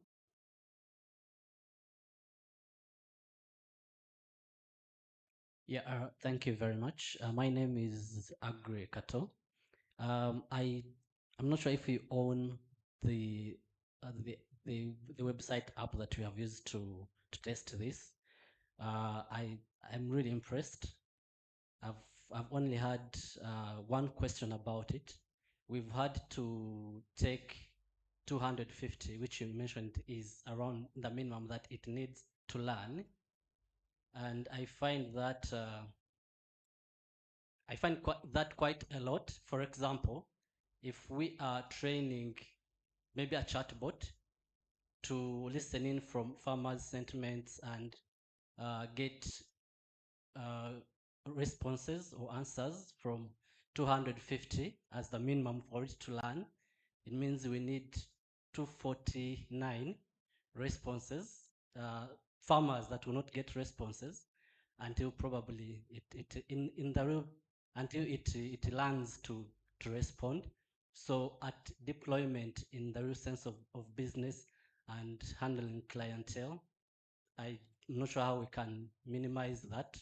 With a few chatbots, I know the usually between 50 to 100. Yeah. Yeah, maybe I should have done another demo. So, but to start with, I don't own the website. It's a Google website. So in terms of the data that you need, so being images, you need to give them enough data to be able to learn. And if you take a video stream, let's have this bottle, it's seeing the same bottle. So there will be some overfitting when you train your model. So there have to be maybe different bottles that you use to make sure that the model is able to work well when deployed in a new environment. Maybe it's being shown a bottle that has not seen before. So you're better off giving it more examples for it to be able to learn. And so you will not find a use case where someone is just streaming the same object over and over again. The model will not be good to use in production. So in imaging, we need more examples of a given object in different environments for it to be able to generalize well in a new environment. But in case of Q&A or chatbots, there's another tutorial I would have given, but because it's about reasoning. Let's say you're building a chatbot for a website of your company, and you want the person that visits your website to be able to interact with the website well enough. So that was like Dialogflow, where you give examples of questions that someone may ask, and then the background, the AI is able to learn any other, let's say, synonyms or similar questions that someone can ask that would require the same answer. So the way you run your chatbot is that you give it some example questions that someone might ask on your website, and then what the response would be. Then for it to be able to learn, when someone inputs a given question, it's able to use its learnings to be able to give them the correct answer. So in that case, you wouldn't need as many examples as you would need for an imaging application. But when you go to Google Scholar and just type in training models with few examples, you should be able to see research that has been done in that space, and you can try out some of them and see if they work for you or not.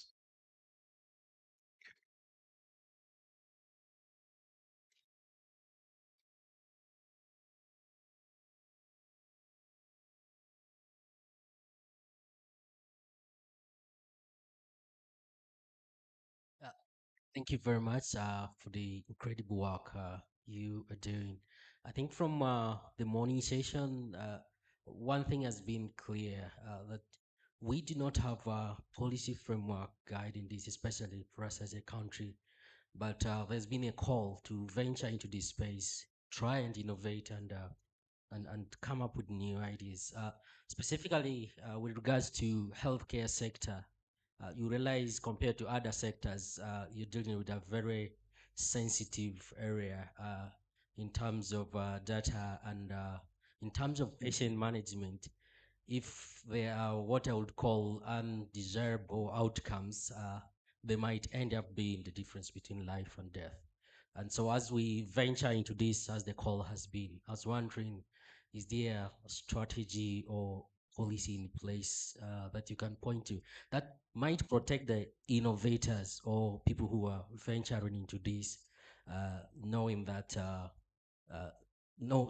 based on the sensitivity of the sector we are dealing with compared to other sectors? Thank you. Thank you, sir. So we had the team from NITA, Uganda, and then UCC. So at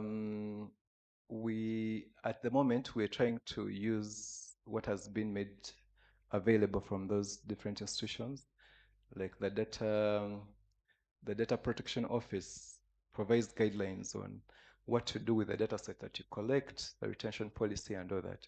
So we try to follow those. Then we also go through the IRB approvals So I think someone will talk about ethics later today. Making sure that whatever pilot we put out has been approved by that IRB. And usually these are medical IRBs that read through the protocol that you're going to undertake and they approve or reject. So whatever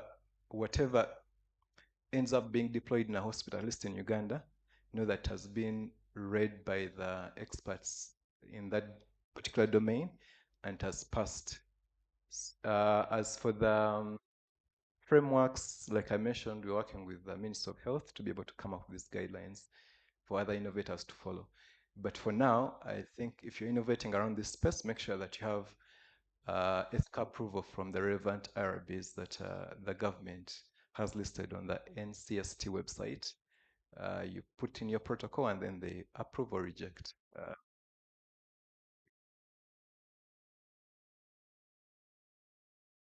Thank you very much. I have heard about, my name is Wilson Biekwaso.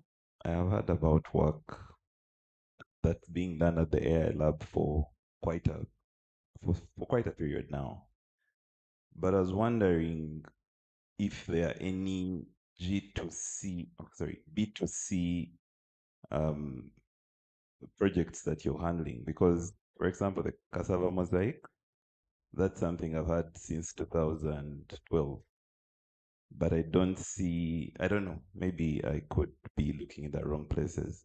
I don't know if a normal user or a normal farmer can just go to a website or to an app that is available at a cost or free to be able to access these services. So are there any specific tools from the Makere AI lab that are available on a business to consumer basis, as opposed to going through maybe say a donor agency and, so that's my question. Thank you very much.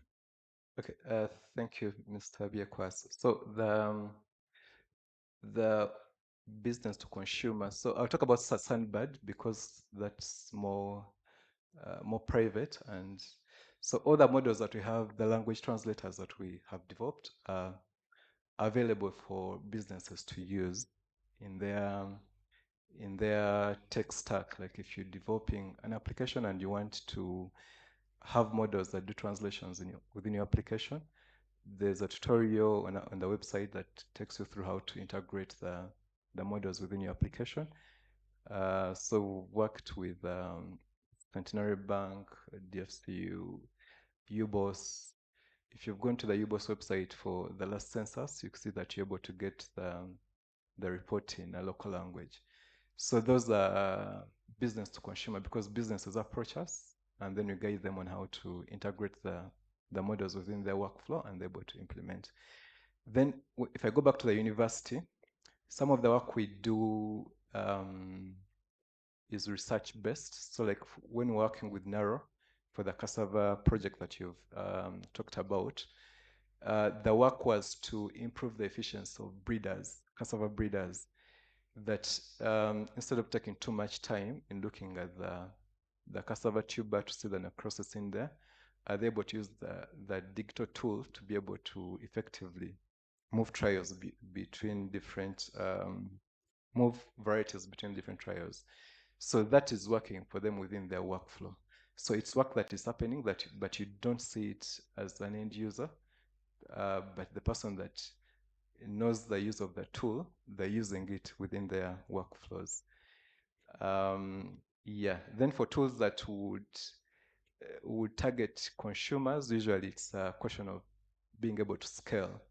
So if it was a grant that you are running maybe for 5 years and there's no funding maybe to take it to the consumers, then we run to government to see if it can come in to make sure that the final consumers can get the product. All right, thank you very, very much, Solomon. I'd like to invite Nicholas Mwesije, Head of Legal for Jengo, to come and give a small token of gratitude to you. The first time I heard about AI in health was a number of years ago when I was reading up on IBM Watson. Solomon, please come back. There is also a photo opportunity here. So I was telling you about IBM Watson, and what was fascinating at the time, say, early 2010s, was, it seemed very revolutionary. They were in oncology and genomics, and, it was the big thing for IBM at the time. The challenge, of course, they had was they started having a high number of false, um, results. Eventually, as a result, I believe they sold it off. I stand to be corrected, but it's nice to know that now we have this here and we can get to have the models trained for here, and hopefully for Mac AI Labs, and for the team, you'll be able to grow this in a way that, truly does revolutionize healthcare in Uganda. Are we okay? Are we okay? Isn't it impressive what is happening with these people? Please put your hands together again. Still on the theme of health, we are now going into a panel. Please allow me to invite the following people. Our moderator for the session, Linda Nsabavera, Business Solutions Consultant and Project Manager for Makere AI Labs. You're most welcome. On this panel will be Dan Kairu, CCare Uganda. Are you here? Yes, please. Dan Kairu. All right. We have Sylvia Nabukenya, Senior Regulatory and Compliance Officer, Infectious Diseases Institute. Please put your hands together for Sylvia. Thank you. We have Imran Sekalala, Data Science Fellow, Sunbird AI. Please welcome him warmly. And together they are going to be discussing AI in healthcare, transforming Africa's medical landscape. This is going to be a panel discussion, and I'm very certain it's going to be as good as the other has been. Over to you. Hello, good afternoon. I hope you're having a wonderful time, and I'd like to thank my colleague Solomon for that presentation. So I think at the back of some people's minds, or at least my mind, is we have, like the solutions that are being developed in the Makere AI Health Lab. And in this particular case, what we call there the Ocular Project. And the question here is like, how does that make its way, into the healthcare system to become the decision support tool it is actually capable of being?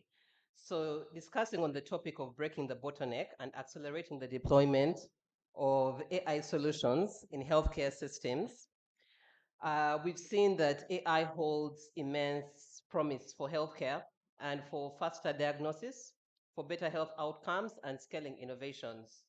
So as you've heard today, I'm joined by my distinguished panel. And so I will turn to Dan and ask him to introduce himself, give us a little bit more about yourself, and share one real world experience where AI has made a tangible difference or highlighted a gap in healthcare delivery.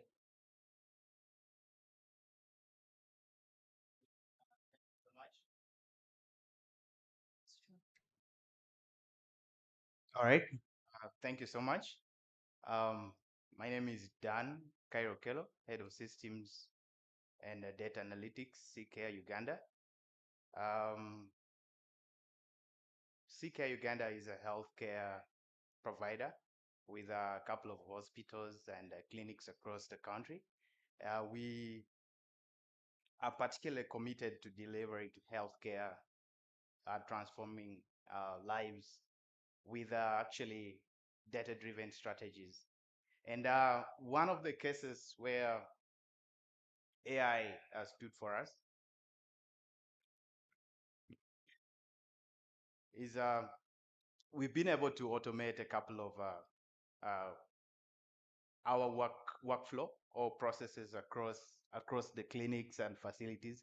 So this begins with when a patient walks in until the patient walks out of the hospital. So every data point we've been able to pick and actually leverage this, not just in one facility, but across any facilities.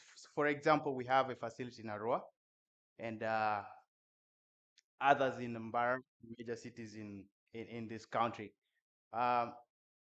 What we've been able to do with this is we've been able to compare the time it takes, for example, to do one process in Arua and the other one in IHK. And then with the proper workflow, bridge that gap. I think this is where it is really stood, and we've leveraged to better solve healthcare problems in the country. Okay, thank you very much. And so over to you, Sylvia. I think from the last session, some of the questions one of the questions that was posed to Solomon was really around ethics. It was implied. So maybe in terms of introducing yourself a little bit more, could you tell us one surprising insight your research has uncovered about implementing AI in health systems and why it matters? Okay, thank you so much, Linda, for that wonderful question. So my name is Sylvia Dab Kenya once again, and I'm a bioethicist as well as I'm a member of an IRB in Makerere University. So one of the very interesting things that I have seen out of the research we conduct, especially when building AI-related models, and what I need to emphasize here is probably the low awareness about what AI is, what AI is not, what AI can do, and what AI cannot do. And this low awareness is not just affecting patients, researchers, and other educated people. It actually also affects members of the research ethics committees, how we address them in Uganda, but it's the same as the IRBs.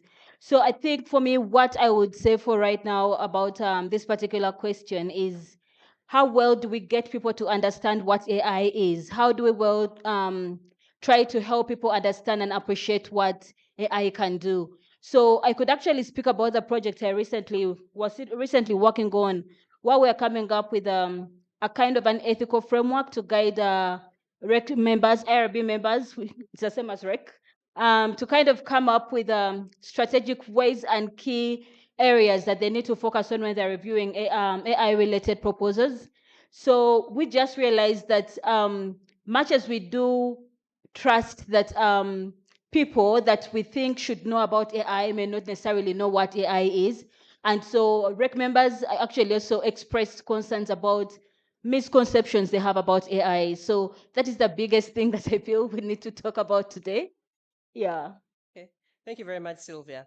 And Imran, finally, in terms of getting to know you a little bit more, tell us what excites you most about development in AI and what gives you the most pause. Thank you for the question. Thank you for the question. To introduce myself, my name is Imran Sekalala. I'm a data scientist and machine learning engineer at Sunbird AI. And we are a nonprofit organization focusing on AI technologies for social good. I would say what excites me most about AI in healthcare is, I would say, the potential for drug discovery, and at the bleeding edge, the capabilities of these large foundational models to accelerate research in genomics and bioinformatics and all these things that I'm not really a specialist in. But the prospect of that and its potential social benefit is, I think, very exciting. What gives me most pause is any rush to deploy, and it doesn't even have to be a bleeding edge technology, but yeah, a rush to deploy an AI application without proper co-curation, co-creation, and inclusion of the end user, having a full, fair audit of the risks, the biases, and potential harm that could be caused. So, you know, moving together and all being stewards in technological advancement, I think, is something that we want to just have a clear pin and an emphasis with as we move. So thank you very much. So over the next few minutes, we are going to look at how do we move from pilot projects to real world impact, and more importantly, how to make AI work for everyone and not just a few. And then time allowing, we'll have a couple of questions. So to kick us off, and I'll start with Imran since you were here last. Sorry, I'll start with Dan. What, in your view, is the single most critical bottleneck slowing down the deployment of AI in healthcare, and why? Oh, thank you so much. I think this is particularly a very interesting question to me. And I've been in the space for the last, say, 10 years, and I've been working with data a lot and systems. Look, particularly in healthcare, I think we are faced with a mountain of data, but some of these data, we could say they're siloed, they're incomplete, they're unstructured, and in a lot of healthcare facilities, we still have unwritten what we call clinical notes and disconnected systems. Okay, down at Ministry of Health, for example, a healthcare, let's say healthcare center 4, they're using books. You know, previously, if you're a maternity mother, they're looking at getting an exercise book for you, and you know you have your visit notes in them.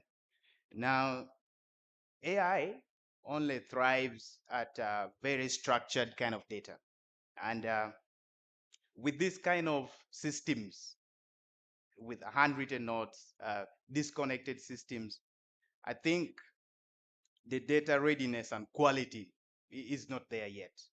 And this is, for me, one of the biggest bottlenecks for deploying AI. And even the most ready models we talked about will never work in these kind of situations. If the foundation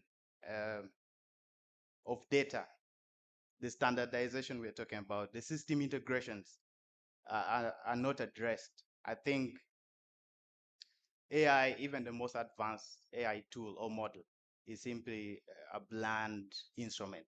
So for me, it's not just a question of or a tech problem, but I think it's a leadership kind of a problem that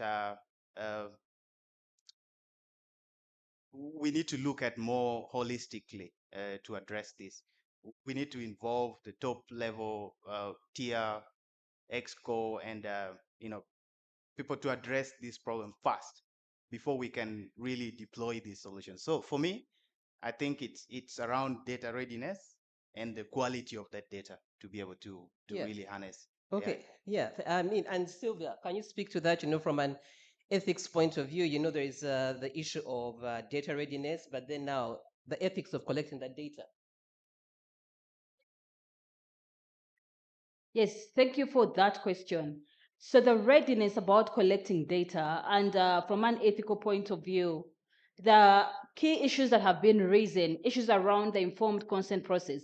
So data usually is collected from participants, that's in the research setting, but then also from patients in a clinical setting. And most of the times, patients do not know that that data is going to be used in other kind of by third parties that they may not be known about.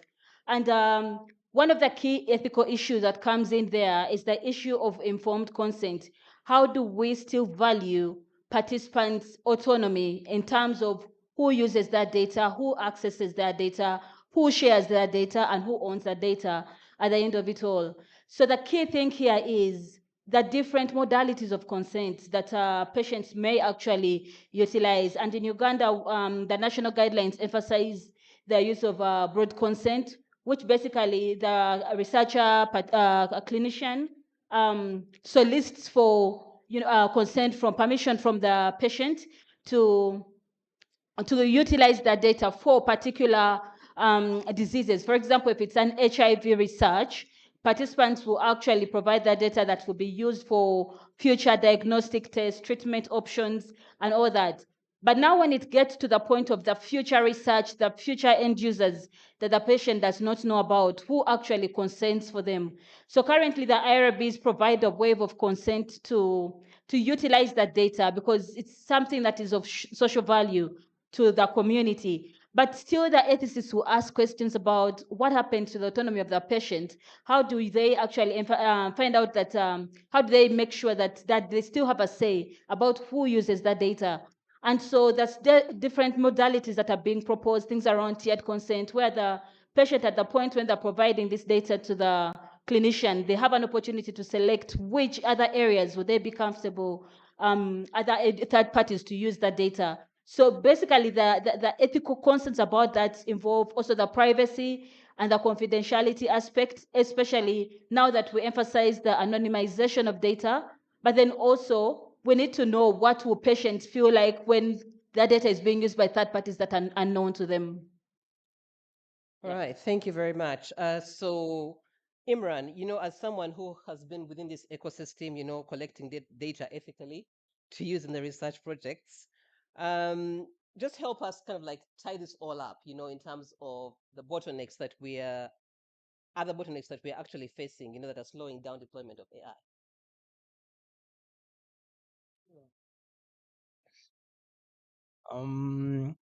Yeah, before I go in, I'll just say that Sunbird AI is not primarily like a health-centered tech organization, but we have partnerships and projects that very much involved in the health space. One of which is the Hash Network, which is a consortium of different stakeholders that come together to essentially do projects and innovate solutions around maternal and sexual health. We are part of the DICE network, which is an open source data repository for, I think, efforts towards child health and environmental health. And the third one that, if I remember, is SEMA, which is a citizen feedback centered organization that does work primarily with health workers and health centers, as well as in police offices. And, we've seen that, AI models and AI tools are very advanced and capable. And you can be able to diagnose a patient for a condition to a high degree of accuracy, but even deploying it in say a rural part of Uganda, you still aren't able to screen or properly treat the patient. And there does need to be some alignment with how to actually address the healthcare needs of this context. And from our perspective, I think it starts with technological sovereignty, making sure that the end user, whether it's the health workers or the patients, feel as though they are that they own the tools and the data. And it helps in the co-creation of better tools, iterative development, and stewardship. And once you, I think, directly involve and include the end user, you're nurturing, I think, a healthy ecosystem from the grassroots, from the bottom up. Yes, there's systemic issues and a whole, slew of organizational challenges that are had at a broad scale. But I think where you can start, where you can foster a healthy ecosystem, I think it starts with sovereignty and Okay, so thank you very much. So I'm going to come back to Dan. In terms of your earlier example, you did share some of the workflow processes where you've been able to deploy some of these solutions. So my question to you, Dan, then is many healthcare systems are burdened with legacy processes. And I think one of the areas, in terms of how Ocular, as an example, can be deployed is in the clinical workflows as well. So what role can business intelligence play in mapping and integrating AI into existing workflows? All right, I think that's a very interesting question as well. At CCare, what we've been able to do with AI or business systems intelligence, helping us map AI into the workflow is, take for instance, I'll give you maybe two scenarios and we can learn something from them. I'm sure most of us have visited a healthcare facility. Most of us in this area here have visited a healthcare facility. So take, for instance, an OPD journey. In a typical healthcare setup, what you do is whichever platform you've used, of course, there are a couple of platforms you can use now. You can either book online or you can simply walk into the facility. So we will use the most 80% of patients walk into the facility. So we'll take that as our example. You walk into the facility, they ask you a couple of questions. Have you been here before? And this is typical of CK Uganda. Have you been here before? Because we have branches, 22 clinics across the country. So you don't need to register yourself again if you've been at any of our facility. The system will know you with all your details, and we simply need to channel you to the doctor you've come to see. And with that, the whole journey, you're walking through the system. They channel you right in the system from the time you get into the facility until you leave. That means the billing, the financials, but also the clinical part is handled by the system. What does this mean? At every step, we're taking note of the data points, okay? And this is a OPD setup, but we could look at a discharge process as well. This is for an It IPD. takes forever. In every hospital, a Yeah, discharge process takes forever. This actually, I was shocked recently. Even admission sometimes takes forever, and it's a very painful process. If you've gone to any facility and you are admitted, it's a very painful process. So what we've been able to do at CKI is automate most of these process flows or workflows. Discharge, for example, how does discharge happen? A doctor walks into a ward round, maybe 20 patients in that ward, and then begins to do the ward round. Of course, maybe one instance they'll say, okay, you're ready for discharge. And from that time, they click a button. These are different data points that are captured. So they click a button, it moves to the next stage. They need to do a discharge summary for you. When a discharge summary is done for you, that discharge summary is sent to pharmacy to prepare discharge medication for the patient. Then billing, it's sent to billing. So when it's sent to billing, depending if you're an insurance patient or cash patient, payment needs to be made. If it's insurance, then authorization has to happen. You know the typical process. But if it's a cash needs to be paid, then the drugs pharmacy notifies, billing notifies pharmacy that, this patient is ready. What I'm talking about here is walking you through the automation we've done on discharge, but we've done this on many other steps or many other stages. So typical of this, we can then tell that, look, each patient journey has taken us 5 hours for the patient from the time the doctor said you're discharged until you walk out of the hospital. And we said, look, on average, we actually take 5 hours.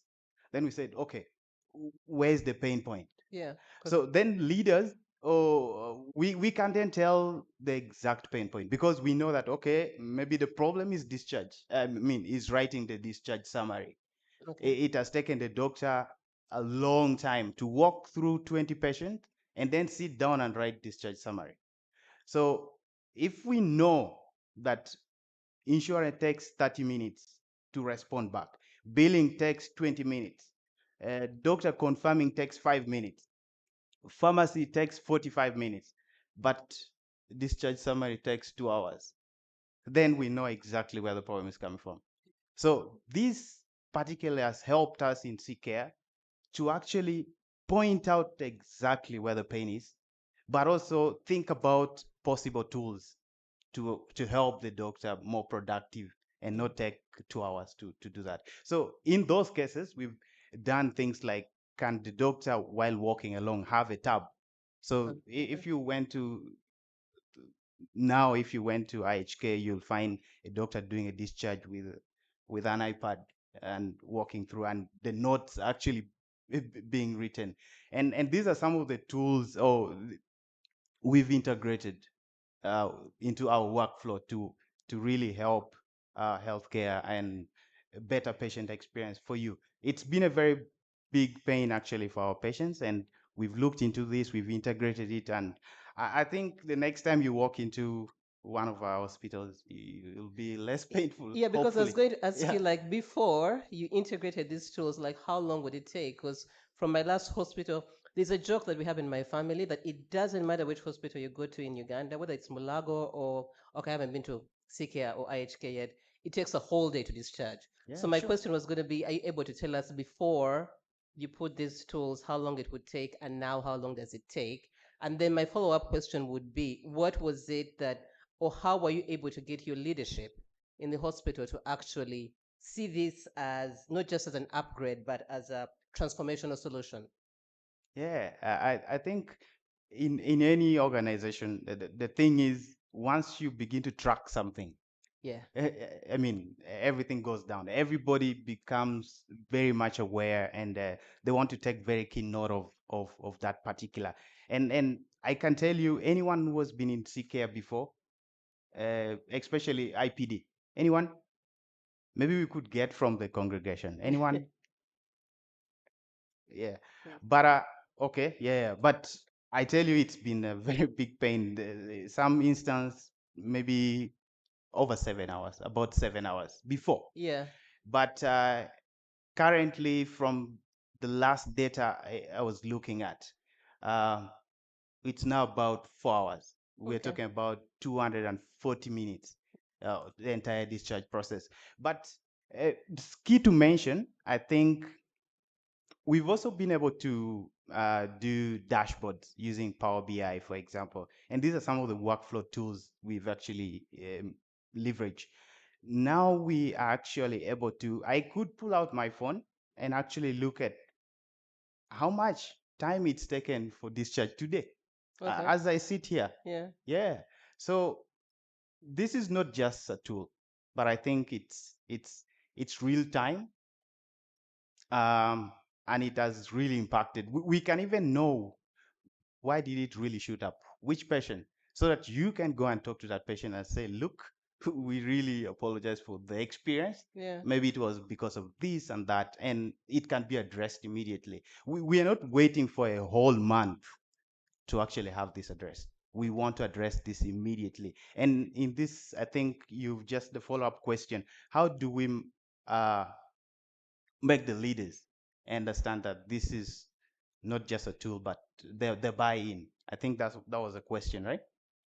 If you can Yes, just yeah, that was it. Yeah. How do you yeah. get their buy-in? So how we get the buy-in? Because can I just say, for selfish reasons, Yeah. we might want you to buy into Ocular for scalability, but Yeah. I digress. I think the way we brought this is very simple. Okay, we're not just talking about look, we want to introduce AI or ChatGPT. We don't make mention maybe the name of the tool, But for the leaders, we make mention the pain, the pain the patient has to go through, but also the simplicity the doctor, or how productive the doctor will be. So, for example, it's been taking the doctor 124 minutes to do discharge summary. Okay. But with the help of AI integrated into the process, this guy is doing now 3 times faster. That means he's able to handle 3 discharge summary, but he would have done 1 if he was, doing it without the help of AI. So we're talking about making it less tedious for the staff, but for the patient experience, they're also going home much faster, which I think in return will bring better experience, better feedback. And we can actually on a daily, I think anyone who's been in CCare, we are also able to collect what we call feedback. And this feedback is raw feedback.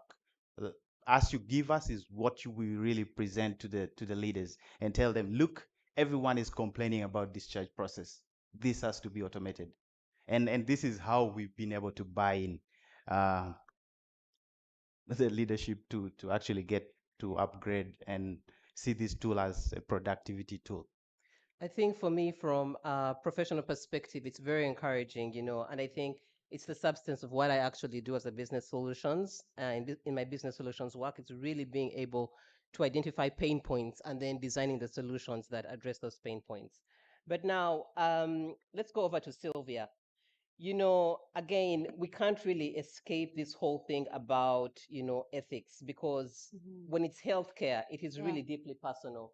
And as somebody said earlier, it's a matter of life and death decision. And I think, without me going into my own, sort of like points of view, maybe you could explain to us what ethical considerations actually means and what ethical frameworks should govern how we collect and use not just the data, but also the deployment of these tools. Yeah, okay. Thank you for that question. So basically what ethical considerations means, it's in simple terms, these are like key aspects that clinicians and researchers could actually think about when designing the tools in order to protect the end users. The end users, we have the patients and the research participants. But now the key considerations will be looking at how do we respect the rights, the safety, the welfare, and the dignity of the patients. Specifically, when designing the tools of AI, do we put into issues around patients' values, what actually informs the decisions about the healthcare they want to receive or not? And there are various key ethical principles or frameworks that govern the way research is conducted in healthcare as well as patient care. And some of them, there are some principles called the FAIR principles, which basically is about how data is findable, accessible, interoperable, and then also reusable. And these particular principles are basically saying, how do we make sure that the data that is being collected is managed well, appropriately, and then can be shared appropriately with other end users? So currently in research institutions, there's something called the data sharing agreements, which are actually agreements between the providing institution as well as the recipient organizations, and the particular key standards that are supposed to be abide by on both parties, especially the one receiving, the recipient organization. What are the key standards that they need to put into consideration while they're using the patient data? And these data sharing agreements are actually also approved by the IRBs and the regulatory bodies, that's UNCST and NDA, to ensure that there is protection, maximum protection to the patients and the other key stakeholders, like the communities where they come from. And when it gets to genomic data, genes are shared across generations, and these are going to be the risks that could be involved in sharing such kind of data that is not ethical, that does not follow ethical standards. The risks that are going to be posing to the patient will be far-reaching, that will go to as far as the families and the communities they come from. So basically here is the key considerations and the ethical frameworks are very pivotal in ensuring that the patients are safe, but then also, the families and the research communities are also going to be safe. And maybe also the other ethical principles that could be very important to note is the principles from the Organization for Economic Cooperation for Development. And basically, these ones are trying to talk about responsible data use and data minimization. So as we are developing the AI tools, are we using the data are we getting adequate and relevant data and using it for the rightful purposes? It's basically minimizing the data to the specific purpose that you need to use it for, and not just having data within your circles and you don't really have particular reason and purpose for why you have that kind of data. So basically, these key ethical considerations are there to protect the end users, but then also the owners of the data to prevent any, the risk that it could pose when people come up with the tools and are designing them that could probably produce some harmful effects that were not foreseeable. Okay. Yeah. And, I just want to circle back to something that Dan mentioned earlier, especially in a setting like ours, Law Resource, where people have like their exercise books, which really contains a lot of the health data, that they walk around with. And so that creates, in terms of limitation, in terms of the data that's available or bias. So how can we ensure, if we don't have access to this, how do we now ensure that AI doesn't reinforce? Because if we don't have the data available, then how are we taking care of everybody else? So how do we go about not reinforcing inequity due to lack or low availability of data? That's a very interesting question. And probably what I could say there is when we moved into, so first of all, the paper, the paper you're talking about is I would say the traditional way of how we do things. And now when we are moving into living that kind of setting into the advanced setting where we're using the electronic records and all that. For me, what I would say there is how do we ensure that there is no we minimize inequity there? What I would say is when we get into especially the health facilities, which are still using, most of them in the villages are still using the papers, how well do we build AI models that actually encompass and also feed into the challenges and the needs of people out there who still use the paper? So what I would say here is, how well do we engage various key stakeholders to understand the local needs? We all live in Uganda, and we all know that different parts of Uganda kind of have different needs. You may find that in Kampala we have CCare, which is already automated, but you find that the patients out there, outside Kampala, who may not have this kind of automation and doesn't make life easy for them when they get there. So how well do we make sure that also the tools we are coming with in developing in Kampala can actually also be used in other settings so that we bridge the gap of inequality? And this is why I talk about engaging the local leaders, the local people in the various health sectors to conduct that kind of meaningful community engagement and see how well can AI tools also support their needs. As one of them, we've talked about the data, having to keep this data and information in the paper, in the book, which whereby when it rains, it's possible to be destroyed or that. Yes. So how well do we see, how do we actually address that need in the villages while also putting in the feedback from the local people themselves? Okay, and so for purposes of a question also that was asked earlier to Solomon, in terms of the care for life, like who takes the blame when something actually goes wrong, as well. How are you able, in terms of where AI, has developed right now and the context, like where are we at now and how far are we off, because I don't think we're going to wake up tomorrow and relegate or delegate the responsibility to the AI model. So maybe you can speak a bit about that. Yeah. That's an amazing question. So one thing about ethical AI, we talk about accountability and responsibility. We cannot hold AI tools ethically or legally responsible for the errors and mistakes that could happen.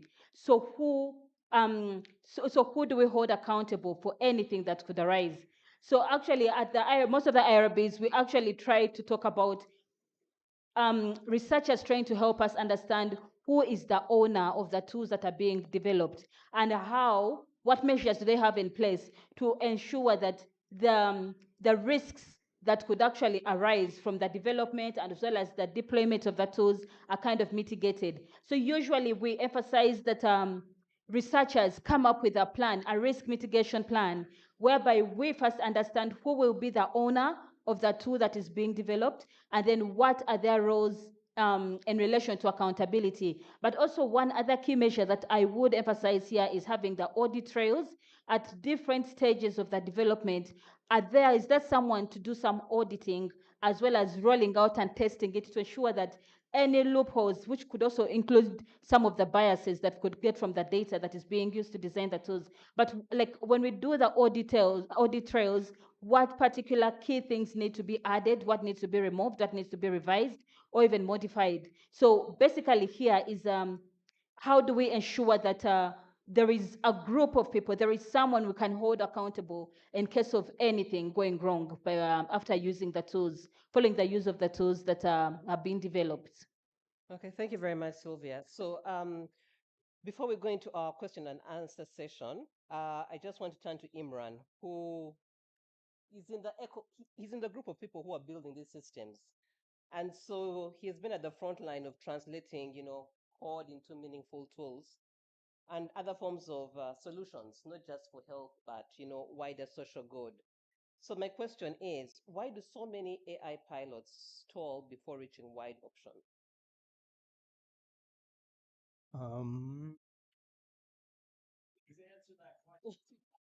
Why do we fail most of the time? I think it's an issue of value alignment between the key stakeholders and the entity that's trying to make the application, the AI solution. And I think there's a tendency often to demonstrate the capabilities that can be harnessed from using AI, as opposed to how it directly solves a specific issue or challenge.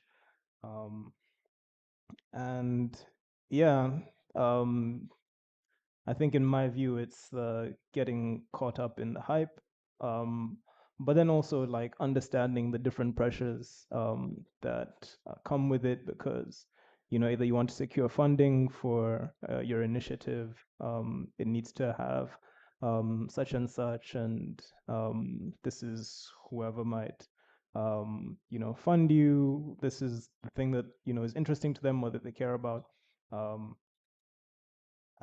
Yeah, so there just needs to be a value alignment, demonstrating clear outcomes. How will this increase the efficiency of the operation? How will it serve the end user? And yeah, offering a solution rather than demonstration. Yeah. So I really like what you said. I think, Okay, go on. I just wanted to compliment on that. I think for our setting, and thank you, Solomon, for the demonstration. I think I really liked it. But just to compliment on the question, we recently had DeepSeek, okay, and ChatGPT. I just want to give that as a very quick example. China came up with DeepSeek, Yeah. and they're saying it was a tenth the cost for OpenAI, okay, what you use as ChatGPT. So in other words, if you learn from these tech giants, what it takes for an AI model, large, and if we had a bigger session, maybe we would have just walked through this whole AI thing and say, look, what is AI and how does it work? How do you really get to it? But I'll just want to answer this straight and not bore you with the other stuff. So I think the biggest stuff for me, and if you went and researched, is literally the cost of training these AI models to work right. Okay. For example, someone said since 2012 we've been trying to get around the cassava, Yeah, so it takes very large amounts of data to actually train. We took pictures of the bottle, but 250 is not enough. We need bottles in different positions, different contexts, to be able to get the right prediction. And for large language models to actually work, we need a lot of data.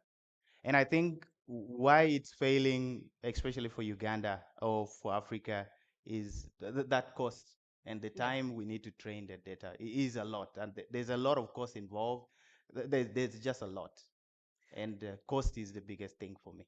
And I think we can segue to my next question for Imran. Is like data. We've talked about it several times over and over again. Is a limiting factor. So how do you handle incomplete or inconsistent data sets in all this? I mean, we have to move along. We know data is a problem, so kind of like how do we solution that moving forward? There are a couple of different ways, I think, at least within like research, in the research space of deploying AI into low resource areas. How do you handle for gaps in data? How do you solve for the low resolution, whether it's spatial or temporal? The fact that data could be infrequently updated, and you essentially just are lacking in quality information to either make a meaningful insight or an AI application. I would say, coming back to a previous point, data stewardship at a systemic level would be ideal to have an initiative of different stakeholders with informed best practices on how to go about collecting, structuring, and cleaning data. And yeah, this initiative being, it needs to be made real because gathering data is tedious, and cleaning data is probably even more, it's more tedious. But yeah, understanding and underscoring the importance of that, being given any kind of incentive scheme from top level. At an organizational level, I think having an initiative towards data stewardship help in the efforts towards making more quality, consistent data. So I think, probably what I would plus on that is because I was thinking about some people I work with in a particular sector.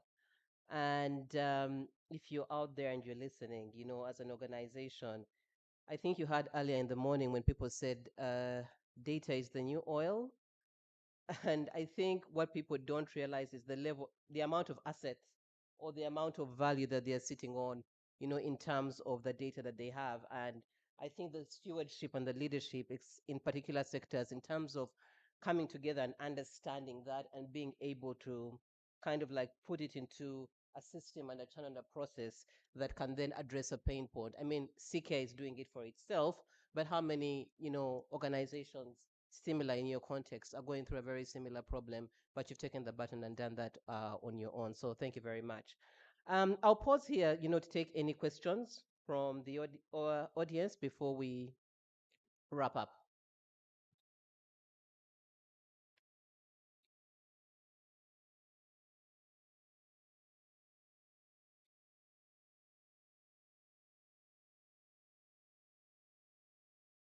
Thank you.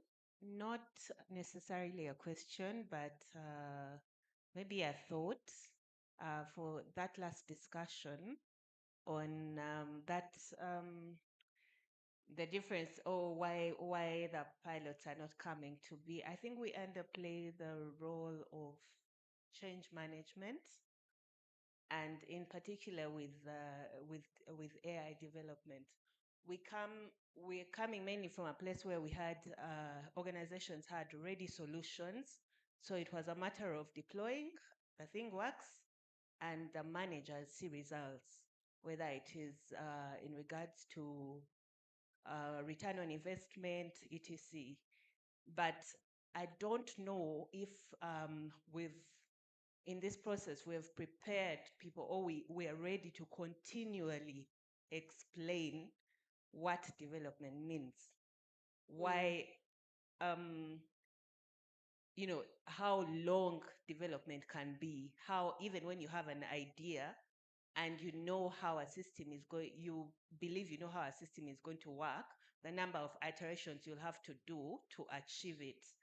And that's the role of change management. You asked him how he was able to convince the leaders at CKR to, you know, embrace everything he's doing. I'm sure he had to go back over and over again just to explain how the money they are putting into that will come back from such a thing as, you know, user satisfaction. So that continuous explaining to the person who is investing and what they're expecting, or how quickly they're expecting to get their investment back or their money back. And the techies who are like, you know, children with a new toy, excited to run with what they're working on, but not many times not keeping an eye on, you know, the return on investment and how long this process is taking. The middle person, you, business development, who is supposed to probably match these two expectations and keep explaining to everybody the process. So I just wanted to bring in that aspect of the change management that is required, the patience that is required by probably the money people, the investors, to see the process, the development process through for these ideas to come to life. Yeah, I think that's a very good point, and I don't know if Dan has something specific to say it, but since you called me out, you know, from a professional perspective, I do understand the news for business case development, and I think part of my challenge that Makare AI Health Lab has put on my docket is to try and marry those two, you know, in terms of, yes, they have the solution, but what's the business case that is going to make CCARE or even the government of Uganda or a development partner jump onto this solution as well. So thank you. Any other question, or has the panel been very clear?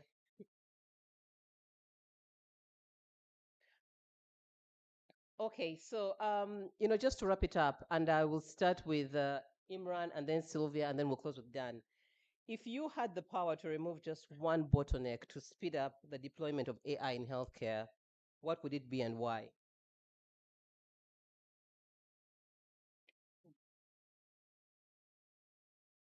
I think this was the hardest one to try and formulate a response to.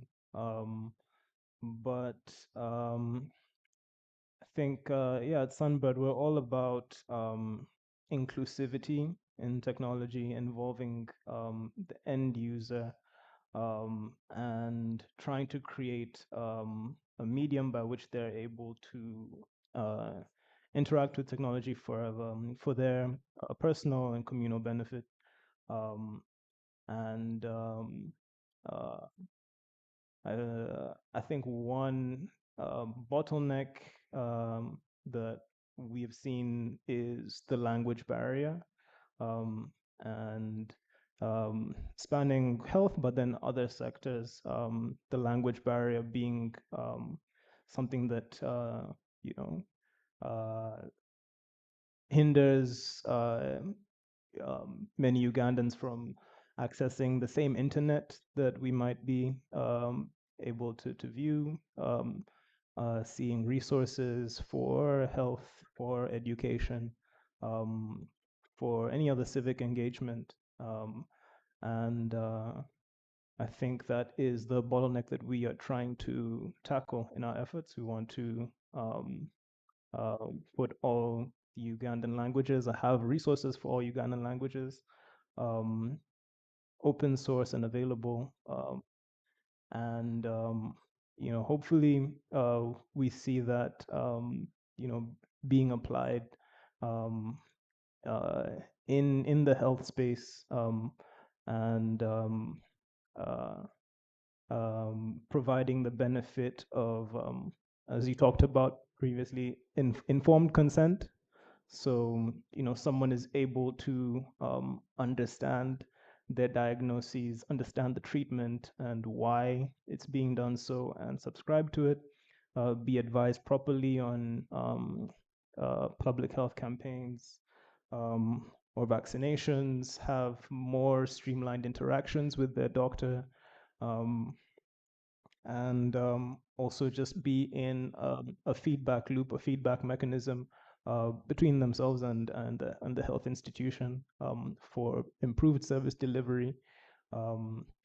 And yeah, uh, so to respond, it would be relieving of the language barrier.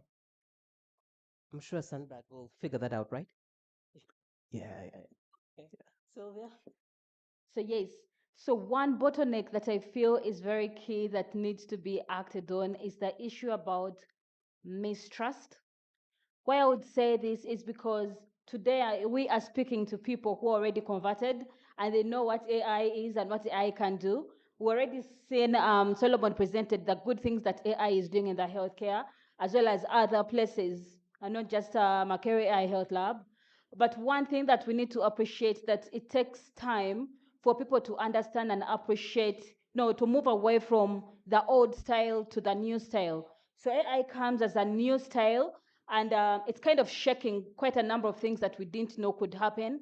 You find someone can actually ask ChatGPT what they need to know about how they're feeling, and they want to know what are the solutions of the health challenges they're experiencing. They're getting a lot of information out there using the AI tools that are being developed. But it's also something different from someone sitting to meet a clinician and discussing in detail what exactly, how they feel and how do they get clear diagnosis. So one thing that I would like to kind of talk about the components of mistrust.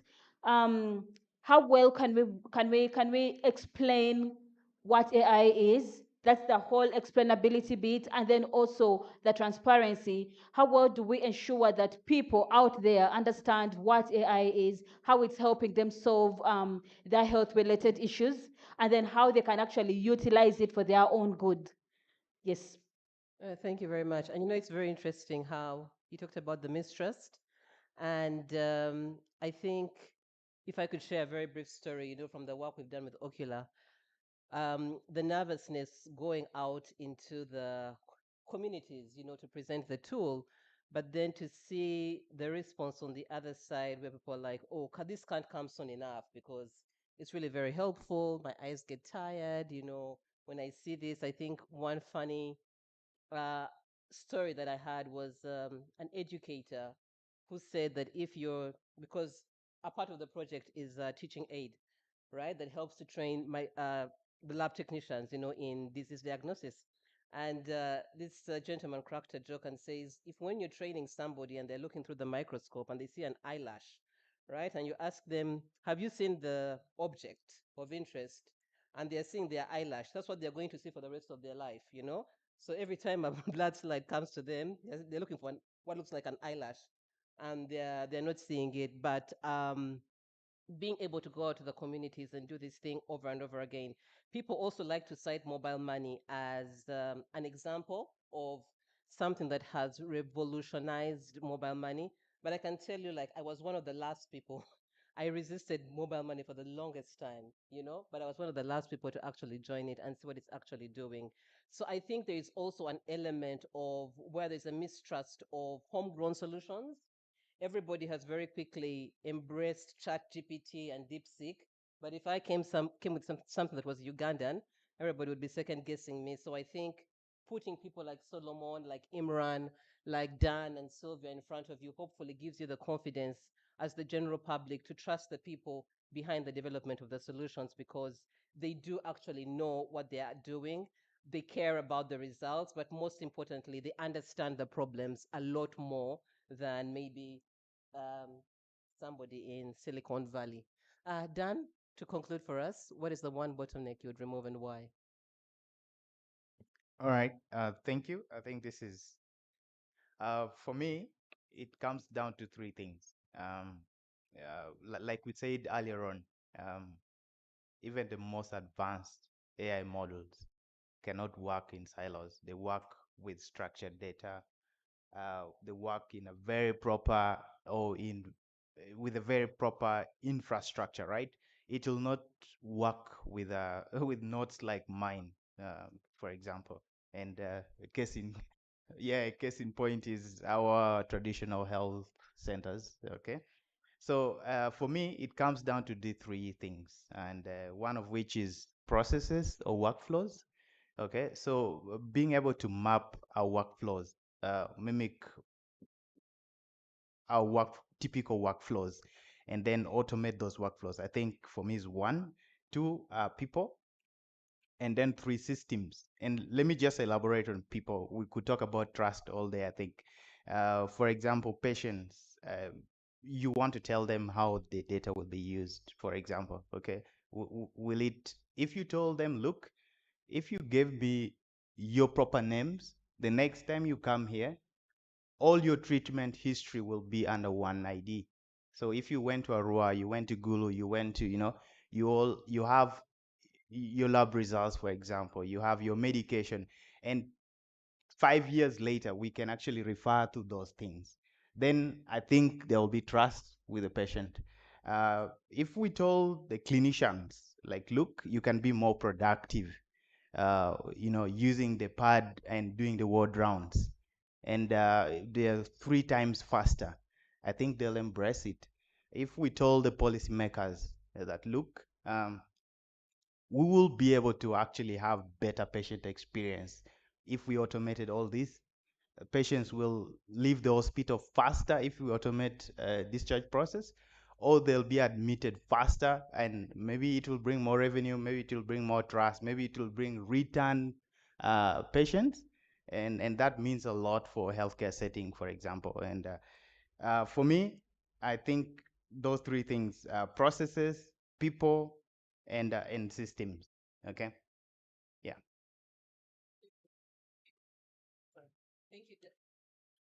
Thank you, Dan.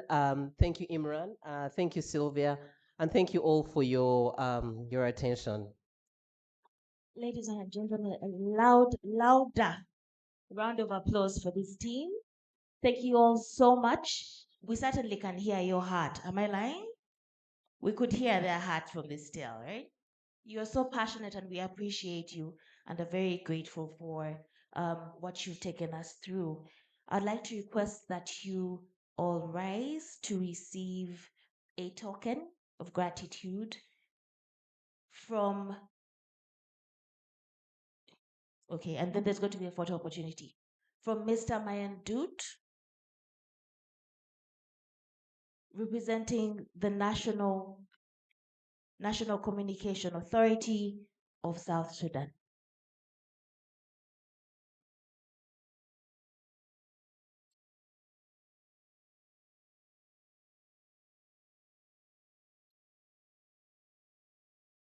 In the meantime, as we wind down the evening, I want to say hashtag Africa AI Summit. We are trending. If you haven't seen it, let me let you know now. I thank you all so much for your contributions and sending in your submissions and posting on social media. If you're going to come and take photographs here, please, if you're going to post them, make sure to hashtag Africa AI Summit 2025. I want to get some feedback from the audience, and for that, I'd like to request Zion to help me when you're done with that session.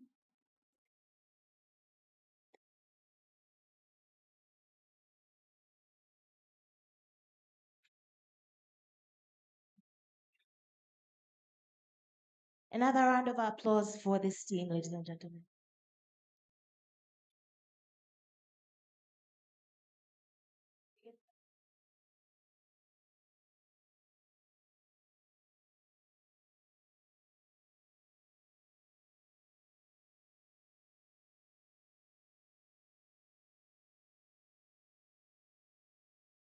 Thank you very much. Zion, I'm going to ask you to walk around the audience, and what we're going to do is key takeaways. I just want to hear buzzwords, things that you've had as repeated themes from the conversations that have happened today. And just to remind you of some of the things you've learned or some of the things you've had from government and its perspective on AI and where it's going. You've had from health or health teams regarding, their view of how AI is going to support and enable improved healthcare in this country. You had the keynote address, and you have also listened in on a conversation about, just a moment, at the inauguration of this discussion, you had about from the different stakeholders of government and the different thoughts they had regarding AI. So I'm going to pass the microphone around. Please, please, please, we're going to capture all of these. Share with us what are the buzzwords that you've had. Zion, I'm handing it over to you.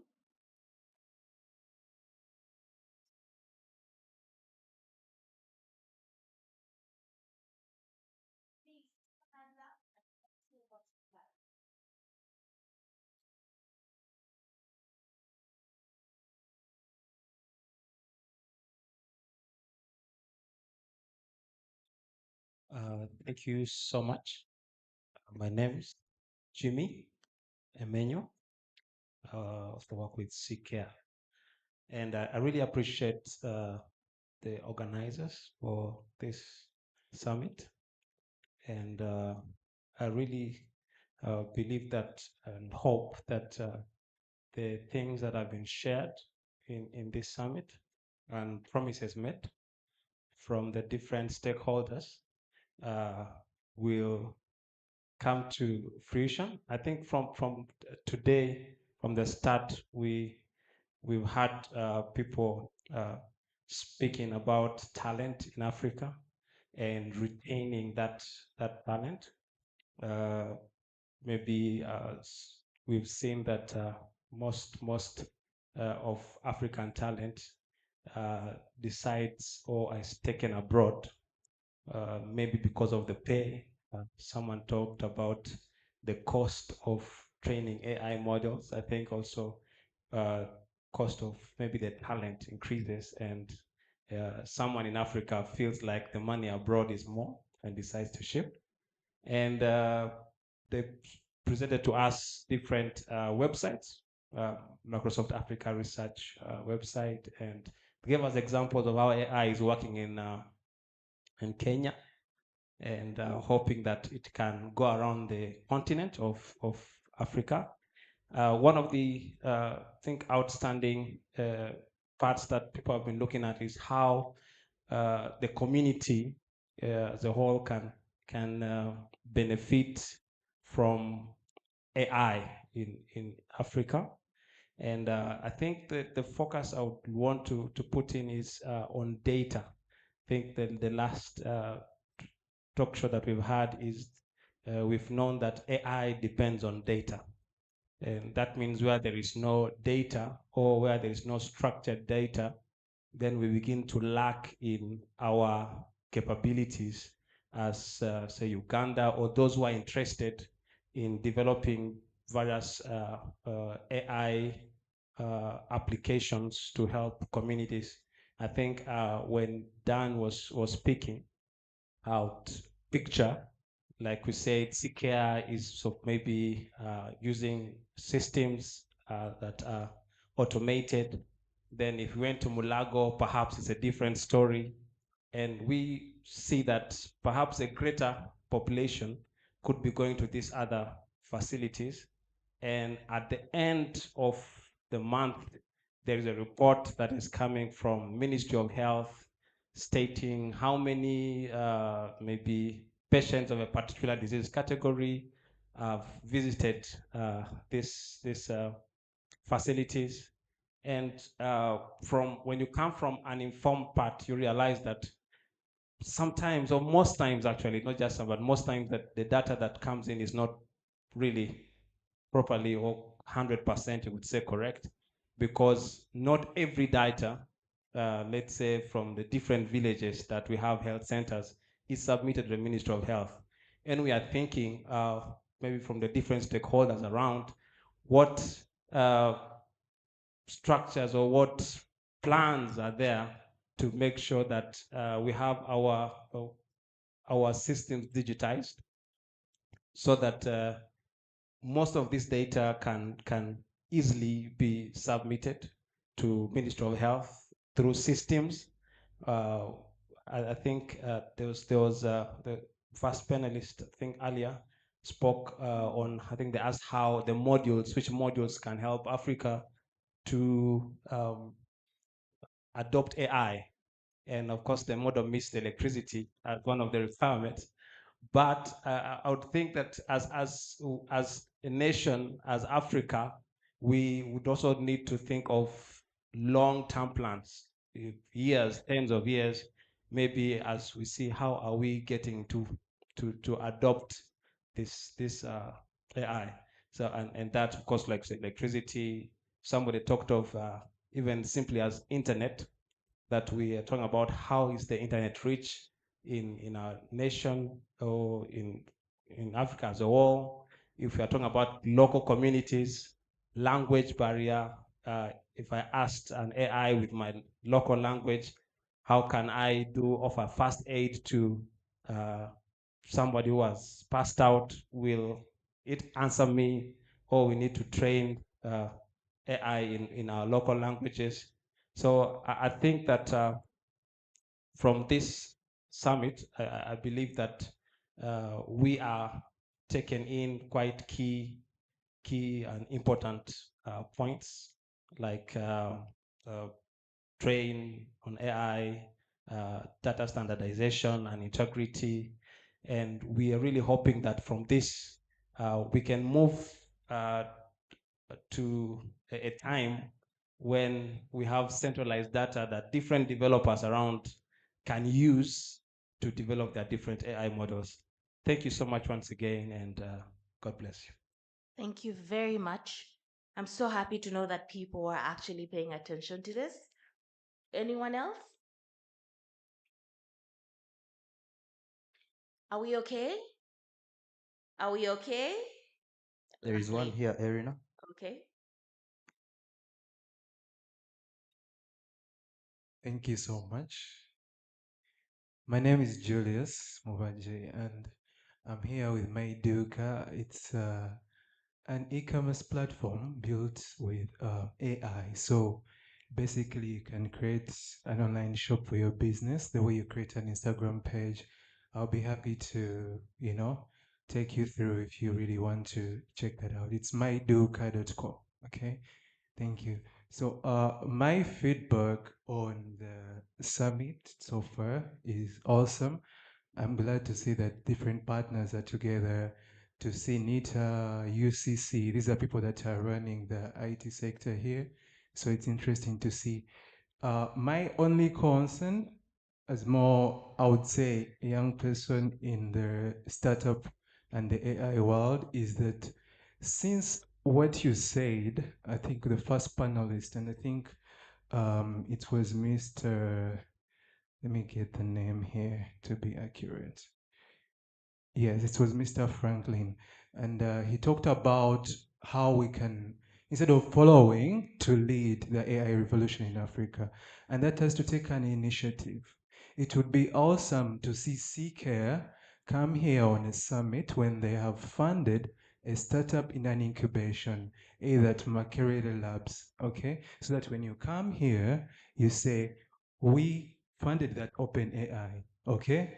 We funded that one, and it's here to present what we see, because what you see with OpenAI, it's Microsoft, and that was an open source initiative, okay?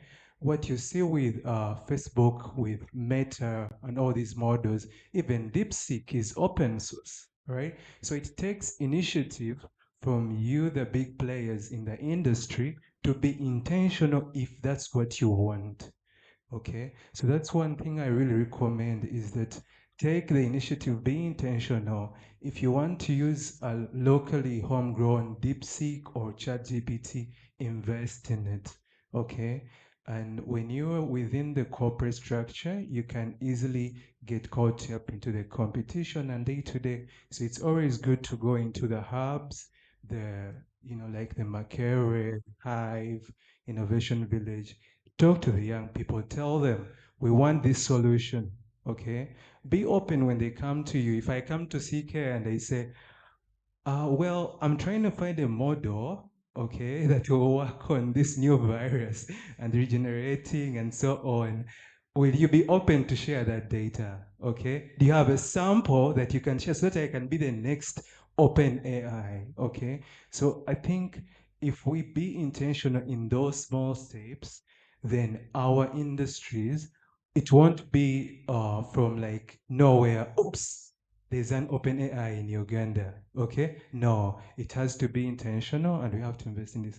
I think that's my comment and I hope to see that in the next summit. But thank you so much. It's a great initiative. It's Julius again. myduca.com if you want to test out the AI, the shopping assistant, it will shop for you. It's like ChatGPT, you can test it out or you can come here and then I take you through. Thank you so much.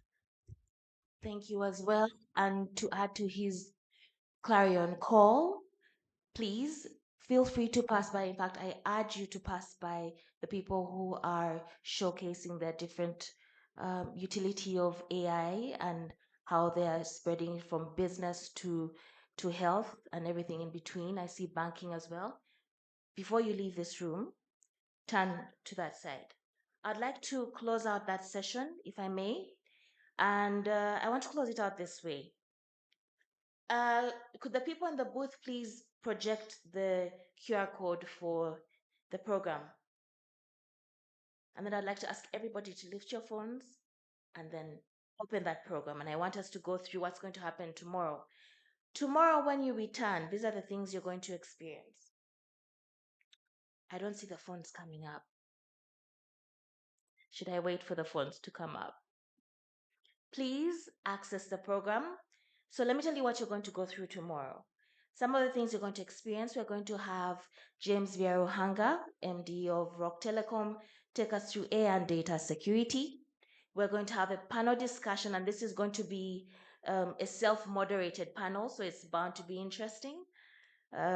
Speaking on frontiers for business to integrate and harness AI-powered innovations for business growth. We're going to have a conversation from Samsung Innovation Campus. This will be done by Musa Georgie. He's coming all the way from Egypt to meet with you, and I've been told he's coming with a few goodies, to which the one who's put the appeal for partnership, this might be a place to turn. There's going to be a masterclass on revolutionizing education in Africa. And of course, harnessing AI and cloud technologies is going to be done by Refactory Academy. There will be lunch, some people's favorite part, certainly few of us. And then we'll close it out with a panel conversation on scaling quality education with AI challenges. One of the fringe benefits of this particular summit, especially for the organizers, was we wanted everyone to appreciate the fact that when technology comes, when new things come, a lot of us operate from the place of the lone wolf. We assume we are doing this thing alone. But look at this community that you have here. You have partners, friends, allies, people you can contact later on, and you don't even need an intermediary to have these conversations. What you have done by staying here, by being here today, is show that there is a thriving community of AI enthusiasts. So when we are talking about wanting to scale AI to make Africa better, we want to navigate AI for business growth and resilience in Africa. Ladies and gentlemen, put your hands together for yourselves. Allow me to very quickly recognize one last time our major partners for today. without whom we would not be able to have this summit. The people who organize it principally are Jengo Tech Limited and Seed Uganda. We have UCC, NITA Uganda, Refactory Academy, Mac AI Health Lab, CCare, who again are downstairs if you need services before you leave. I can tell some people are dehydrated. We have Microsoft ADC, INM Bank, UNDP, SEPA, and Vision Group, specifically New Vision. I want to honor each and every one of you for coming. Tomorrow there will be goodies. I've been informed, but don't quote me too strongly, but I'm told there'll be goodies. But more than that, we'll be wrapping this thing up strong. I thank you so much for attending the very first, our inaugural Africa AI Summit. Enjoy your evening.